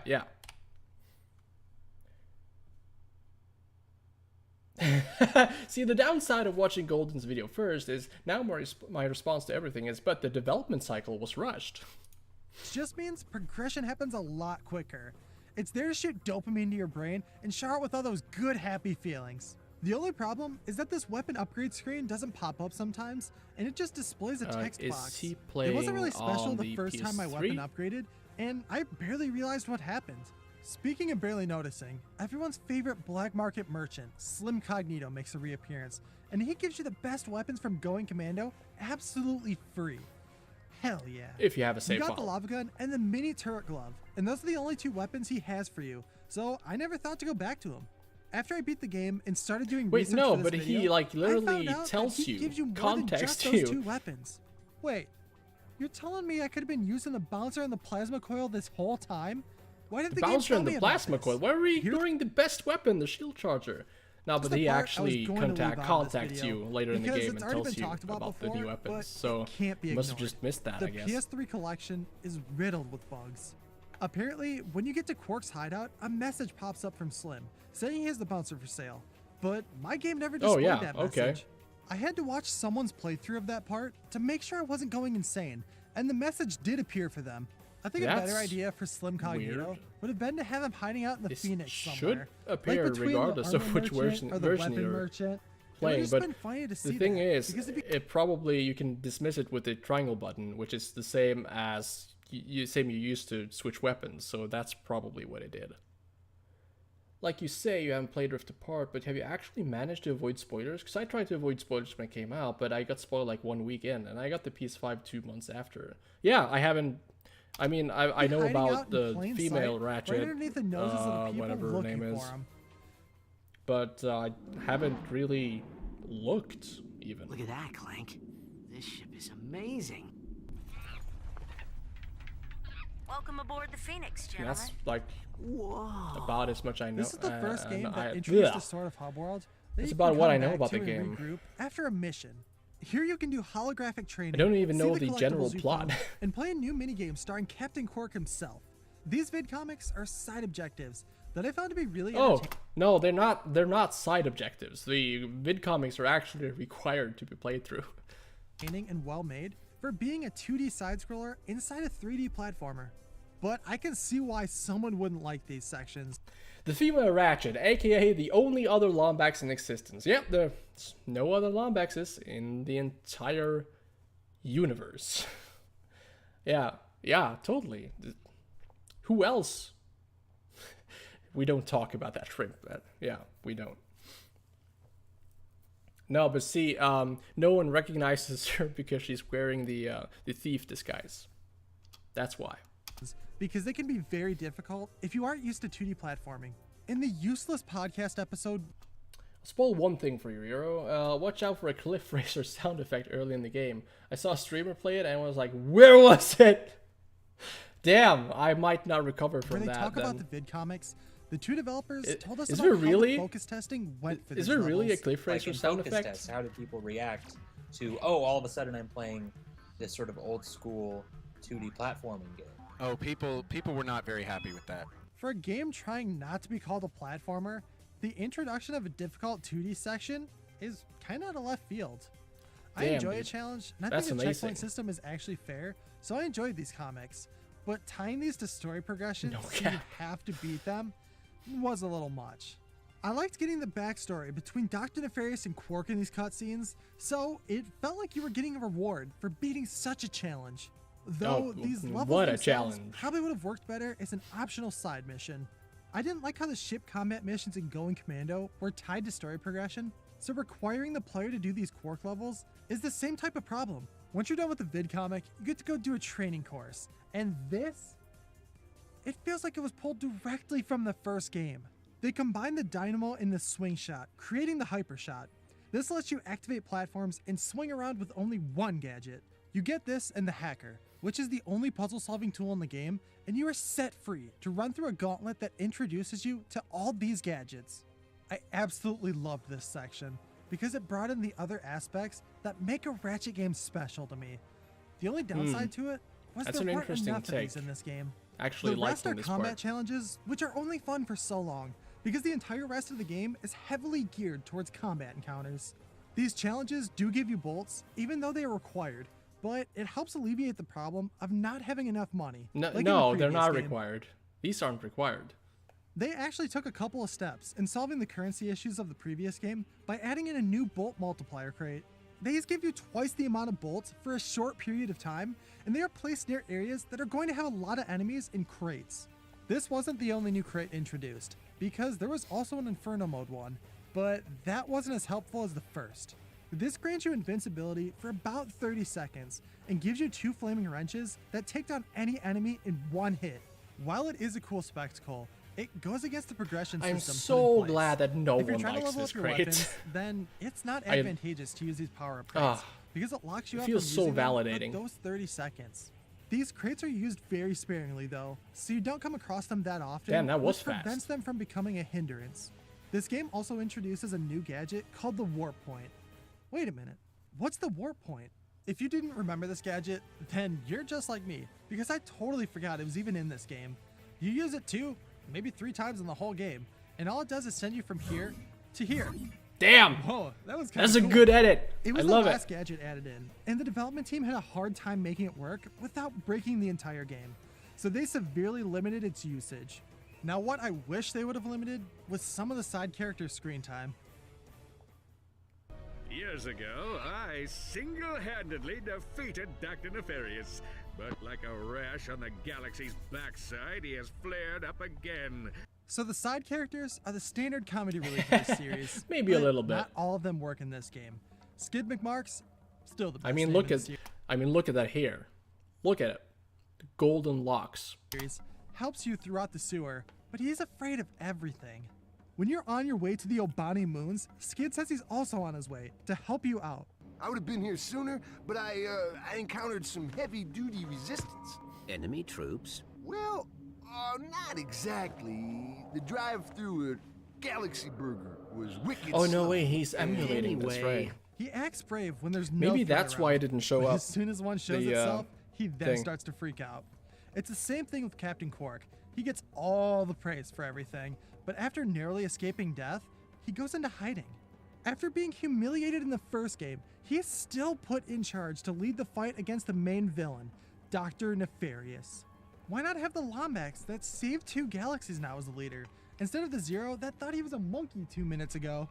He may have bested Nefarious once before, and that's why he was put in charge of the force that's supposed to beat him again, but he was also the one that created the villain in the first place. I just don't really like Quark that much, because he's always the one taking the spotlight from Ratchet. He is the hero the galaxy deserves, with this fantastic looking armor to prove it. But sometimes I do miss the simple aesthetic of this shirtless mechanic from the first game. He just wanted to get off his planet and find Well, adventure, dude, I have but news ended for up you. saving You the can buy galaxy the from skin Captain Quark for instead. 2 titanium He's the bolts or true something. hero that deserves the recognition instead of Quark. Now I do understand why people love Quark, because he does have some amazing lines. I'll bet your prom date came in a box that said batteries not included. This guy is easy to laugh at because he's the butt of the joke without catching on too quickly, and he thinks everyone envies him. But he's also the one that has tried to destroy or frame Ratchet in 2 games now. I know I'm overanalyzing a kid's game, but isn't that the job of every YouTuber?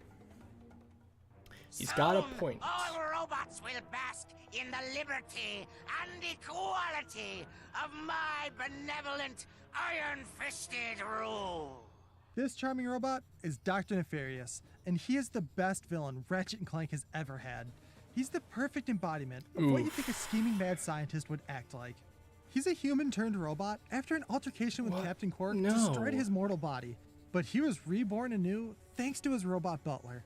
His name is Lawrence, and he reminds me of the worker we all know that's just too good at his job, but won't leave for some reason. His level Is of he, though? backtalk and wit Is he are at actually the good at his highest job? levels for any character in this series. That moron could never hope to match wits with the likes of me. If anyone can beat a moron at his own game, it's you. So the main story yeah, really that's a just pretty boils good down line. to Dr. Nefarious has always been out for revenge against Captain Quark and plans on turning all organic life into robots. That's the driving force in this game, to stop Nefarious from Yep.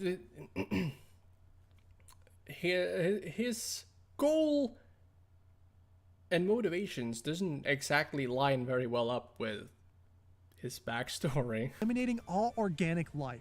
You can just tell that the animators had so much fun with his movements Does it? in the cutscenes he was featured in. That's what. Oh yeah, I'm sure they had tons of fun while having to sit at their desks for 3 days straight and animate. Sounds like just the best time. Makes it so good, Janice. Feel it. My heart heart is pounding like an anvil. I'm sure they included him freezing in place just so they didn't have to animate him anymore. Oh, this is the best part of my day. Oh yeah, that's his one malfunction. If he freaks out too much, then he gets frozen in place, and audio from his soap opera starts to play from his head. It helps liven him up, and he probably doesn't know it's a probably problem, won't but Lawrence just scream doesn't ripped say apart anything when I about play it, no. It's a great contrast for the highly expressive character to have a major bug in his program. Master, may I eat, please? No. Finish the vehicle sections. Programming. Once you I get to the imagine end of it the went story, something like that. Dr. Nefarious is about to pull off his master plan, and only Ratchet and Clank can stop him. This boss battle with Nefarious is the best fight in the series, and the developers listened to the fan feedback about Not the final that boss fight, in Going but the Commando. next one. That fight was too easy, so they upped the difficulty for this boss, but gave him enough variety to still give you a solid challenge. The fight starts with Yeah, it would have been interesting, but I find it so hard to focus on the game if I'm streaming it at the same time. I tried with Sonic Heroes, but it just didn't turn out very well. shooting down to fight him, and this is where I noticed my second major glitch. But I wasn't upset about this one. You have rockets Hey, shooting that at happened you, to me too. But they were completely off screen for me, so I didn't have to deal with them at all. Once you land, you have to constantly strafe around the entire battlefield to dodge his attacks. It challenges you on your ability to dodge, jump, and weave your way through his attacks in order to survive the fight. During the second phase, he shoots a rain of missiles for you to dodge and adds a clone attack that happens all over the battlefield. This battle uses everything wait, you that didn't got show to up for bring me. him down. And once he's defeated, Lawrence gets called in to help him, but he was a little busy. Is this important, sir? It's almost I tend to go off on unrelated tangents about Marvel. Why? This begins phase 3 of the fight. That's like some and of the it's least easiest part, interesting because all things you have to you can do talk is about move is like either left or Marvel. right, shoot him, and Right? you win. Right? You have now beaten the game. But there is still one unforgivable flaw, and that's Lawrence's bass. He has only 4 strings, but 5 tuning pegs, and he has no room for adding another string. How dare they make fun of an instrument as cool as the bass guitar? Hey, can you? No, I can't play Seinfeld. Okay. So that was calling the bass cool was worth that joke. Was worth it for that joke. Suppose you can play drums. Because their movies are bad and they're infecting other franchises. Thank you all for watching. I hate And if them. you've made it this far, then why not subscribe? That's It what doesn't you cost sound like, you anything. little bitch. Have a great rest of your day, and take care.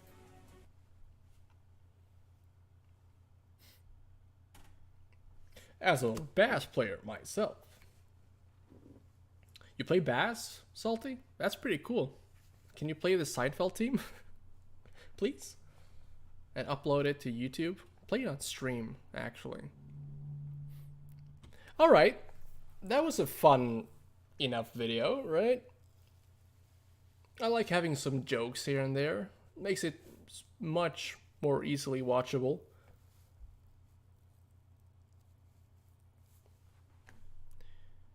Ah, you, ooh, you. I can play Shrimpfeld. Damn, dude. How does that one go?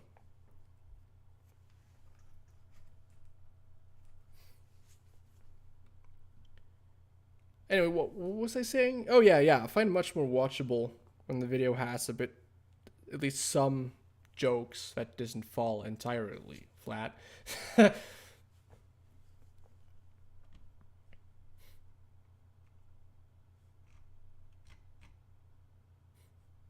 was fun.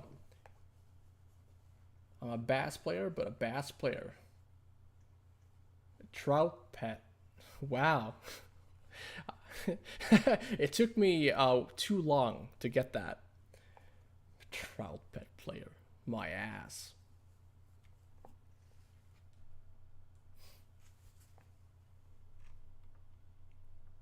Never disrespect the bass guitar.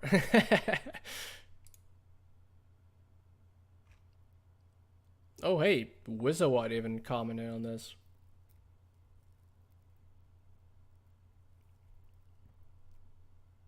What's he doing? Or how is he doing, rather? He's doing good. Doesn't have any Ratchet and Clank videos, but if you are even remotely interested in MapleStory, go watch this one, my favorite game that no longer exists, because that's a great video that highlights the social aspect of old MapleStory. Well,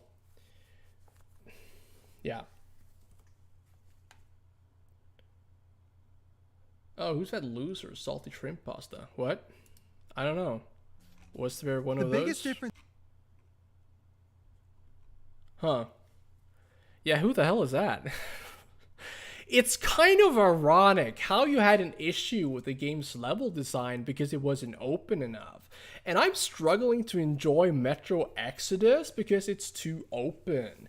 My favorite zone was the forest because it was the only linear area with carefully crafted stealth sections. The desert was freaking dreadful because of how spread out the objectives were. Is that about how it went?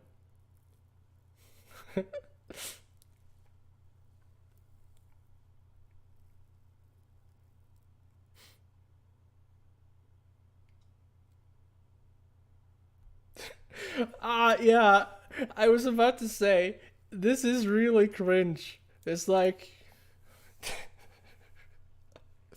it's like saying, "Oh wow, I can't believe you like cats. I hate dogs." Like, how is that relevant? No, don't. There we go. I got it. Hang on. And then we go here. Don't question it.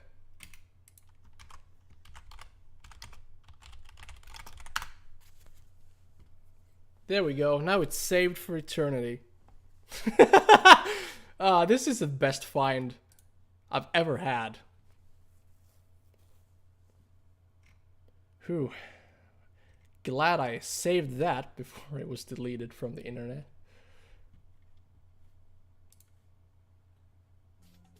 The biggest difference between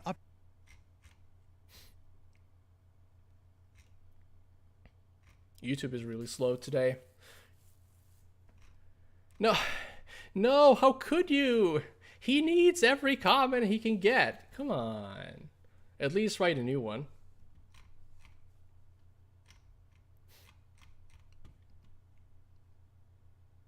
Dude, I've had some really cringe comments too.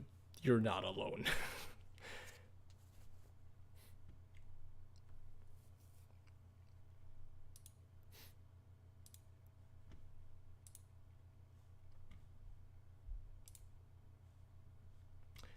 Just hang on. I'm just gonna save this screenshot I took.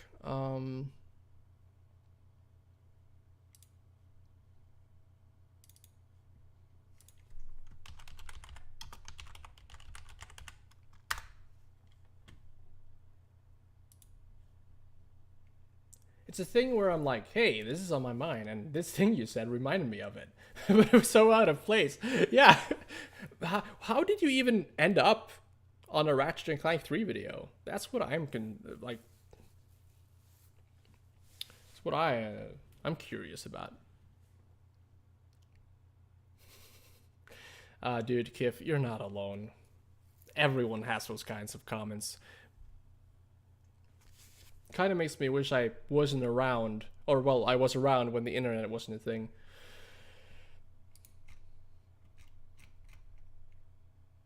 So long as this bot exists, that comment is immortalized. Also, Joystick Drummer was posting in my Discord, so I wanted to check out. Oh, that's why. Well, that's pretty cool. That's nice of you. Anyways, last video of the day. It's going to be Some Call Me Johnny's Ratchet and Clank Up Your Arsenal video. And after that...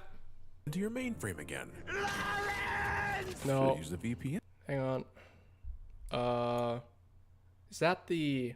This video's been brought to you by Surfshark VPN. Look alive, Nefarious. Ratchet's hacking into your mainframe again. Should have used a VPN, idiot. All kinds of scary things are out there on the internet. Surveillance, web limitation, and data mining, wombaxes. Happens all the time without you even knowing. But with Surfshark VPN, you do have an easy one-for-all solution. Across This is a different really products as fun well. use of Let's continue on with the show. gameplay in conjunction with an ad.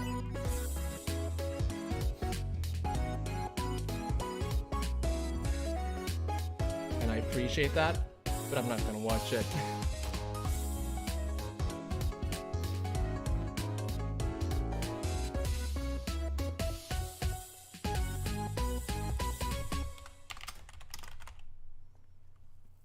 Okay, third game in the series. Now, from my experience, this is either where the series really starts to hit its stride, or you can start seeing the cracks. So where does Ratchet and Clank Up Your Arsenal fall in that regard?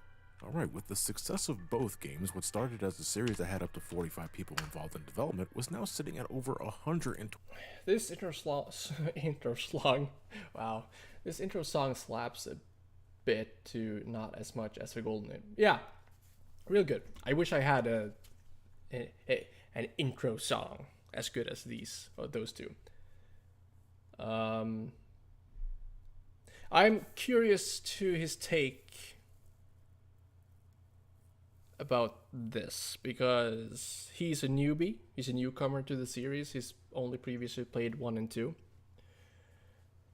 So it'll be interesting to see if he notices the cracks, as he said, that are very obvious to people who are familiar with the games. 20 plus by the Except the beginning Golden of your Bolt, Arsenal's creation. for some reason. And as was the case with Going Commando, the goal for the next game was to do everything before, but bigger and better. And this time add some multiplayer. Now, a studio wanting to go large with each successive game is nothing new, but seeing as Up Your Arsenal was only a year after Going Commando, which itself was only a year after the original Ratchet and Clank, you can't help but start to wonder, larger staff or not, were things starting to feel a little crammed in Insomniac games? Well, without getting into the nitty-gritty of Insomniac games circa 2004, I found Up Your Arsenal to be quite frankly amazing. I loved it as much as Going Commando, maybe even a little more so, but... You like Scott the Woz, steal an obscure game song and make people connected to you and not the original game. Hey! Good idea. A couple of things in the game definitely reeked of compromise. We'll get into it. With the menace of the proto-pet kaput, Ratchet and Clank are, once again, considered full-blown heroes of the galaxy. Clank's even found himself as the star of Secret Agent Clank, your run-of-the-mill James Bond parody that even sees Ratchet playing the role of Clank's thankless chauffeur that kept making me think of Pee-wee's Big Adventure. If you thought Ratchet got off too easy with his dickish behavior in the first game, Up Your Arsenal should make you positively giddy with the number of times everyone makes Ratchet here feel so secondary, even though again he does all the heavy lifting. My dude must have pulled the Rodney Dangerfield in his last tarot card reading, gets no respect. And it is all played for laughs, of course, but I honestly started to feel a little bad for the dude. I guess Angela Cross was also a one-and-done deal because her ass just fucking vanished and she's nowhere to be seen in this game at all, bearing one small cameo at the very end of the game. I was just about to say that. that. Thief costume again. Okay, okay. But the work of a true hero never I was so ends. excited Ratchet's to home sound planet sparked. of Veldin is suddenly under attack by the Tyrannoids, led by Dr. Nefarious, an incredibly loud and sinister mad scientist that, one, has his butler Lawrence perform sign language during his villain speeches so they can't even fall on deaf ears. I love that. And two, with the help of his bio-obliterator, the Doctor plans to turn every organic creature in the Solana galaxy into robots, which he will then rule with a literal iron fist. Ratchet and Clank set off to their home galaxy to stop the invasion at Veldin and temporarily repels the Tyrannoids for the time, putting him on good terms with the nearby Galactic Rangers, a space army that's been trying to fight the Tyrannoid menace themselves, but are pretty bad at it. The commander is also a Bill Clinton parody? In 2004, was George Bush considered too on the nose at this time? Damn you, 9/11. With Ratchet made an impromptu sergeant of the Galactic Rangers thanks to his earlier efforts, the Rangers believe that the next step is locating Captain Quark, who went missing after the whole Megacorp incident, and because he was at one time Dr. Nefarious' arch nemesis. They believe he might be the key to ending But then the again, various this schemes is the once and third for all. game They gotta he's playing, find so- Quark first, but that doesn't take very long. However, with him It'll suddenly be getting a interesting piece of the if it monkeys, goes they more gotta into knock some sense into him detail. first to help regain his memories, which I took the utmost joy in doing because this guy, after what he did in the last 2 games, is a fucking asshole. With Quark back to normal, for better or worse, he's then made leader of the operation, forming the Q-Force, consisting of Ratchet, Clank, and all of your favorite NPCs from the first Ratchet and Clank because, gotta give him something to do, I guess. The Galactic Ranger starship Phoenix acts as your central hub for this game, and occasionally your crew will even take time to exchange remarks, and it's not much, but I always enjoy the little things like that. It's still Ratchet that does most of the grunt work, though, and he's got his work cut out for him, as the rest of the game is simply learning the whereabouts of Dr. Nefarious and then finally stopping his plans of galactic domination. Compared to last time, this story is much simpler and not nearly as muddled. A standard cookie-cutter adventure that supplies the action and the laughs. It's a James Bond film. It's not just Secret Agent Clank that runs with that. You could look at the whole plot as a Bond reference. And that would explain why Angela Cross isn't a thing here. That was always a running gag with Bond films, yeah, how Bond can never stick with one girl. And with how this game ends with implied romantic interest between Ratchet and what's-her-face, Sasha. It's funny, this whole romance thing in 2 and 3, 1 didn't have anything of that. It's like, I think in 3 it carries over a little bit because I think Sasha appears in Deadlocked. But it's just so funny that there's absolutely no continuity that explains, or something that explains anything about Angela from when it comes to when you go from 2 to 3. And also, I don't think there's anything from Deadlock to the Future series either, so. I'm expecting her to vanish like Angela did. We'll see about that. Yeah, we're all It's funny how in my expecting first that. Ratchet and Clank review, I thought Or that does she directing an evil actually show businessman up hit later? different than I your don't standard mad remember. scientist. And then I get to this game, and we get the mad scientist, and he ends up being one of my favorite characters in the franchise so far. I Oh, God love damn Dr. it. Nefarious and his butler Lawrence. It's a juxtaposition I've seen a million times, the bumbling villain and his indifferent lackey, but their dynamic is still so good here, and Nefarious speaks. Angela revealed herself to secretly be a man whose name is Angus. They agreed to never speak about it again. Maybe.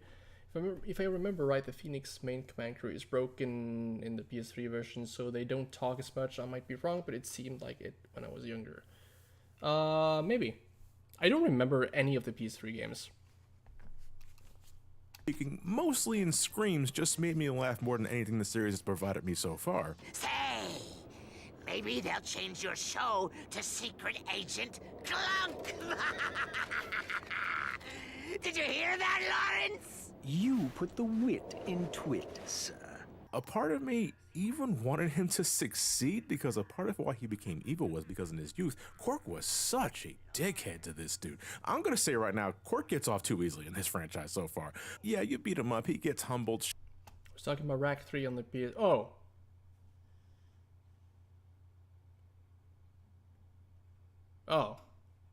Oh, right, broken like that, yeah. I get it. They do talk a bit, though. At least they do talk in the download version. Unsure about the disc version, though. I think there are some differences there. Shit, the vid comics you collect constantly hammer in how pathetic he actually is. But considering his previous crimes, straight up, this dude should still be in jail. And he can only be so entertaining before I start to question, why is he still out and about being able to do what he wants? Maybe it's just me, I'd love to hear what you think about this. But I found Up Your Arsenal's brand of satire this go around to not be as bitey as before. Maybe by the end of Going Commando, the writers ran empty on the Paul Verhoeven tank and kept the humor outside of the James Bond stuff to be more straightforward and cartoony. There's a Britney Spears knockoff in this game called Courtney Gears working under Nefarious, promiscuous pop idol extraordinaire that uses her fame and songs to proclaim her want and need for humanity's extinction. Awesome, looking forward to the Kids Bop version already. But that's what I mean with the more straightforward humor. Here's just a Britney Spears parody, and sure, Britney Spears was very popular at this game's release, so let's just reference that. But I don't think that's entirely a bad thing. As long as it's funny, I don't really mind it. Hey, And it I works. still laugh It plenty works thanks to despite of the Nefarious, whose reference, humor right? I find ageless. And Or the it usual works antics outside that of the Ratchet and Clank reference. found themselves in was more of the stuff I She's loved the pop star. previously.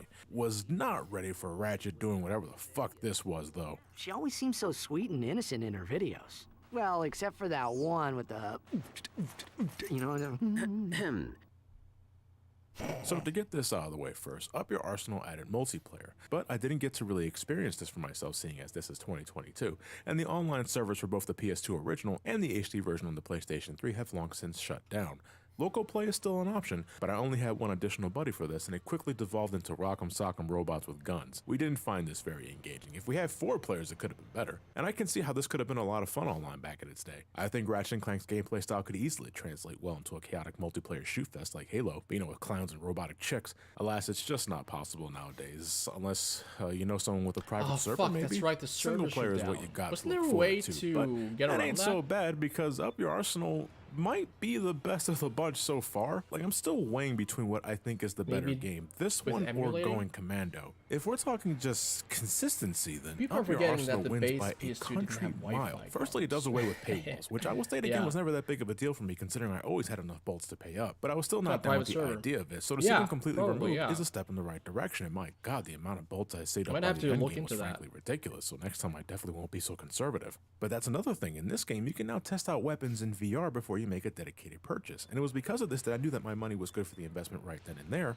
or best spent elsewhere like another weapon or an armor upgrade that keeps me alive longer, something that once again, I'm glad I had by the final third of the game considering just how hard some of these goons smacked me for. Similar to my Mega Man 11 experience, every game with weapons needs to have a VR simulation like this, just so you can really get an idea how a weapon or tool works. Love this interesting that he inclusion. found it This hard. game also pretty much removed all the extra gameplay elements from last time. Outside of basic platforming, which itself has either been downplayed or isolated into these separate arena challenges that still supply the challenge but is nowhere near as organic as before. There's no rail grinding here, no air gliding, no levitation, there are no hover bike race sections. They completely removed the starship battles. 1 or 2 times you can ride this dune buggy that's more of a multiplayer element than a dedicated single player tool.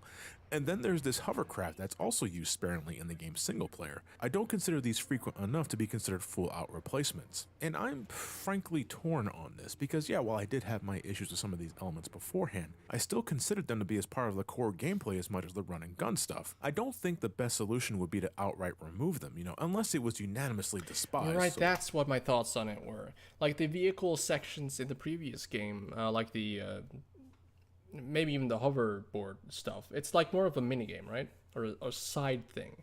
But the vehicles in Ratchet and Clank 3, they're more integrated into the main thing. So instead of flying around and shooting stuff, you could be on the ground shooting enemies with your weapons and leveling them up like that. If that makes sense. But in the other 2 games, it was more of like a maxi game, as they called it. So a side thing. With that said, maybe you can make the argument for the starship battles being cut. If it's possible or conceivable, It's I think it'd probably be best just if the the different feeling of gameplay it. elements were fine-tuned to the highest standard. That way, you satisfy the crowd who liked them previously, and you convince those who weren't so convinced last time. I want to make clear, I know in this game's case the crunch development was a factor in the removal of these elements. I'm just speaking more in general terms at this point. But at the same time, because of those removed elements, this game never fucking stops. Again, it is so consistent now. It's a combat-filled adrenaline rush that gives you plenty of new tools to use, plenty of bad guys to mow down, and more explosions than you can count. So much more, in fact, that the slowdown was at its most obnoxious here. Again, I have been playing the original PlayStation 2 releases of these games, so I'm sure this really isn't a thing in the HD collection. But I don't know, sometimes I think the slowdown added to the combat appeal. Felt very Matrix at times, watching Ratchet doing his strafe jumps in slow motion and all that, which, speaking of real quick, holy fuck you guys. So I want to make it known that the control style I picked for my first I kind of get what you say, but at the same time, most vehicle sections in Rack 3, I kind of get what you say, but at the same time, most vehicle sections in Rack 3 that at...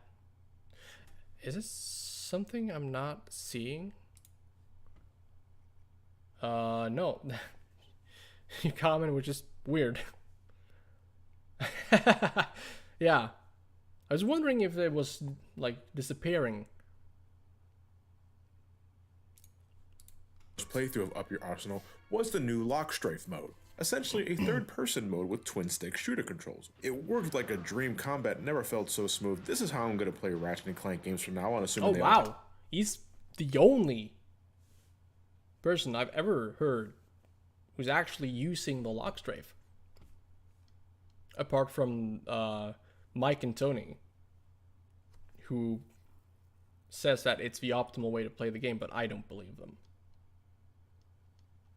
Well, thanks for stopping by, Salty. I really appreciate it. Won't be long until we end things off here anyways, but have a good day at work. See you, dude. Have this control style. But the number of people that were up my ass in the last 2 videos because apparently I didn't use the strength enough for them. The games are still more than playable. I think I said I enjoyed both games anyway. It's my first time at that. So right now, what I need is for you to climb down out of my ass. And another thing.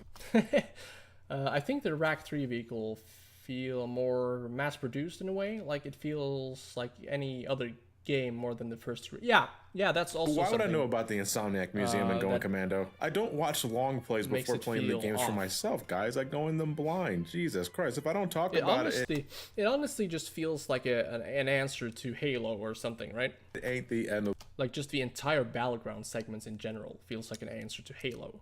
the world. Don't make me the Joker in this journey, but I do appreciate that sweet, sweet viewer engagement. Anyway, up your arsenal, man. What a cozy joyride. The RPG elements of Going Commando have been brought back, so killing things will eventually upgrade your weapons to be stronger and make you sturdier for tougher encounters. The same gratifying gameplay that I loved about Going Commando is very much alive here, and because of the removal of paywalls, you always have plenty of bolts to buy new weapons and armor as soon as they're available, but also complementing this is the new bolt multiplier that doubles the number of bolts and experience you get for a limited time. Watch those numbers start flying amidst all the chaos. There's even a new Inferno power-up that makes you temporarily invincible and gives Ratchet a mean swing with his wrench. It one-shots everything that isn't a boss. You could look at it as a replacement for your wrench upgrades. That was a thing in Going Commando, but I guess they figured it was better implemented as a temporary power-up here, and I think it works, especially for arena battles. I'm not going to waste too much time on the shit up your arsenal didn't exactly fix from Going Commando, like the D-pad stuff. My friend Kevin, Golden Bolt Kevin, informed me that this is going to be a continued thing until the PS3 yeah, era, Salty so can be like I still that got to use the sometimes. quick wheel as designed. They did streamline the quick switch though. You had to press triangle Should twice in always the say other goodbye games. to chat. And while functional, it was awkward. Here you only got to press triangle once, and you can switch between the last 3 weapons you use, which I ended up I've liking. heard. They also I straight thought we up bought added a it in our second quick passive select wheel, aggressiveness. so now you can have a wheel dedicated to weapons Yeah, probably. and one dedicated to tools for the small number of times you actually use them. I appreciate them combining the dynamo and the swing shot into one tool though. That's the kind of streamlining I want to see. And in terms of door puzzles, you now have these Tyrannoid rhythm games, which isn't If you want to talk to me more, and you then should have go these join hacker the minigames, private which I did like sessions more than the Electrolyte Discord from Going channel. Commando. Nevertheless, I do think these games went on too long in some cases, especially in a game like Up Your Arsenal where things are always moving a mile a minute. It made these feel even more abrupt than your standard door puzzles. Level design has been both streamlined and... Is he actually that loud? Huh. compromised to a degree. I can't immediately recall an instance that required backtracking outside of something optional. That should be Some better. like Going Commando weapons because I had a save file from my previous adventure. Yeah, for some reason YouTube doesn't have like some kind of way to equalize the audio. Really should have. A bit annoying too. I go through like half of the game with only the lava gun and mini turret available, and then suddenly the bouncer's available. All right, I gotta go back and get the bouncer. I do another planet, and then the plasma coil is available. All right, gotta go back and get the plasma coil now. And then later the shield charger. Slim, my man, just airmail me this shit next time, my dude. God. Only a select few planets have multiple pathways that either lead to the next plot important area or an extra upgrade for Ratchet. Most planets are just straight shots to the end objective, and it's mostly combat centric. Platforming is still an element of Up Your Arsenal, but you'll only find it in the bulk of these optional arena challenges or VR simulations and these handful of quirk segments that are sort of like Mega Man. And I also thought of Earthworm Jim. The graphic art for these levels were almost a dead ringer for that series, as well as the gun. I think it was the gun that also reminded me of the series. Anyway, you jump and shoot and climb ladders, it's Mega Man. Jump and Controls well shoot, enough, man. You can punch things and shoot in multiple directions, but there's not much else to these. Excellent source of bolts though. Clank's significance in his puzzle-solving antics have also been downsized. Drones are sparsely used outside of the occasional command. You're doing more things with this monkey and a banana more than anything else you interact Oh, with. no, don't But say it even like these that. don't tease your brain like the other games did. Clank also only gets one kaiju section that I can recall, and it's nowhere near as hectic as in Going Commando, but I can take that as a good and bad thing in my eyes, considering how insane those sections got last time. Still, only having one here is a bit of a downgrade. So if you really enjoyed the platforming part of previous games, you will no doubt notice the de-emphasis of it here. Like, there's still plenty of it, but it's clear that wasn't the focus. Let's put it this way. I ended up scoring about 13 platinum bolts just by playing normally. In this game, these don't require nearly as much effort to get, but I'm happy I got enough to get the tuxedo for Ratchet. That hairpiece is fucking atrocious though. Why did they give him that? As the name Up Your Arsenal implies, the focus was on your ass. I mean arsenal. Something this game does tremendously well. It's so fun. Like going commando, your weapons are no slouch from the very beginning, and with them upgrading in no time at all, it never feels like you're inadequate for an upcoming battle. I love that they gave the shotgun a charge shot in this game. It eats up ammo like crazy, but against some boss battles, it completely shredded their health. The Spitting Hydra, which later becomes the Tempest, instantly became one of my favorites early on. It's this game's plasma coil, but its auto-targeting is second to none. You can target a lot of this goons game's at plasma once, and its coil splash is the damage plasma insane. coil. It's perfect for grounded and aerial threats, as was the Annihilator. This son of a bitch packed so much power. And that it's it was what also I immediately much whipped out better whenever than I the saw it Spitting drop from Hydra. one of those larger mechs. Eventually, my crowd control gun became the Rift Inducer. You shoot out a miniature black hole and everything close just instantly dies. It doesn't always work on the... Are you going to do the PSP games before the PS3 games, or in between or after? I'm thinking after Deadlocked, or Gladiator. The larger enemies, but when it's later upgraded, the damage output is so high anyway that it doesn't matter. Those Galactic Ranger missions were a total cakewalk with this bad boy. To further rub salt on the wound, you can still get the best weapons from going commando as well. This game gives you some amazing weapons already, but here's the bouncer and plasma coil anyway. They nerfed the ammo count, yeah, but that didn't matter. Because those games are still, well, size matters. It's still kind of in the spirit of the PS2 games, right? Considering all the other options I still had available, I even found use for the lava gun this go around. It was perfect for that sewer area where you go and collect purple crystals, essentially this game's version of the Desert and Ice Planet from Going Commando, without the unnecessarily large map. I ended up not going after every crystal this go around. I didn't want to waste too much time like before, and you can't even... Have you seen Veilford XD or Remy Raccoon's Everything Wrong with Ratchet and Clank series? No, I don't think I have. I completely comb this area without the gravity boost. Are they good? Out of curiosity, I did go back after I might watch them on my own this time. Free visit was not fun. It's If they're super good. disorienting because you're always in gravity mode, so to speak. So the camera gets easily twisted. Not to mention, if you don't have the mapper, you can't even determine your exact location here for some reason. And that's so weird. I think this is the only area in the game where you just don't have a map for no fucking reason. So, I'm good. I got plenty of bolts from other means anyway.